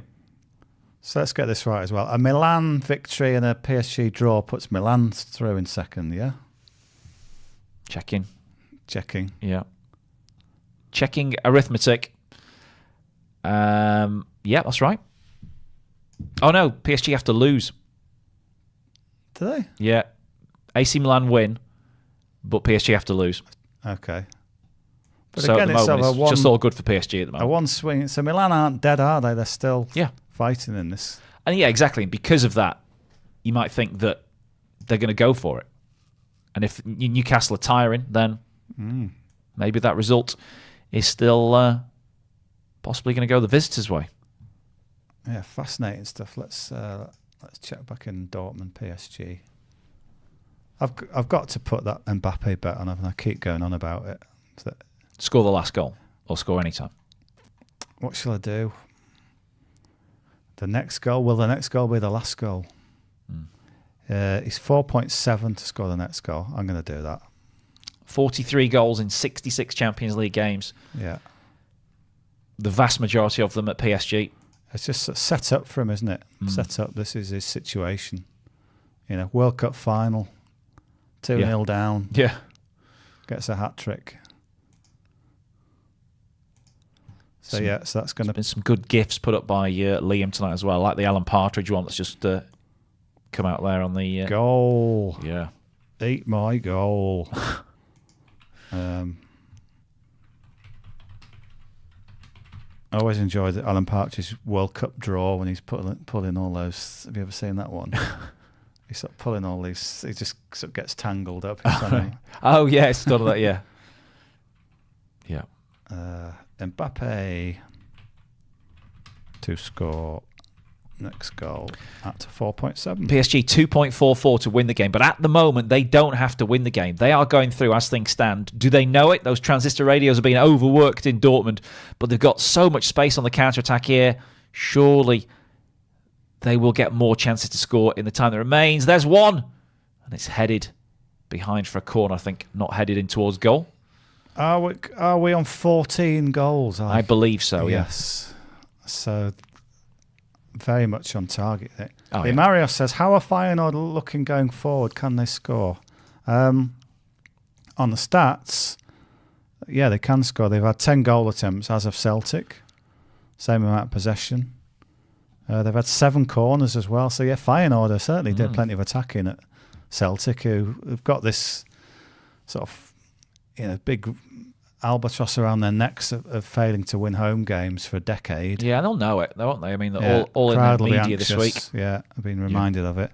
So, if you fancy Feyenoord for a goal, definitely. Penalty check for Barca, says Slissy. Okay. This would be a chance to make it 2-2 in a game they've been chasing for quite some time. They were chasing the equaliser, got it just before half-time. Behind again, and now so they win the ball back. Let's have a look at this. So they're just sort of playing around with it out on the right. There's pass. Where's the ball going to be? Not changed the style, have they? Not much, anyway. So is it going to be this? Right, here we go. Is he going to... Well, no. We're not seeing anything. No, I don't think a penalty so. check. Unless it's been and gone. But no, I don't think that's going to be a penalty. Could be. I mean, the Crystal Palace Liverpool one the other day, about 3 minutes went past and they decided, let's have a look. Howard Webb apparently said that in future, in those situations, they'd rather stop the game. Yeah. In his latest TV spectacular. Are we going to say anything? It must have gone, yeah. Okay, waiting for... Is this going to be some sort of penalty shout? With that far behind? No. Can't be that far behind. Yeah, the moment has gone. Yes, 14 goals. Oh, Hull have just equalised against Middlesbrough. That wasn't in my script. Okay, that's a good goal for Hull. Keeps them firmly on the fringes of the playoff places, but not good for Middlesbrough. Let's go back to the PSG game. Just do the stats then on the PSG match. PSG possession is virtually 50-50. PSG 14 goal attempts now to Dortmund's 10. In the second half, it's 5 goal attempts from PSG to 4 from the hosts. So not an awful lot in it, but PSG are having the better of it. They've had only 1 corner kick in that game, actually. Just a breaking play as a Dortmund player, just sort of limping around. The play held up there. Newcastle Milan stats. It's 1-1, that's the main stat. But overall, 12 goal attempts from Newcastle, 5 from Milan. But in the second half, it's 4 goal attempts from Newcastle, 3 from Milan, so a tighter second half. Schlotterbeck is going off. He's coming on for Marius Wolf. Yeah, just a bit of a goal glut there in the Champions League, taking us up to 14, but maybe another fallow period to get through. I think we're just sort of building for a big finish. I can't believe there won't be more goals in this Newcastle group. I think there's twists and turns to come yet. I think that the interesting game is, well, they're obviously both interesting games, but Newcastle versus AC Milan, that's where I'd be wanting to watch right now, because just to see how Newcastle react, are they going to fall apart from that equaliser, or are we going to see them sort of roll their sleeves up? Is there some character, is there some energy left in this Newcastle side to go on and win it? I mean, you can't tell from the stats, really. You have to be watching the game. But yeah, it was a massive body blow when Pulisic finished off from Giroud's clever pass. It was a bit of a scruffy one, wasn't it? But yeah, Newcastle. He's got Isak on. He's playing up front. I think he must have come on for Wilson. I thought I saw Wilson charging the keeper down then. All right. That's just... Oh, yeah, you're right. Yeah, so he's got both on, Yeah, he's got to go for it, hasn't he? So as it stands, Dortmund have got 11 points. They would win the group. PSG have got 8. Newcastle 6. Milan 6. So Newcastle will go into the Europa League. Cross from the right, cleared by Milan. Yeah, I mean, Europa League still, it's a decent consolation prize. A club like Newcastle, their stage of development, they've got to say that is acceptable, have they not? I think it would, because it's not like they've just qualified for that. They've had a taste of Champions League football. Oh, what a save. What a save from Mike Maignan. He's tipped a shot from Guimaraes onto the crossbar. That was the moment, wasn't it? That was a big, big save. Milan to win it now? Well, they're going forward again. I mean, it's a Newcastle goal and they're going through again, aren't they? Yeah. With PSG were goal in that FA Cup game for Aldershot right at the death. Oh, yeah. Bad one for Stockport, that, coming so late as it has. Oh, that was so close to goal number 15 from Guimaraes. Yeah. Almost matching Joe Linton's spectacular effort from the first half there. So we've got this game on again. Newcastle, they're the team pushing. They're the ones that are pushing. There's a nice little ball there. Oh, back inside, but it's just evades Wilson. I think the substitutes just pet them up a little bit. I'd be looking at Newcastle to win this one now, I think. I don't know. There's a lot of space in that midfield, though, isn't there? Look at that. They've emptied the midfield and they could get caught here by AC Milan. Maybe just play another goal. Go safe. Yeah, that's certainly an option. I'll just price it up. If you want to back Newcastle and PSG, which would still put PSG through that double. So Newcastle 2.82, PSG 2.78. So 7.84 for the Newcastle PSG double. Right. Yeah. Not bad. Two teams massively motivated to get something. It's a great attempt, isn't it? Oh, what a save. That's a great save, isn't it? The from Guimaraes, it's that perfectly. Sort of, it's his wrist and deflects up onto the crossbar. The double for over 2.5 goals in the Newcastle game and PSG to win is 4.58. Okay. So that's, because it is more of an end-to-end. Yeah. The Newcastle one, I think PSG are, the superior side at the moment on the balance of play in that one, the other game. So Newcastle again shuffling the pack. Longstaff's coming on for Miley. He's gone off. So Longstaff can have a goal in him. Shakhtar have got a goal back. Right. So that's back in the the melting pot there. Shakhtar haven't gone away. And that is goal number 15 finally in the Champions League tonight. Timo spotted it. It's an own goal, I think. It's a cross from the left. It's gone in off a Porto player. Shakhtar. There's some real needle in that game as well. We saw it when the first Shakhtar goal went in. Yeah, it's just he's done well. All you can do there down when you've got the ball in that position, if you fizz the ball across and there's about 5 defenders, it's every chance it could come off a stray leg, and it has. Navidart's joined us. He says, goal, la, la, la, la. Yeah. This came from just a big punt upfield by the goalkeeper. Yeah. Drives into the box and just blasts it across there. It hits the keeper, then it hits the defender. It's a and good goes save, in. and then it turns into a goal. Maybe there's a shout for a foul on that contested high ball. They check everything, don't they? So they will have a look. Yeah. I think it's come off a painful area as well. Ooh, an own goal. A referee. Yeah, goal check taking place. Yep. We can't afford to be having goals wiped out at this stage if you want to land the free bet, can we? Yep. So at the moment 15, but it could go back down to 14. No, it's been given the thumbs up, has it? Certainly the Shakhtar player we saw in the shot there thought it was. Yeah. Yeah, they're away again. So 15, 4 to go. 4 to go. Will they come in there? I thought there would be. Well, there is one game. This is the 5-goal game that we're looking at now. But I thought there'd be a really high-scoring game that would tip it up towards 19. But the goals have been quite fairly evenly spread apart from that. Yeah, there's only 2 teams who haven't scored, Feyenoord and Lazio. Yeah, Lazio, I've not really heard much from them at all night. Are they just being completely played out of it by Atletico? They've had a few. So the stats, Atletico 13 goal attempts, Lazio have had 7, 4 shots on target. Goal elsewhere. PSG, is it going to be Mbappe? This is Mbappe time, so let's have a look. He's made the run. And he has finished off. Is he onside? It's close, isn't it? Go on, Kylian. It's close. I'm waiting to press the button. I need a bit more confirmation from the... It is close. But this is what he does. Nice gif. Yeah. He's celebrated. But... Yeah, I don't know. This could go either way for me. We get to see a replay, but it's a great finish. So it comes from a Dortmund goal kick. Almost goes through straight to the other end. Right, where's Mbappe now? He's waiting to go, isn't he? He's waiting to go. Oh, he's fine. Is he? I don't think so. I don't know if he is.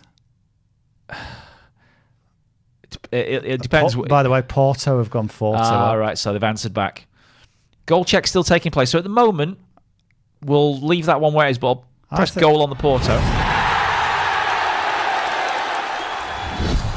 I think... Slissy's saying cancel goal. I'm saying no, yeah. Yeah, you're right. Cancel goal. Mbappe denied. Yeah. Where's your conspiracy theory gone now then? Yeah, it's not happening, is it? Very close, but yeah, he was just. I think it was right. So that's 6, 8, 10, 11, 13, 16. Still need 3. Need a goal in Newcastle AC Milan. I reckon it'll come down to a penalty from PSG. That Mbappe be a lot of stoppage time to play as well, won't there? Yeah. Oh, what a shame. Thought he'd landed that next goal scorer bet then. Yeah. Although he's completely alive now, isn't he? He's just, look at him, he's sort of like become twice as dangerous suddenly now. The clock's ticking and he has to do something. Yeah. He's playing a lot more centre forward, isn't he? He was running down the flanks first half. Now he's just sticking in that centre forward position. Shot goes in. Shot. Almost falls to him. Although as it stands, he doesn't actually have to do anything because while it stays 1-1 in Milan, Newcastle, it's okay for PSG. Newcastle will kick themselves, won't they? If PSG get held and they don't get the win that would have sent them through. Yeah. And they're 1-0 up in that game. Leicester 3, Millwall 2. So Millwall won't go away in that clash either. But we're deep in stoppage time. In fact, most of the Championship games are almost done. In fact, Birmingham are close to winning for a second time under Wayne Rooney at Cardiff. A big shock there. Also, QPR haven't been able to beat 10-man Plymouth as yet. And they've had been down to 10 men since about the 30th minute of that game. It's that fourth goal from Porto was scored by Pepe. Right. I'm going to ask you, how old is he? 39 and change. He's actually 40. Is he? He's 41 in February. Oh, right. So he's, yeah. I mean, you could get a decent team of over 35s, couldn't you, now, in world football, which you just couldn't have had a few years ago. Oh, there's Mbappe again in the middle. Loads of space, but he gets charged down, lays it off. Shot, save. PSG looking... They don't want to have their fate in someone else's hands. They want to get this winner. I'm tempted to back them now. They are... what are they? They're 3.25. I can only see them winning. I can't see Dortmund winning that game. Yeah, and PSG... yeah, there's no other markets I think you'd be looking at. Same price, PSG in over 2.5. It's the same bet though, isn't it? 3.3, 3.25. I've just shown that Mbappe offside replay. PSG exact goals. Even if you just back to exact goals 2, it's only 3. So yeah, that has to be the play, just straight out. Yeah, PSG to win at 3.25. Asian total over 2.5 in that game is 1.96, but we've seen nothing from Dortmund, have we, in the last few minutes? No, it's just like... I mean, they don't need... A draw is good for them, isn't it? Because that makes them top of the group. Yeah. So 9 minutes left in Dortmund. At Newcastle, a bit longer. They've got 11 minutes left. This is... Oh, Hull have come from behind to beat Middlesbrough. That is a massive blow to Borough's promotion hopes there. Still early in the season, I suppose, but you know, on the back of 2 straight, that's going to be 3 straight defeats for Middlesbrough now. And Dortmund had a Yemi. I think he's done his hamstring in. Oh no! So he's gone off. Like Dortmund are making a triple substitution. Maybe that gives them a bit more energy to go and try and get a goal, but nah, it's looking like it's all whether PSG can seal their place in the round of 16 with a further goal from here. Otherwise, they're leaving it up to chance. They're leaving it up to whether Newcastle are held by AC Milan, as they currently are being at St James's Park. Last sort of few minutes of stats. Well, looking at the second half XG, is not much between them. Newcastle 1.02, AC Milan 0.74 just in the second half. Of course, Newcastle led 1-0 at half-time, so they've actually had more of an XG in the second half despite losing the second half. Markets have just vanished from that game. Is there something happened at Dortmund? No. Not yet, maybe. That ball went out, I think. That ball went out. Oh, it's a penalty shout. Is it a penalty? Ref says no. Says no. It's a typical chaotic finish. Yeah. To a Dortmund game. And a and an Mbappe game. Yeah. Mbappe, I was just checking his anytime price now, or he's 5 to score the next goal. Apparently AC Milan almost scored, according to Slissy. He says almost. Feyenoord are going to get a late leveller to break Celtic's hearts in Glasgow. Goal Feyenoord, says Slissy. Goal, says Jesus Law. What number is that now? Is that 17? 16 or 17? Let's see this Feyenoord equaliser. Little ball at the bottom. Unmarked at the back post. Drills it home, yeah. Left foot, 1-1. Probably deserved that. Feyenoord. 17, yeah. Yeah, Feyenoord had... they'd had more shots than Celtic, so I think that's deserved, that 1-1. And Porto. Well, this was the game. This was the high-scoring game. This is where the other scoreline has landed, 5-2. Yes. Porto. Let's just wait for that one to be confirmed, but I mean, there's no reason for them to be running offside or anything like that because they are already through. 4-2 turns to 5-2. So now we've got 6 games and we need 1 goal. Lazio, the only team yet to score in the whole day of Champions League football. Yeah, that's right, yeah. 15 teams have gone out there and 14 have scored. Maurizio Sarri's men 15 have letting the side down. Yeah.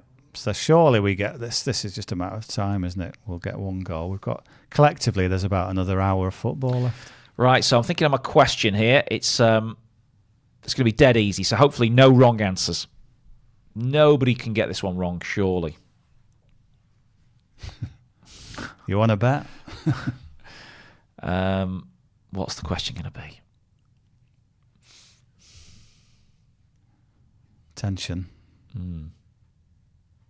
Okay. Right, can't get it wrong. And then we'll have a How are we doing draw. This one? Yeah, well, however. 10 again, is it? 10, yeah. Yeah. It's a draw, so it's not the top 10. It's going to be a draw again.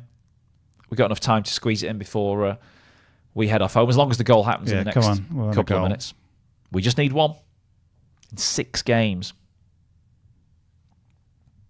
As I say, collectively, with added time, there's about an hour of football left. Yeah, probably. 10 minutes more in each game. 6 of them. In the Championship, I think it's all over, apart from that Middlesbrough-Hull game. Leicester have gone back top of the table with that win over Millwall this evening. Mbappe 6.1 to score the next goal, just saying. Yeah. Be goal hanging now, won't he? If there was a special Mbappe to score from a penalty, I'd back it. He'd probably win it as well. It's it's just they're just camped in the Dortmund half now. So Koki's on Milan as well. I think Slissy was earlier. All right. So quite a few of you boys want AC Milan to win. PSG trying to force something. Do they win a corner? They do win a corner.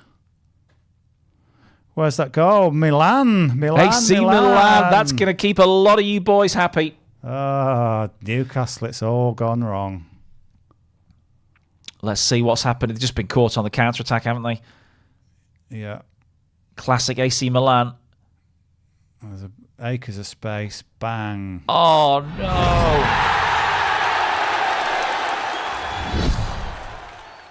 And so, from having a Champions League spot, 15 minutes ago, Newcastle are heading out of Europe altogether, is it? Or do they still... No, they're out. They're out. Yeah, they could finish bottom of the group from 2nd to 4th. And let's get this right. Milan would only go up to 3rd, is that right? PSG is still going through. Milan have nicked the Europa League spot. So, but if Dortmund scored, Milan would be 2nd. Yeah, they need Dortmund to score, yeah. Also, there's still a bit of jeopardy in that one. But that is the 19th goal, and it's been confirmed. So we are home and dry for the free bet condition. It wasn't too hard, was it? 5 minutes to go, plus stoppage time.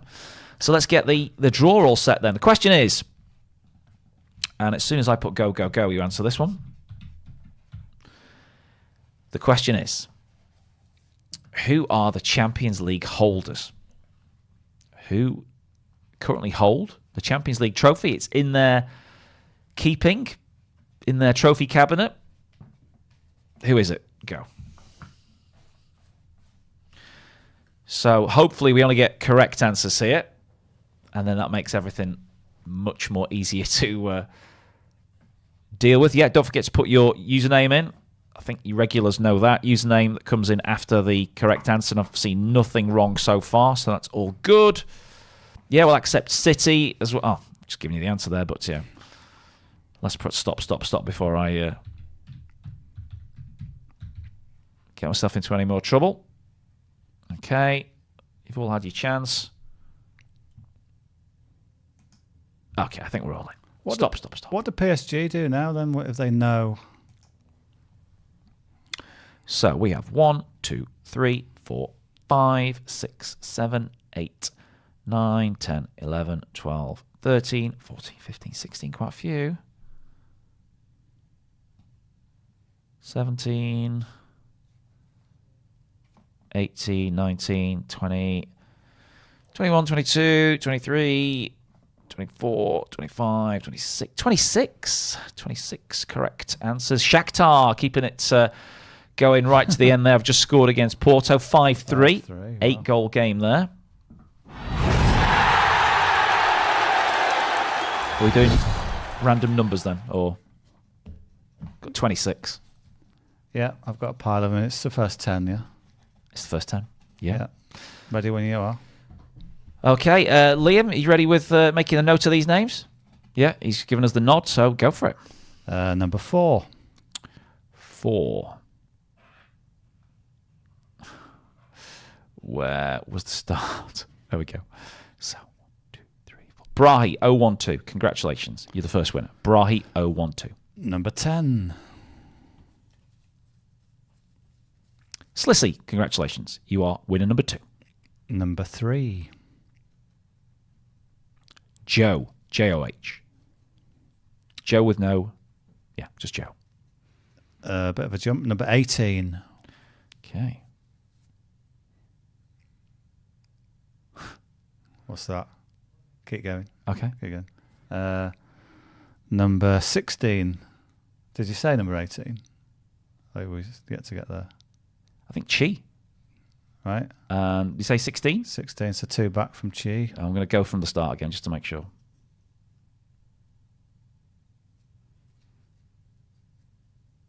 No more Thankfully it was. So, yeah. Koki 22 is number 16. Yeah.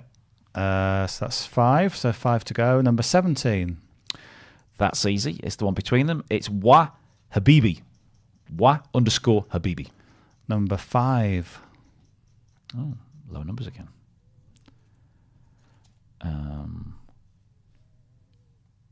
O. Just a 0 or an O. Okay. Number 20.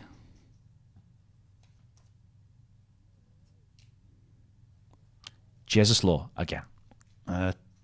Celtic might have got a winner. Celtic late winner against Feyenoord. Just waiting for this to be confirmed. But that's... Dortmund have got a corner, by the way. Imagine that. That would... Dortmund score this, then AC Milan are somehow through. Just been like nowhere near getting through tonight. Yeah. But anyway, Celtic have scored. That's confirmed. Have you done number 20? Yes, we said number 20 was Jesus Law. So that's 8. We've got 8. We've got 8, Liam. Is that 8? He's just checking. He says 7. Okay. Are you sure you did number 20? I don't know if you did. What's the... Barcelona have equalised. Barcelona have equalised.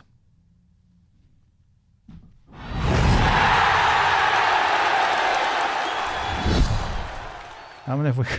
I've got 8 numbers that I've pulled out. He's saying you 2 more to get, yeah? Second number was 10. I've got 4, 3, 10, 18, 16, 17, 5, 20.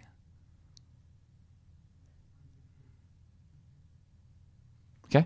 So two more left, yeah? Yep, 2 more to go. Number 15. 15. Okay. That was TAF 9. And finally, we have number 11. Barcelona got us VAR check, by the way. Shelby. Shelby is the last winner. And that completes tonight's draw. That completes the draw. The second lot of 10 times 10 USDT winners for this evening. And Antwerp, in a crazy finish, have possibly won it. 5-goal thriller in the game in Antwerp. And it looks like that is going to do it for a famous win for the Belgians. They were 1-0 up after about a minute. They've gone 3-2 up in the 94th minute.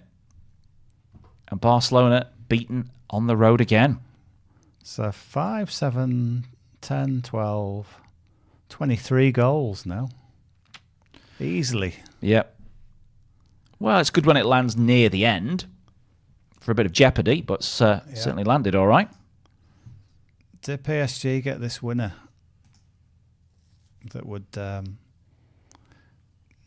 put them top of the group? Let's not forget that. I mean, as it stands, PSG are going to finish second in the group, so they could then draw Man City, couldn't they? Or Real Madrid, or... Yeah. But it's a dangerous place to finish second. Yeah, you have to play the first leg at home, second leg away, so... But we've got 6 added minutes in Germany. We're into the third of them. Mbappe trying to spin and play a 1-2. He get the ball back. He's doing everything he can. He's sort of electric, isn't he, at this sort of time of the game. Who's your Champions League winner this year, Dave? Bayern. This season. Bayern, yeah. Harry Kane. Harry Kane, yeah. Just from going from no trophies, suddenly he'll have a Bundesliga title, and I can just see that image of Kane running around thrusting the European Cup high above his head. I thought the centre-backs for Bayern were very good last night, and the bits that I saw of the Manchester United game, Upamecano and they were good. Kim Min-jae. Just didn't give anyone a second of the Upamecano. He's always on. Also, Manuel Neuer's back now, isn't he? After his horrendous injury, he's back playing, and you think his experience, if he gets anywhere near back to how he was, then that's going to be a huge boost for them. Yeah, they've got a lot of them. Kane's just great, and he just sets them up as well as scores. Oh, yeah. Sane always looks dangerous. Musiala. Yeah. Kimmich sort of running, pulling the strings. Yeah. It could be City again, but feeling for Bayern. How about you?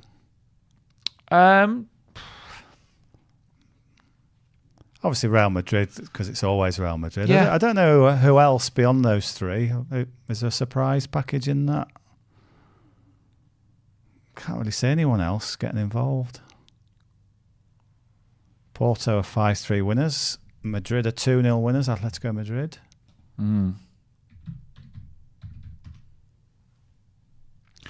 Yeah, I think I'd go Real Madrid. Just because it's Real Madrid? Yeah. Or do you think Bellingham... It's too good to be true, isn't it? Bellingham will get like a hat-trick in the final or something. Bellingham... Real Madrid... Bayern would be sweet, wouldn't it? Bellingham against Kane as an English viewer. I just worry about Real Madrid in the centre-forward position. But it's not stopped them so far, has it? No. They've gone through, it steps up a bit, though, doesn't it, when you get to the latter stages? But if they got a centre forward, Joselu, he's all right as a reserve, but he's not going to worry top defenders, is he? And Rodrigo can play there, but he's more of a winger for me. Will they buy anyone in the? They've got Endrick coming, but he's not turning 18 till July, so he can't play in Europe until he turns 18. So. Do they sign a stopgap to cover for that situation? Yeah. So Dortmund PSG is finished. So that's going to mean Dortmund top the group. PSG are going to come second due to their superior head-to-head You'd have got record. a big price on Dortmund topping that group when the draw was made. They would have been third or fourth favourites, wouldn't they? Yeah. And it's finished at Newcastle. So Newcastle, from briefly holding second spot, are like Man United to go out. It's bad for the old coefficient, isn't it, this? Yeah. Yeah, I mean, we might only be getting 4 teams in the Champions League again next year instead of 5. It's all very well sort of fans of Spurs and Villa chuckling and that these teams have gone out. But that's bad news, isn't it? It's bad news. Yeah, bad news for Man United because I think 5th is about the highest we're going to finish. They're sort of shooting themselves in the and for Newcastle, they're sort of doubly shooting themselves in the foot. Mind you might get a... No, it's next year, isn't it? I was going to say you might get a relegation for Man City that could just keep you up there, but that won't happen until next season, will it? It's never going to happen, is it? So all these games are done. It's just Celtic Feyenoord. Celtic. And it's all over it there. Yeah. So we're done for the evening. A night of goals. Drama as well, yeah, absolutely. AC Milan, where did that come from to knock Newcastle out of not just the Champions League, but also the Europa League? Gutting for the Magpies. Anton Deck will be crying in their Australian swimming pool this evening. Alan Shearer, don't be near him tonight. He'll be a sad man. Well, that's it from us. Thanks, Dave. Entertaining stuff and some cracking bets put up as well. Sadly, the Mbappe bet didn't come in, but you got plenty right this evening. Yes. We got James in the chair tomorrow. I think, is it with Jack? I think it might be James and Jack in the Europa League driving seat tomorrow for an absolute, I mean, so many games. What have we got? 24 games across the evening. The early games 5:45 and the late games at 8 p.m.